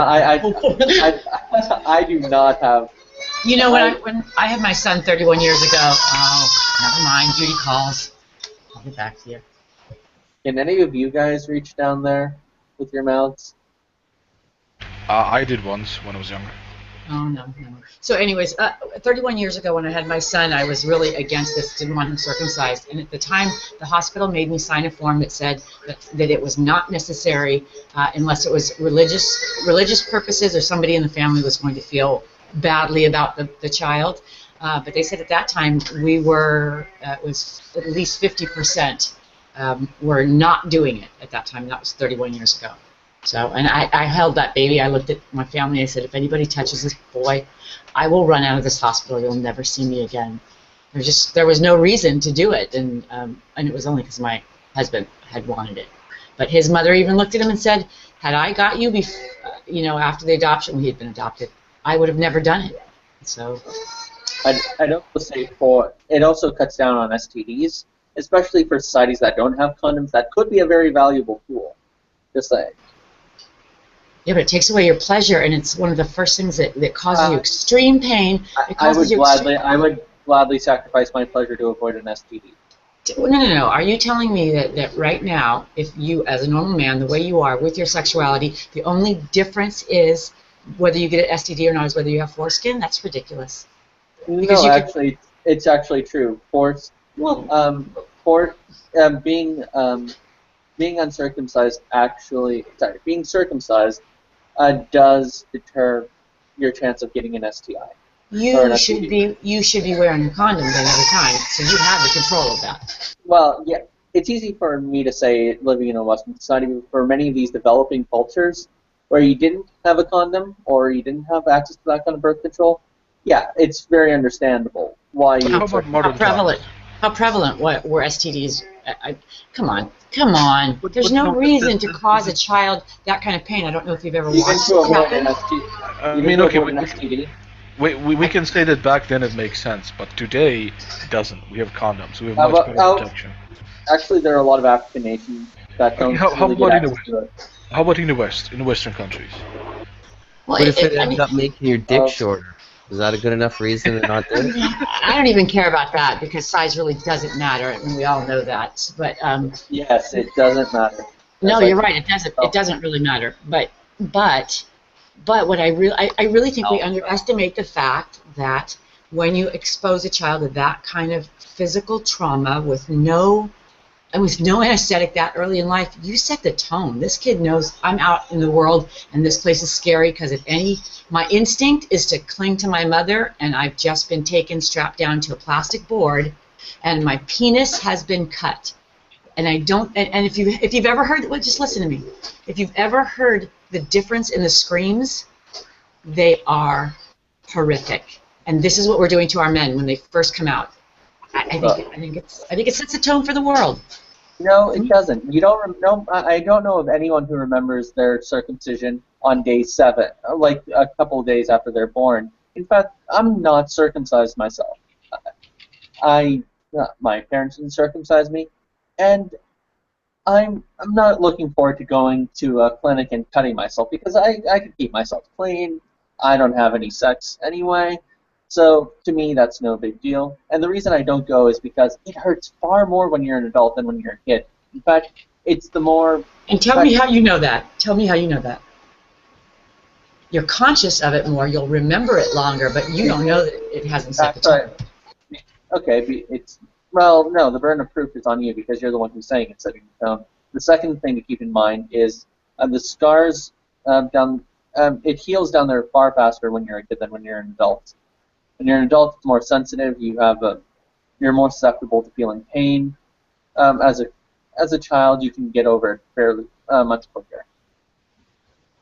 I will agree with you on that one because just having erections every 45 minutes at night would cause a problem. I get that. That would be some dumb little kids have to get the foreskin removed too for medical reasons because their penis head gets too big and it stretches it and it's painful for them. I just wanted to say, like Max is saying about the hygiene and everything back then. Well, don't you think it would be a greater worry that because there's no antibiotics or anything, infections? If there's all this bad hygiene, the infections would get in more and more children would die from infection and maybe not washing good enough down the road when they get older. If it's going to stay with you for life, then you're going to have repeat problems. And as for the infections... Why is that such a big deal? I mean, women have holes. That is lots of fluid, and they get all kinds of infections. In fact, they have 2 holes. Don't get I'm great. not gonna- Hey, if we could prevent that, then I would be all for it. Okay, but I think we moved on from a greater point, which is that in our culture, religious people do kind of get a carte blanche to say to do something crazy that a non-religious person would not get away with. Yeah, it allows you to say irrational things. Because you can defend any irrational claim. Not really. I mean, Ben Carson. Everyone's making fun of Ben Carson right now because he said some shit about the pyramids being built by what's his name, Joseph. Oh no! Oh yeah, that it stores grain and shit. Basing that off ancient alien shit, just like Arcane. And the internet, along with myself, is really making fun of him for that. And for good But that's one case. Yeah, it's making fun of them. But if you don't have a religious basis, you will get locked up for hate speech, and you can get locked up for being mentally defective. If you just go out on a corner and just start screaming hate, massive hate, you can get locked up for inciting violence. But you can do the same thing from a religious background. You can argue, no, I have freedom of speech to do this because it's protected from my religion. I'm just quoting my gospel or quoting whatever it is. Why do we allow religious people to do it? I'm actually not sure we allow people to do that who have secular values as well. I'm pretty sure that there are neo-Nazis who are quite happy to pass out their literature as well, and they usually are dependent on grounds of freedom of speech. You can't incite violence towards, hate speech. There's laws against hate speech. So when have religious people incited violence and not have been charged on it under the cover of freedom of speech? What's the Westboro Baptist Church? Yeah. They didn't incite violence. It's kind you don't find what they do hate speech? No, I don't. God hates fags. It's not hate speech. I don't think. Yeah, okay. So in terms of hate speech, I don't think hate speech is a thing. In terms of, I don't think it's something that should be illegal to begin with. I think that all kinds of hate speech should be covered under freedom of speech. But I don't think it's speech in the sense. I don't think it's hate speech in the sense that it's inciting violence. Right, but regardless of what you think, it is a law, right? There are laws against hate speech. Are there? Yeah. In Canada there is. I'm not 100% sure what there is in the U.S., but there are hate speech laws, right? Actually, in Canada, we blocked the Westboro Baptist Church. So if that's your actually, we've stopped them from protesting, and they're a religious organization. So I think that would work against your example. I didn't bring up Westboro. I think Aaron did. Oh, Arthur did. Fair enough. Yeah. But I think we're talking about, we don't talking about humanity as a whole, right? We're talking about, I don't know, maybe U.S.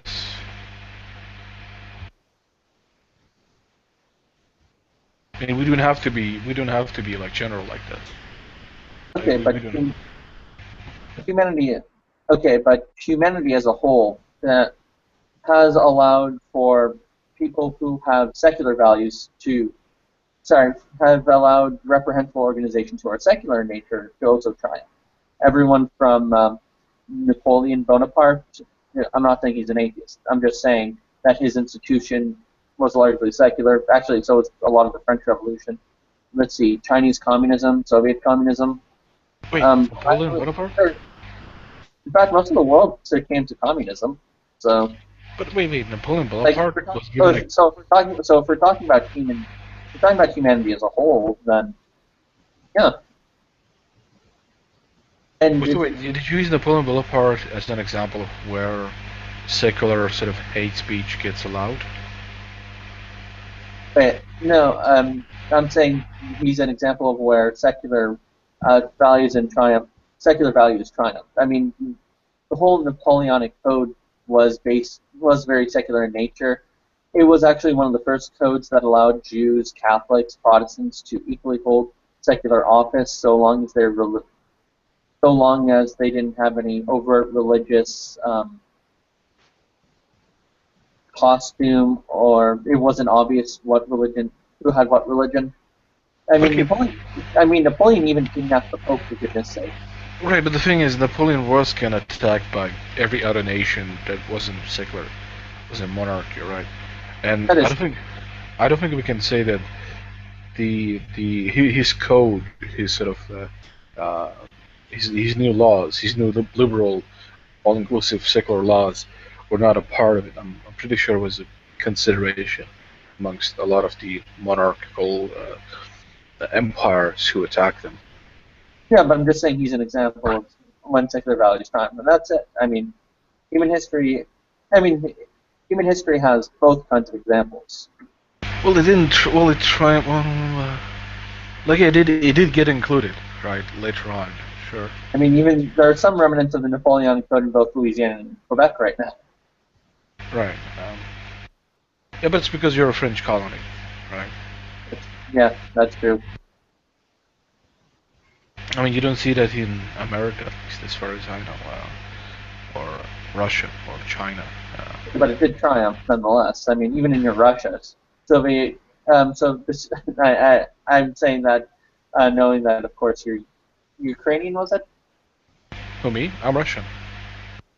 Oh, right. Sorry, I forgot. I mean, even in your Russia, Soviet Union triumphed, and that had tons of secular values. Yeah, but we're more about talking society, I think, right now. Like the best example. Is it not? Say what? Is that not a society, though? Yeah, it was back then, right? There's a different situation. You still had a lot of oppression. You still had a lot of sort of things coming out.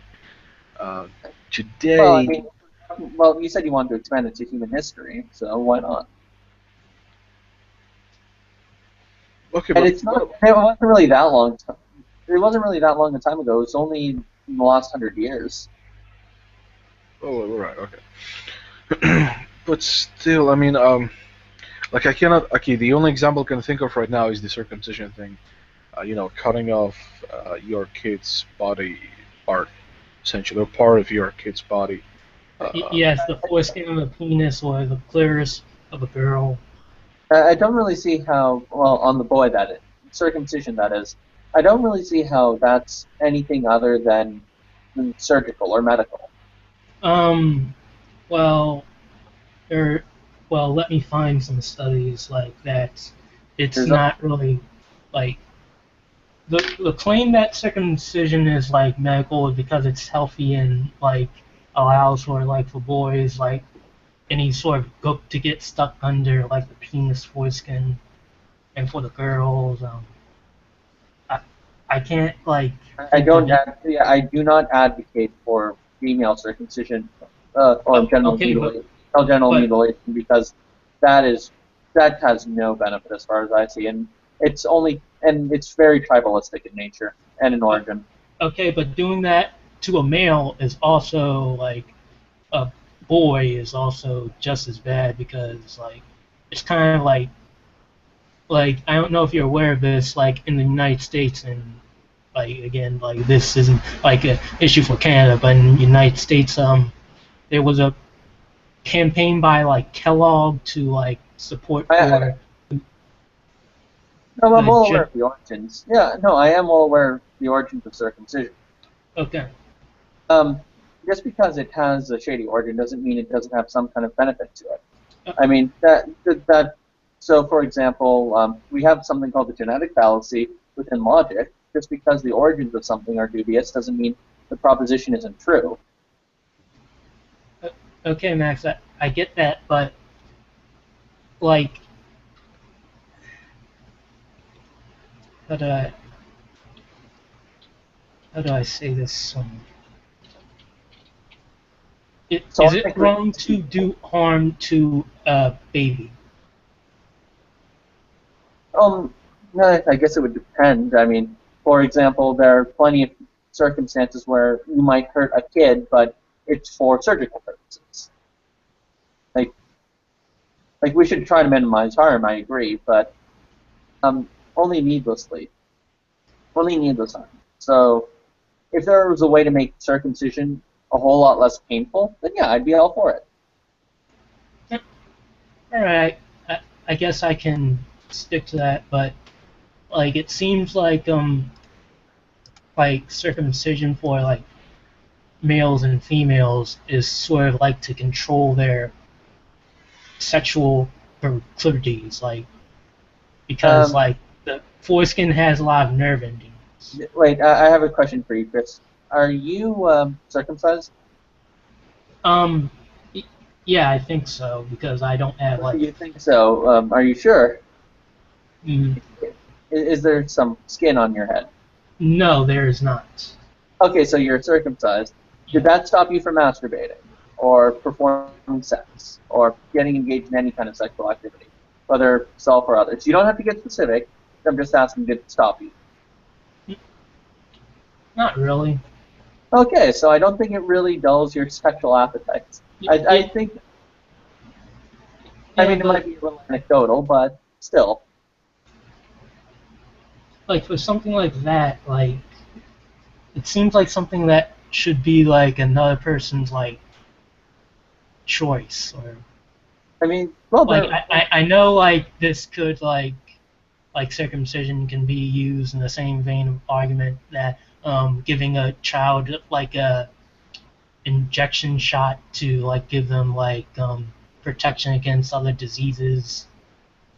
Like I know that, but seems like something that's not really a requirement, because what.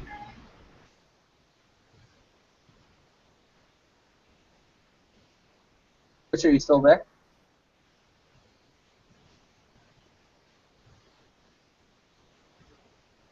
Is anyone else still?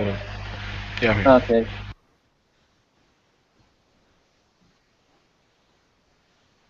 The circumcision argument is kind of difficult to run because I know lots of religious people, lots of non-religious people who get their kids circumcised for the exact same reasons Max is saying. Like it's not even exclusive to religion, although it might be more popular. Like I would have no problem. Like I know good arguments. Like there's the best argument against circumcision is that ultimately it should be the child's choice or the person's choice. That's something I can definitely see, and like that's something I would definitely not have a problem with, all things considered, especially in the modern age. But yeah, I generally have no vested interest in whether or not we legalize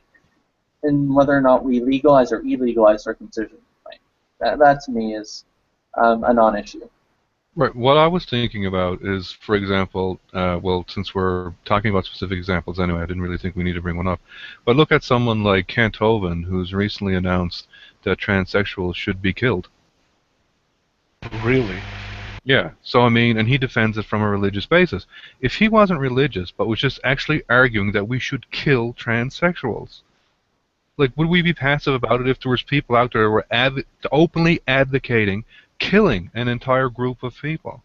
I'm pretty sure you could find I'm pretty sure, considering the nature of transsexuality, you can find non-religious people who are just as against it who want to kill them. Sure. Maybe Well, you know what's interesting? Last night I used kind of that line of reasoning with Jimmy to try and suppose what would be the end result of his theology taken to the state and affecting criminal laws and whatnot. And you know what you know what he had to say about it? He would say that there'd be little courts and they would decide what would happen, and someone like Nadia would be, put to death. Wait, but the caveat is that it was voluntary. You would have to be a theist, and if you were a theist and you committed the sin, therefore you'd be subject to this penalty, which in the case of Nadia would be death, right? So but he put in the caveat that it's voluntary. Yeah. Yes, but Nadia would also have to volunteer to be tried by this court as well, which I don't think she would do. Jimmy's an anarcho-capitalist. I know his position pretty well. Wait, what the fuck? Okay, that's an interesting. Yeah, I mean, as long Nadia's as an anarcho-communist and he's a anarcho-capitalist. Seem like they're made for each other. that is pretty funny to imagine. Well, as sort of like a love-hate relationship. Mm-hmm. That they'd be a very fine incarnation of the odd couple.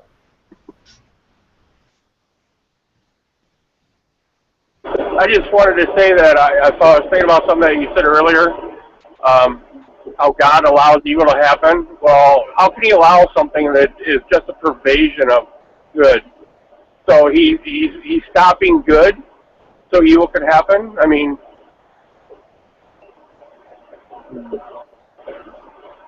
No, Max would say He allows evil. Yeah, there's not much, and He's not obliged to stop it. Okay, but again, Max, in my personal... Moving off of the circumcision thing, I was kind of liking that one. God lets circumcision happen. He must be evil. Okay, in any case, sorry. Yeah, I'm still, yeah, if we want to get back to the logical thing instead of the emotional thing, because what I was talking about with the flood and all that was trying to appeal to emotions. But if you want to get back to the logical thing, you made the claim earlier that evil is changing, and that's not a premise that I currently agree with. So if you can provide me with some reasons, then I'm open to seeing how evil could be changing. I mean, it just goes back to my ontology of how I view evil as a particular failure of human beings achieving their natural ends. So you could. But humans didn't always exist. Yeah, and I'm talking about human evil, though. Okay, but wait a minute. There was a time in which only God existed. True. So at that time, was there also evil? No. Well, now I'm even have more questions for you, because that would seem to me that there was a time in which it goes against this principle that I thought you were proposing, that in order for there to be good, there must be evil. I never said that. Well, you said evil is the absence of good, and if God is good... In order for there to be evil, there must be good. Not in order for there to be good, there must be evil. Okay, so when God... Wait. So when God existed, it was just good. There was no evil. Exactly. So how did evil come to be then? Okay, when God created... Okay, so when God created moral agents, He allowed for them to do evil. But where did evil come from? From human beings. Humans created evil. Yeah. And how could humans create something in God's creation that... Because the Bible says that everything comes from God. Everything... Okay, so, again, it's about the ontology of evil. If evil exists as a privation of good, then what follows is that human beings are endowed with some good in which they can pervert. If evil exists as a pervasion of good. So you're not even saying it does, you're saying if. Well, yes, it's a conditional statement, but wait. I'm speaking, but remember, you're levying an internal critique.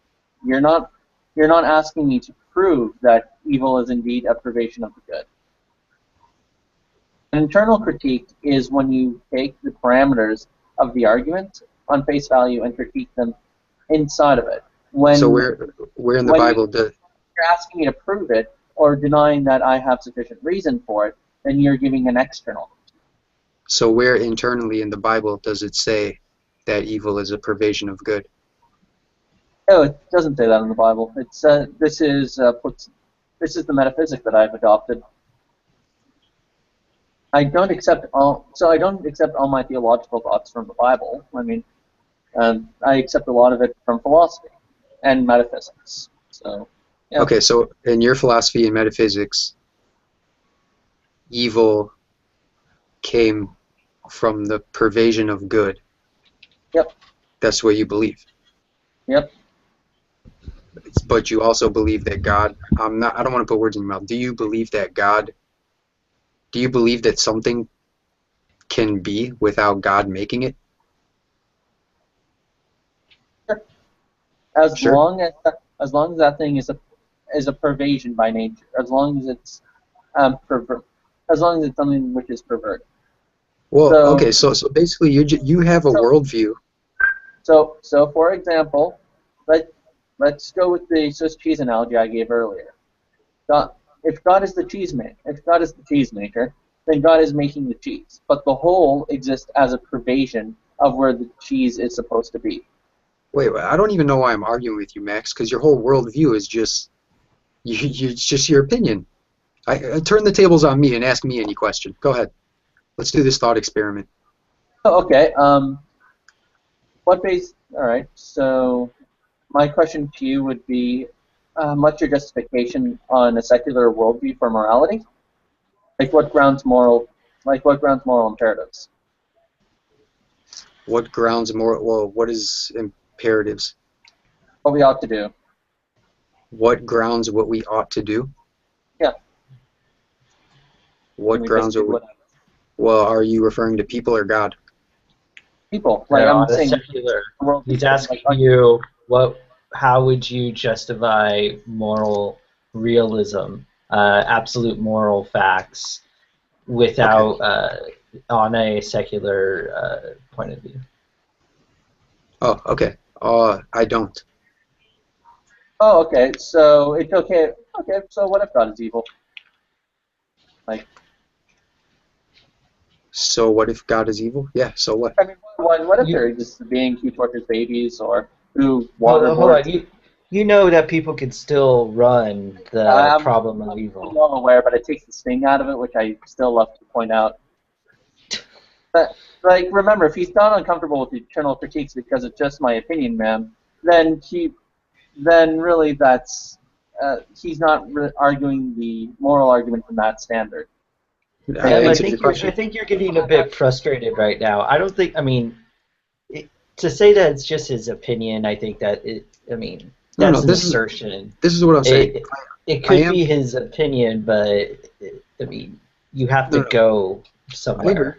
Oh, look, this is where I'm going. This is where I'm going. Yes, I am frustrated, but I'm not going to hopefully be frustrated to the point of being disrespectful. I hope that doesn't happen. Even though earlier I do feel like you're dismissing him by just saying that it's his opinion, though. Right. But what I'm saying is, look, everybody, the reason these arguments keep occurring throughout history is because people have their own opinions, and according to one's own opinion, of course everything makes sense. Why? Because it's my damn opinion. How could you ever argue with someone if it's just their opinion? So everything he's saying is anything that anyone could say. That's why I said turn the tables on me and ask me any question. You know how I'll answer all of your questions? Any way I want. And when you press me on it, I'll just say, well, here's my other answer. And you'll say, that doesn't make sense. And I'll just say, well, to me it does. It's all my opinion. You can never expect to win an argument when at the end of the day, it's like, well, it makes sense to me. Yeah, well, okay. Then what are we arguing? There's no I think that might be I think that might be your issue. You're expecting to actually win arguments. You know what? I think you're right. No, you're right. It's not going to happen.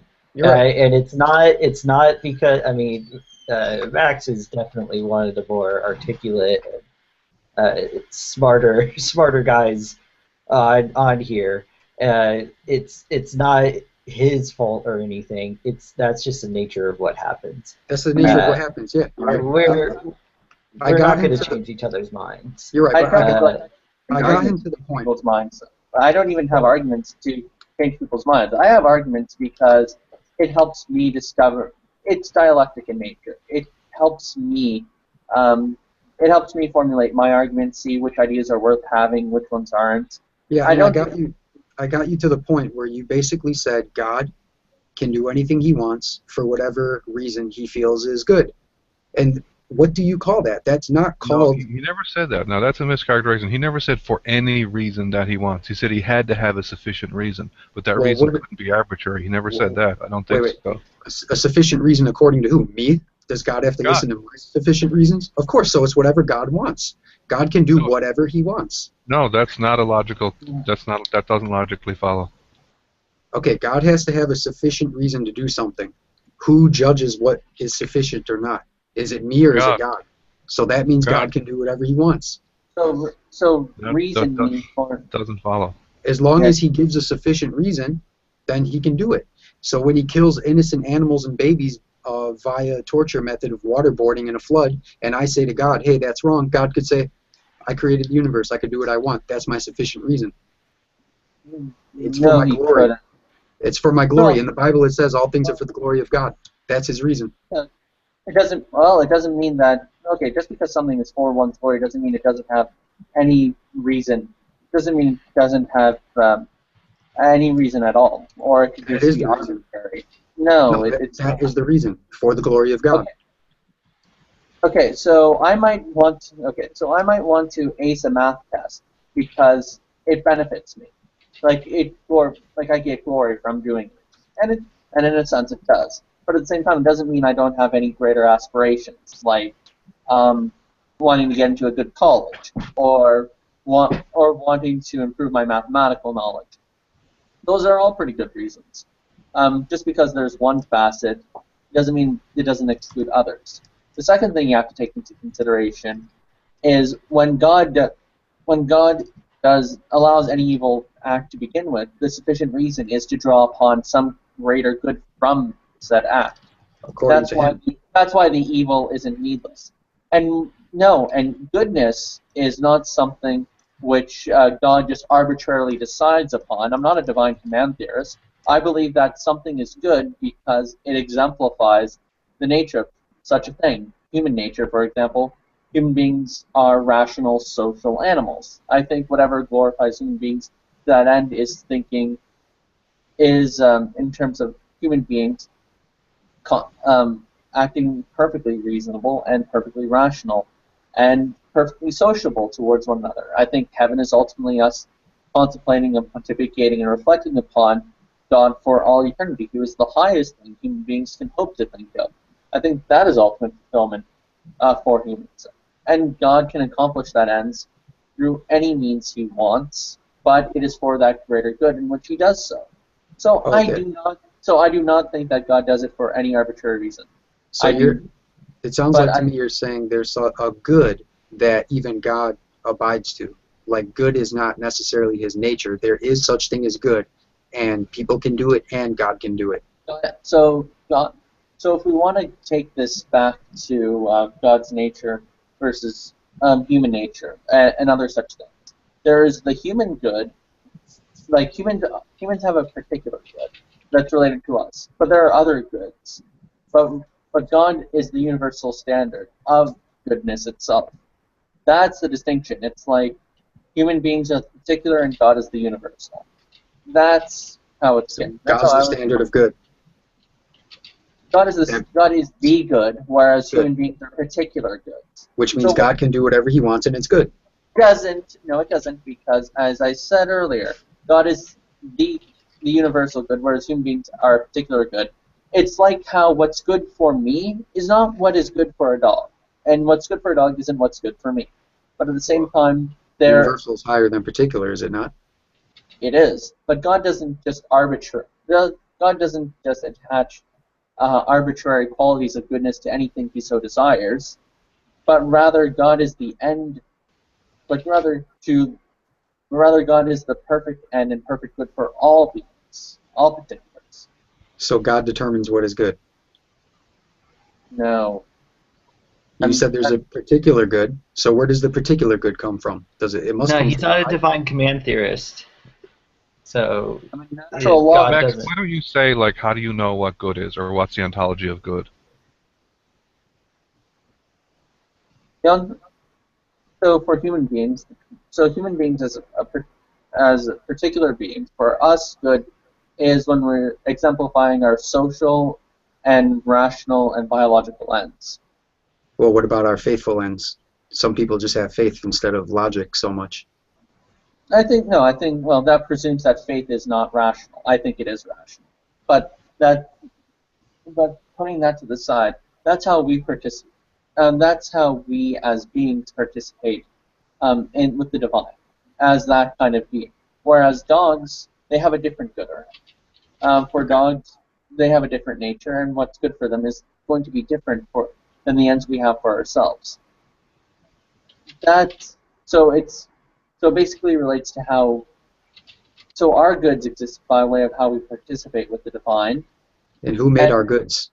Who made us that? Who gave us? You say there's particular goods for dogs and people. Where did we get those particular goods from? They're They exist by way of our nature, by way of what we are. And who created us? God can no more change those goods than he could make a four-sided circle.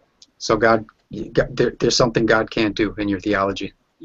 Yeah, just like God can't create four-sided circles. Well, in my theology, God can't create four-sided circles. What is it? In my theology, God can create four-sided circles. Why? Because he can do anything. He's God. Okay, so you're saying God can't create four-sided circles? No, I'm saying he can. Yes, he can. You're saying he both can and can't? Yeah, he can and can't. Why? Because he's God. He could do anything. So you're saying, and you're not saying that. No, I am saying. Sorry, the phone's ringing. I'm saying God can square a circle. Why? Because he's God. So you're not saying that. He's not going to get that's your point actually back. God on the phone, so we'll find out what he says. What I'm saying is God can do anything he wants. That's what I'm saying. So you're saying he can and can't do whatever he wants.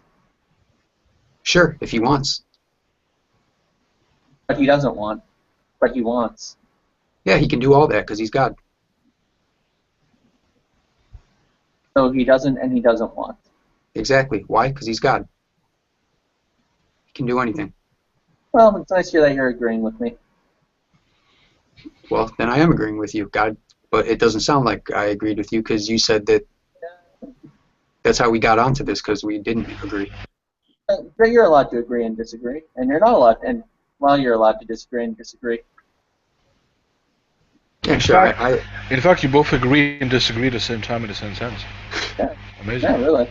No, like it's just frustrating to me because like, Well, you're the one who's advocating for logical absurdity here, not me. Yeah, EM, I have to be on the side of Maximus here. He's running a reductio against you, man. And my reductio cannot be defeated because if I appeal to God who can do anything, then I can never lose. Well, no, if he violates the laws of logic, did like lose. laws of vanity, then he exists and he doesn't exist at the same time. He's Right. a liar and is a truthful being at the same time. Just I mean, if you're allowed to it's not like theists have alternative definitions or anything. Or, Max, but Marmar goes more nuanced ones. Max, by the way, I love your hat. Thank you. We Your hat think inspired me. we think it doesn't make sense, but what I'm saying is that things can happen which we don't think make sense. there's nothing that happened that violates the law of vanity. Never. Well, according to you. No, it cannot happen by definition. Let's just no. Well, it can happen because God can do anything. I'm just saying my opinion of God. You can't argue with me because I'm just expressing my opinion of God. Hey, Well, how but about I you're just go agreeing with- someplace completely different?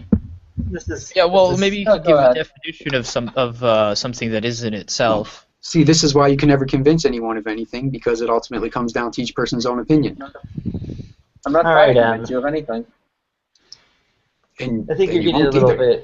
bit. You're getting a little bit frustrated right now. No, I've been frustrated, and I'm actually getting less frustrated because I'm becoming more laughable now because that's really what it does come down to. Okay, well, I've made a pyramid of things because I've realized that I've gotten really not so happy with the state of arguments in Google Hangouts, so I've decided to show people where they are. So this is where you are right now. You're at a contradiction.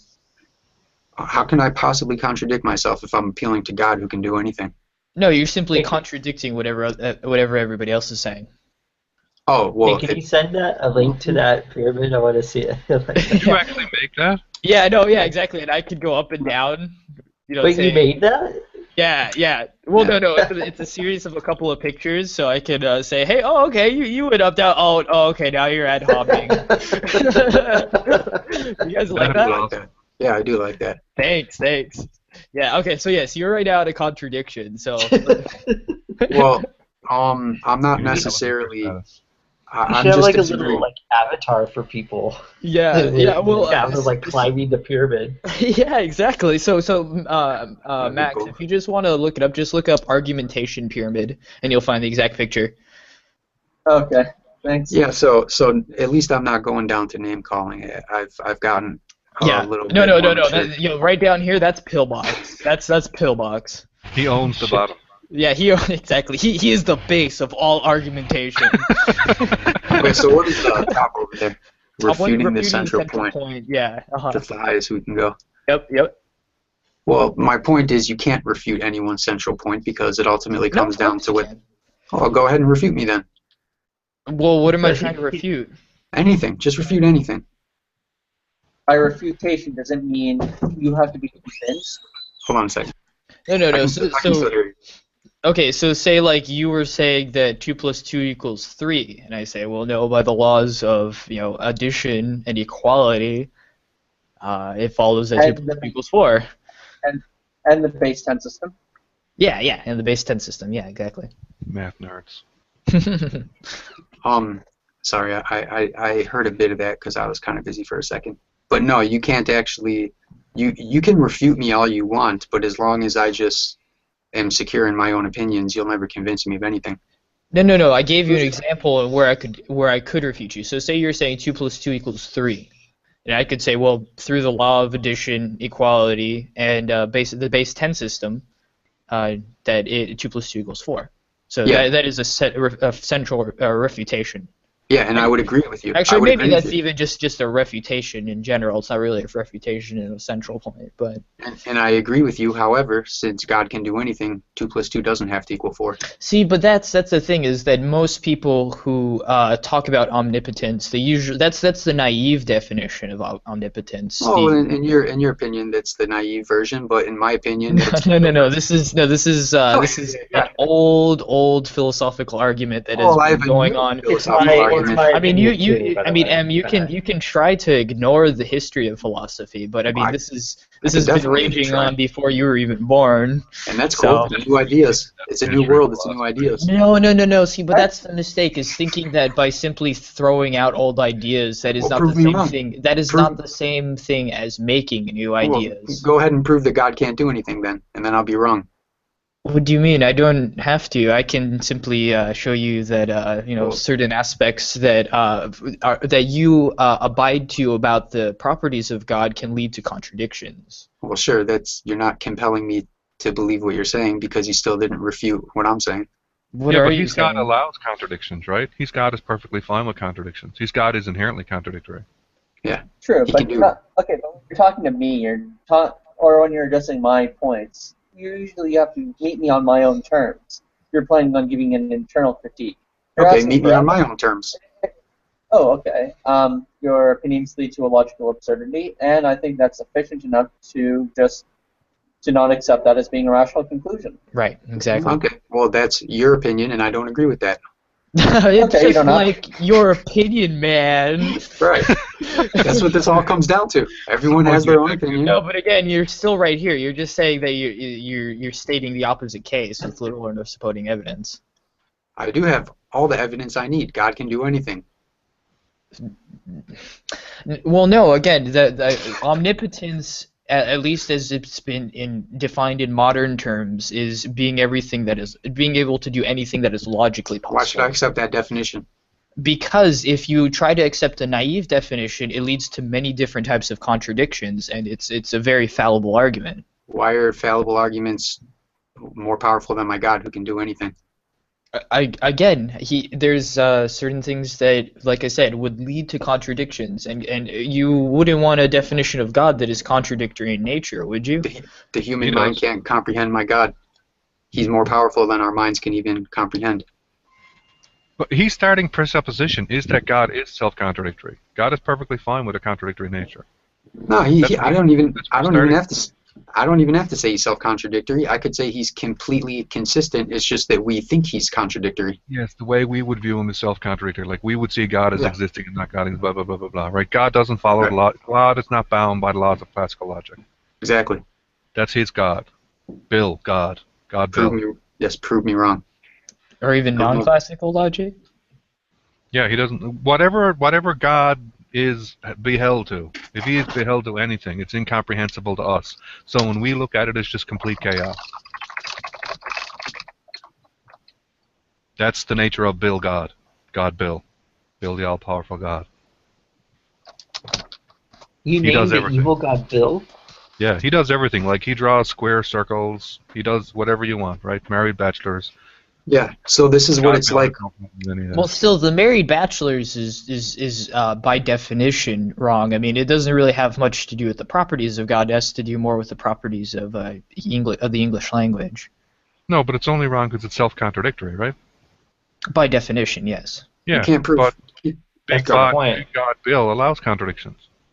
No, but again, it's a contradiction in the English language. It doesn't have anything to do with the properties of God.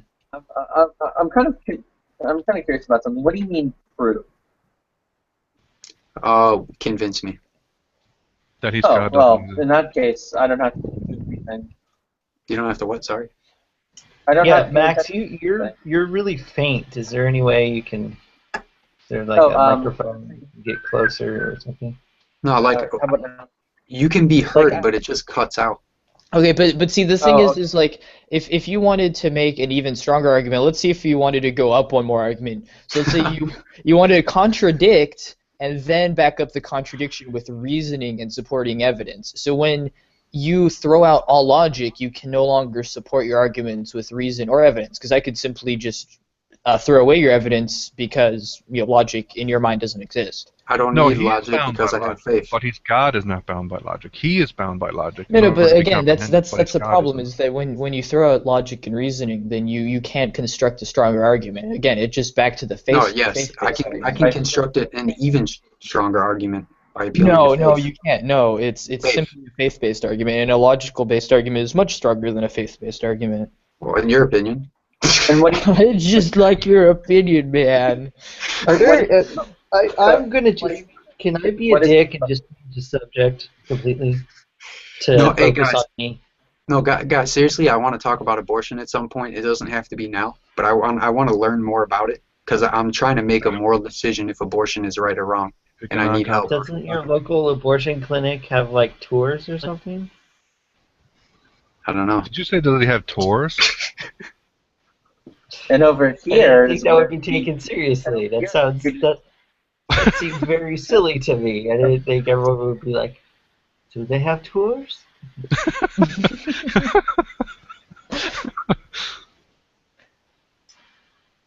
Oh crap!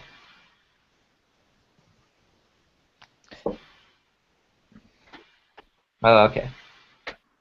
For a Okay, can second you guys I hear me? thought- Yeah. For a second, I thought it was like tours in abortion clinics. Too much for me. I'm out. And this, oh Are man, you I saying whores or tours? I can only Tours. imagine. And this is where we vacuum out the fetus and crush its head. And Oh, over God. here, No, but here's my question. When does life begin? Can a fetus feel pain before it develops a nervous system? That's like two questions. Yeah, it's two. Well, I think yes, the thing I would say most people would agree that abortion is murder, but the argument is what is the utility of this form of murder? Because sometimes it may lead to a greater good in the sense that it can give someone a better quality of life by not forcing them into giving life to a baby that is unwanted. I think that's a minority. Isn't the greatest argument for pro-abortion to deny the rights by saying it's not actually a human being? It doesn't have the capability to exert rights. that's the most common one, but Yeah, it's not the strongest argument. Yeah, it's the most common argument. yeah, but it's not the strongest. The strongest argument is something like the violinist argument, which more focuses on how the rights of the women, even if it is an actual human being, the fetus, how the rights of the woman supersede the rights of the fetus. Right, exactly.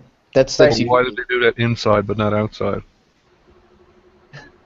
So the main argument usually is, imagine if you were abducted by a group of fans of this very famous violinist, and because he was dying, they without the violinist's permission, of course, they hooked you up to him and they made you keep him alive. Do you think you'd have every right to separate yourself from that human being? Sure. Yeah. The violinist is fully human, and if it's okay for the woman to do it with the violinist, why not the fetus? So it's okay for the woman to do it after the baby is born. Then she can exercise the same rights. well, after the baby is born, she can't really exercise the same rights because because imagine if the woman agreed to let the violinist keep him alive. It doesn't mean she can take his life right after the whole procedure is done. I don't understand. How come she can't make the exact same decision after it? Like she can say, look, I know I do not want to have this baby. So she gets pregnant. She says, I do not want to have this baby, but I do not want to undergo the medical procedure of abortion because of the damage it will do to me. I will just have this baby, and then once I have the baby, I will let it die. Why can't she just do that? Let's see. I think it would probably be because at that time it would be its own independent life. But isn't the violinist in the analogy you use? Isn't he actually is a independent life too? So yeah. What'd I mess up on? I'm not sure. Yeah, so I don't understand like how you can say the mother is compelled morally to look after the baby after it's born. Even from the moment of conception, she doesn't acknowledge it. She says, this was against my will, I don't want it. But then you can say, somehow she's compelled after it's born. Well, if she isn't compelled after she's born to take care of it, she can just give it up for adoption or something. She just can't kill it. Why? That's what I'm asking you, why? If she is allowed to say inside, she cannot be compelled. Because at that point, it's its own independent life, and two, it's no longer obstructing her autonomy. Yes, it is. Babies obstruct the autonomy of their parents massively, even worse after they're born than when they're inside the womb. Yeah, I mean bodily autonomy. Yeah, bodily autonomy outside. Like a newborn baby needs massive, constant care. But it's not just that. All they do is shit and piss and eat continuously. Like like you're feeding them. I mean, they wake up. Right. So having responsibilities does not entail a lack of bodily autonomy. Like, I have certain responsibilities to other people, but doesn't mean it doesn't mean I lose my autonomy over it. It just means I have certain obligations.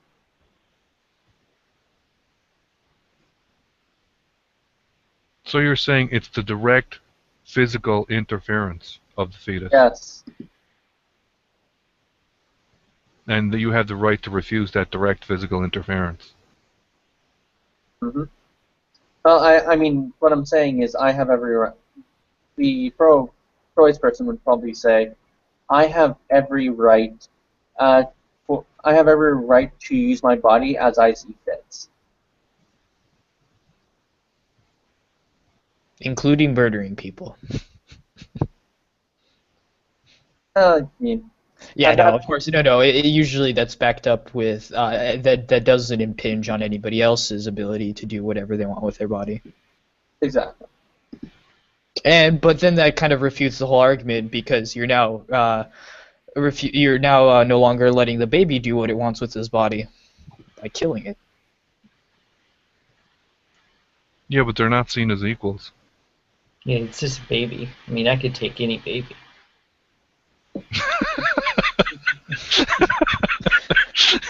It's just a baby.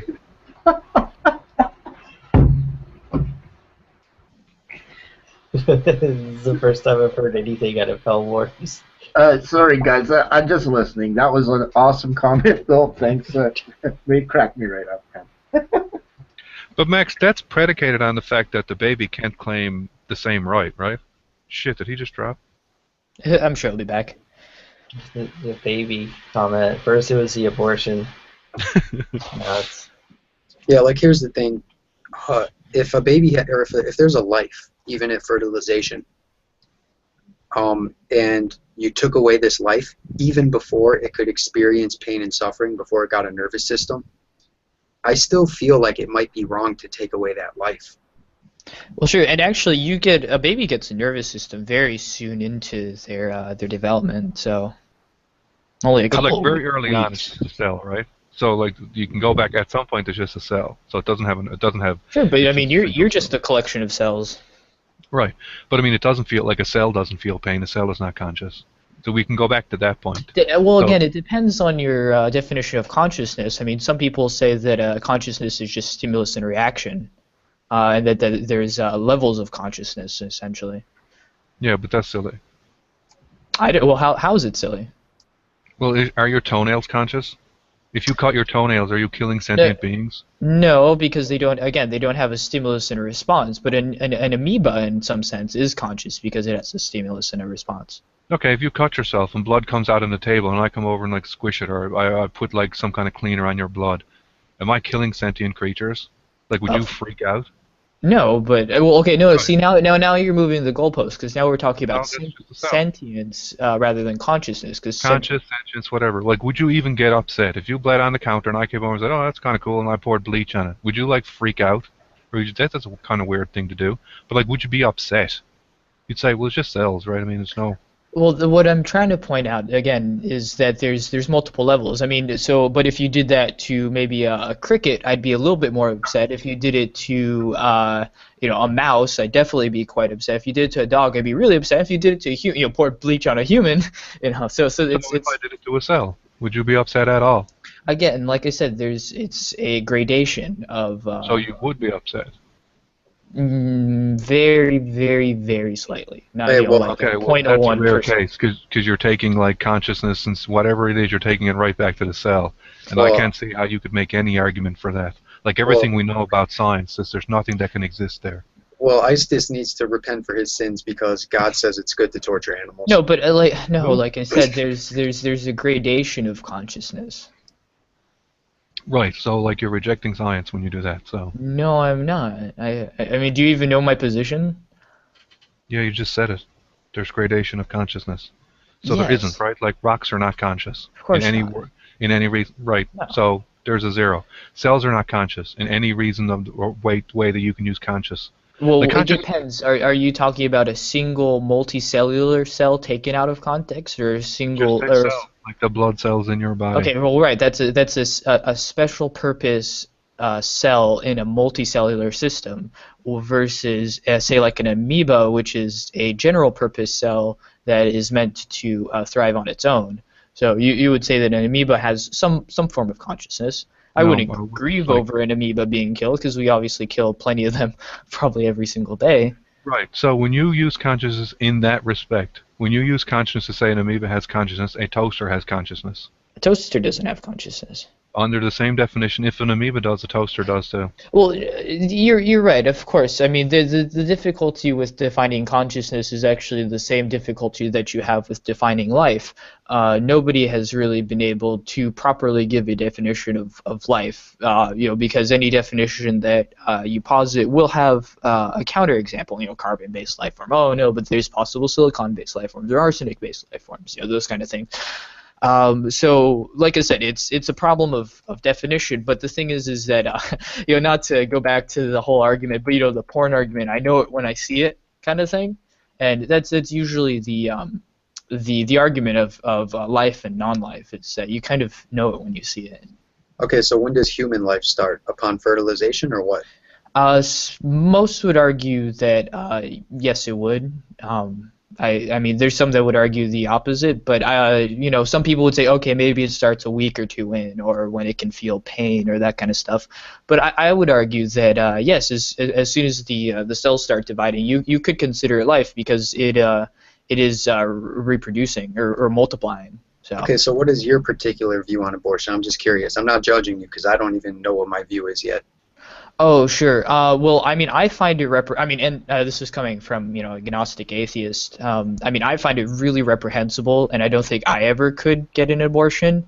But I do still find that it should, I guess, be legal, just at least for the cases that, like rape and those kind of things. But that we should not endorse it as much as we do. We should probably should put more focus on things like prevention and those kind of things rather than saying, hey, yeah, just go get an abortion, it's great. Yeah, well, someone I know would criticize you and say you're just putting a crime on top of a crime. by aborting someone that was maybe got pregnant through rape or something. No, you're right, and you know, it'll have to be dealt with each individual case. And I'm very much a libertarian in the sense that I'll just let people decide what they feel they should be able to do. But my own personal feeling is that I find it very difficult, and I don't think I would be able to go through with an abortion. So thus, I'm very careful with you know, the sex that I have, or you know, basically I abstain because of the fact that I don't want to get into the situation where I would have to take care of a child that would be unwanted because I wanted to express some bodily pleasure of mine. Okay, so okay, go ahead. Nobody argues against life, right? Very few people argue that fetuses are not alive. What they argue is they don't have personhood. Right? That's generally what the argument. Like, no one says that a fetus isn't alive. Like, well, so we shouldn't say no one, but I mean, very rarely in arguments would someone say no. They're talking about personhood. Right, and then there's the people who are thinking that we should give dolphins and dogs and elephants personhood as well. So, you know, it gets very blurry very quickly. Yeah, we should trade G-Man for the dolphins. I think we should do that. I agree. One of the most absurd things I've heard from. But yeah, basically. Wait just a second. I said, hold on. I was bringing up an example of what the most absurd thing I heard from a sort of theist in regards to abortion is that I think it was a Catholic. I think it was maybe Nicholas Strode. He said that the two cells, you know, like when the sperm and the egg meets, that collection of cells is a human. Oh, well, it's going to become a human, obviously. Yeah, but no, at that point, it's a human. Yeah, see, I mean, it's classified. See, that's the kind of where you get into a weird semantic argument. Someone said that to G-Man, and then G-Man, look, G-Man went on for a while that fetuses were insects, and the reason that atheists were saying fetuses were. Oh yeah, didn't you hear this? There was like a couple of weeks ago where G-Man was like, "Do you know atheists say that fetuses are insects?" What? Right, and this is why someone said the argument that Art says. Someone says like, well, you know, a fetus or that cell is not a human; it's a parasite. So G-Man goes, I've heard that argument. It's not a human; it's a parasite, and we know the parasites are all insects. Therefore, they're actually saying fetuses are insects. Oh, right. Fucking moron.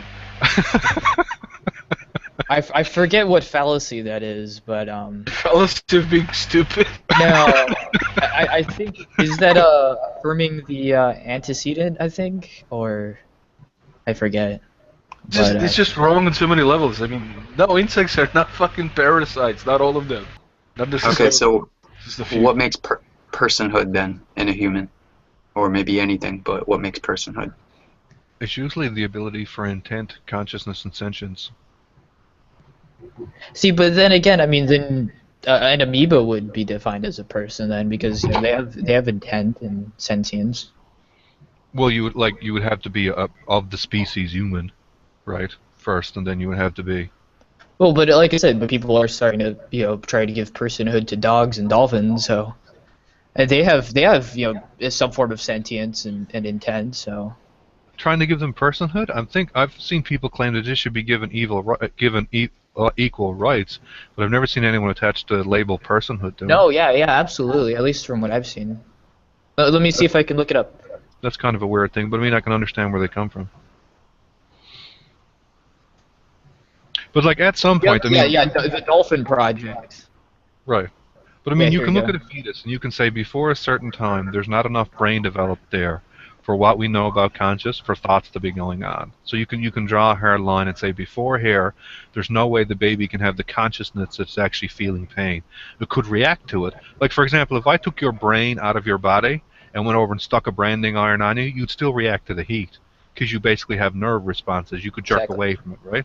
So they say before that, that's what the baby is doing. So it's all right to kill it up to that stage because it's just reacting at that stage. It doesn't really have being. It doesn't really have a sense of I or self.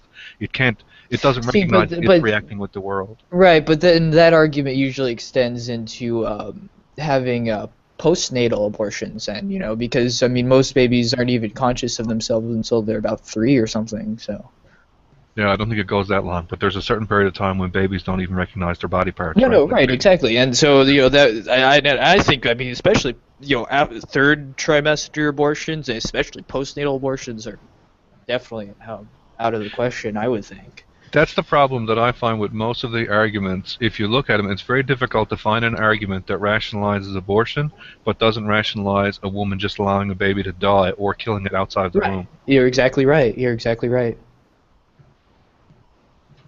Because the thing that Max was saying, for example, was that you can't make a mother be physically dependent on the baby because that physical attachment violates her autonomy. Well, in the same way, you could deny, a mother could deny breastfeeding the baby because that's a physical connection, and it violates her autonomy. It draws fluids out of her, right? You're exactly so a mother should be able to say, look, I do not need to breastfeed my baby.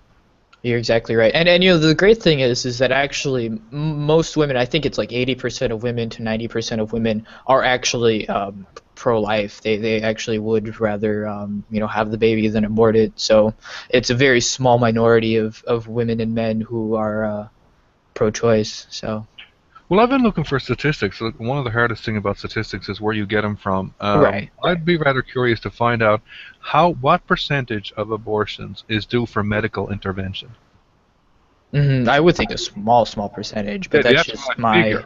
That's what I figure. But I'm like, what are the actual numbers? And how many abortions are for rapes or even alleged rapes? Right. Right.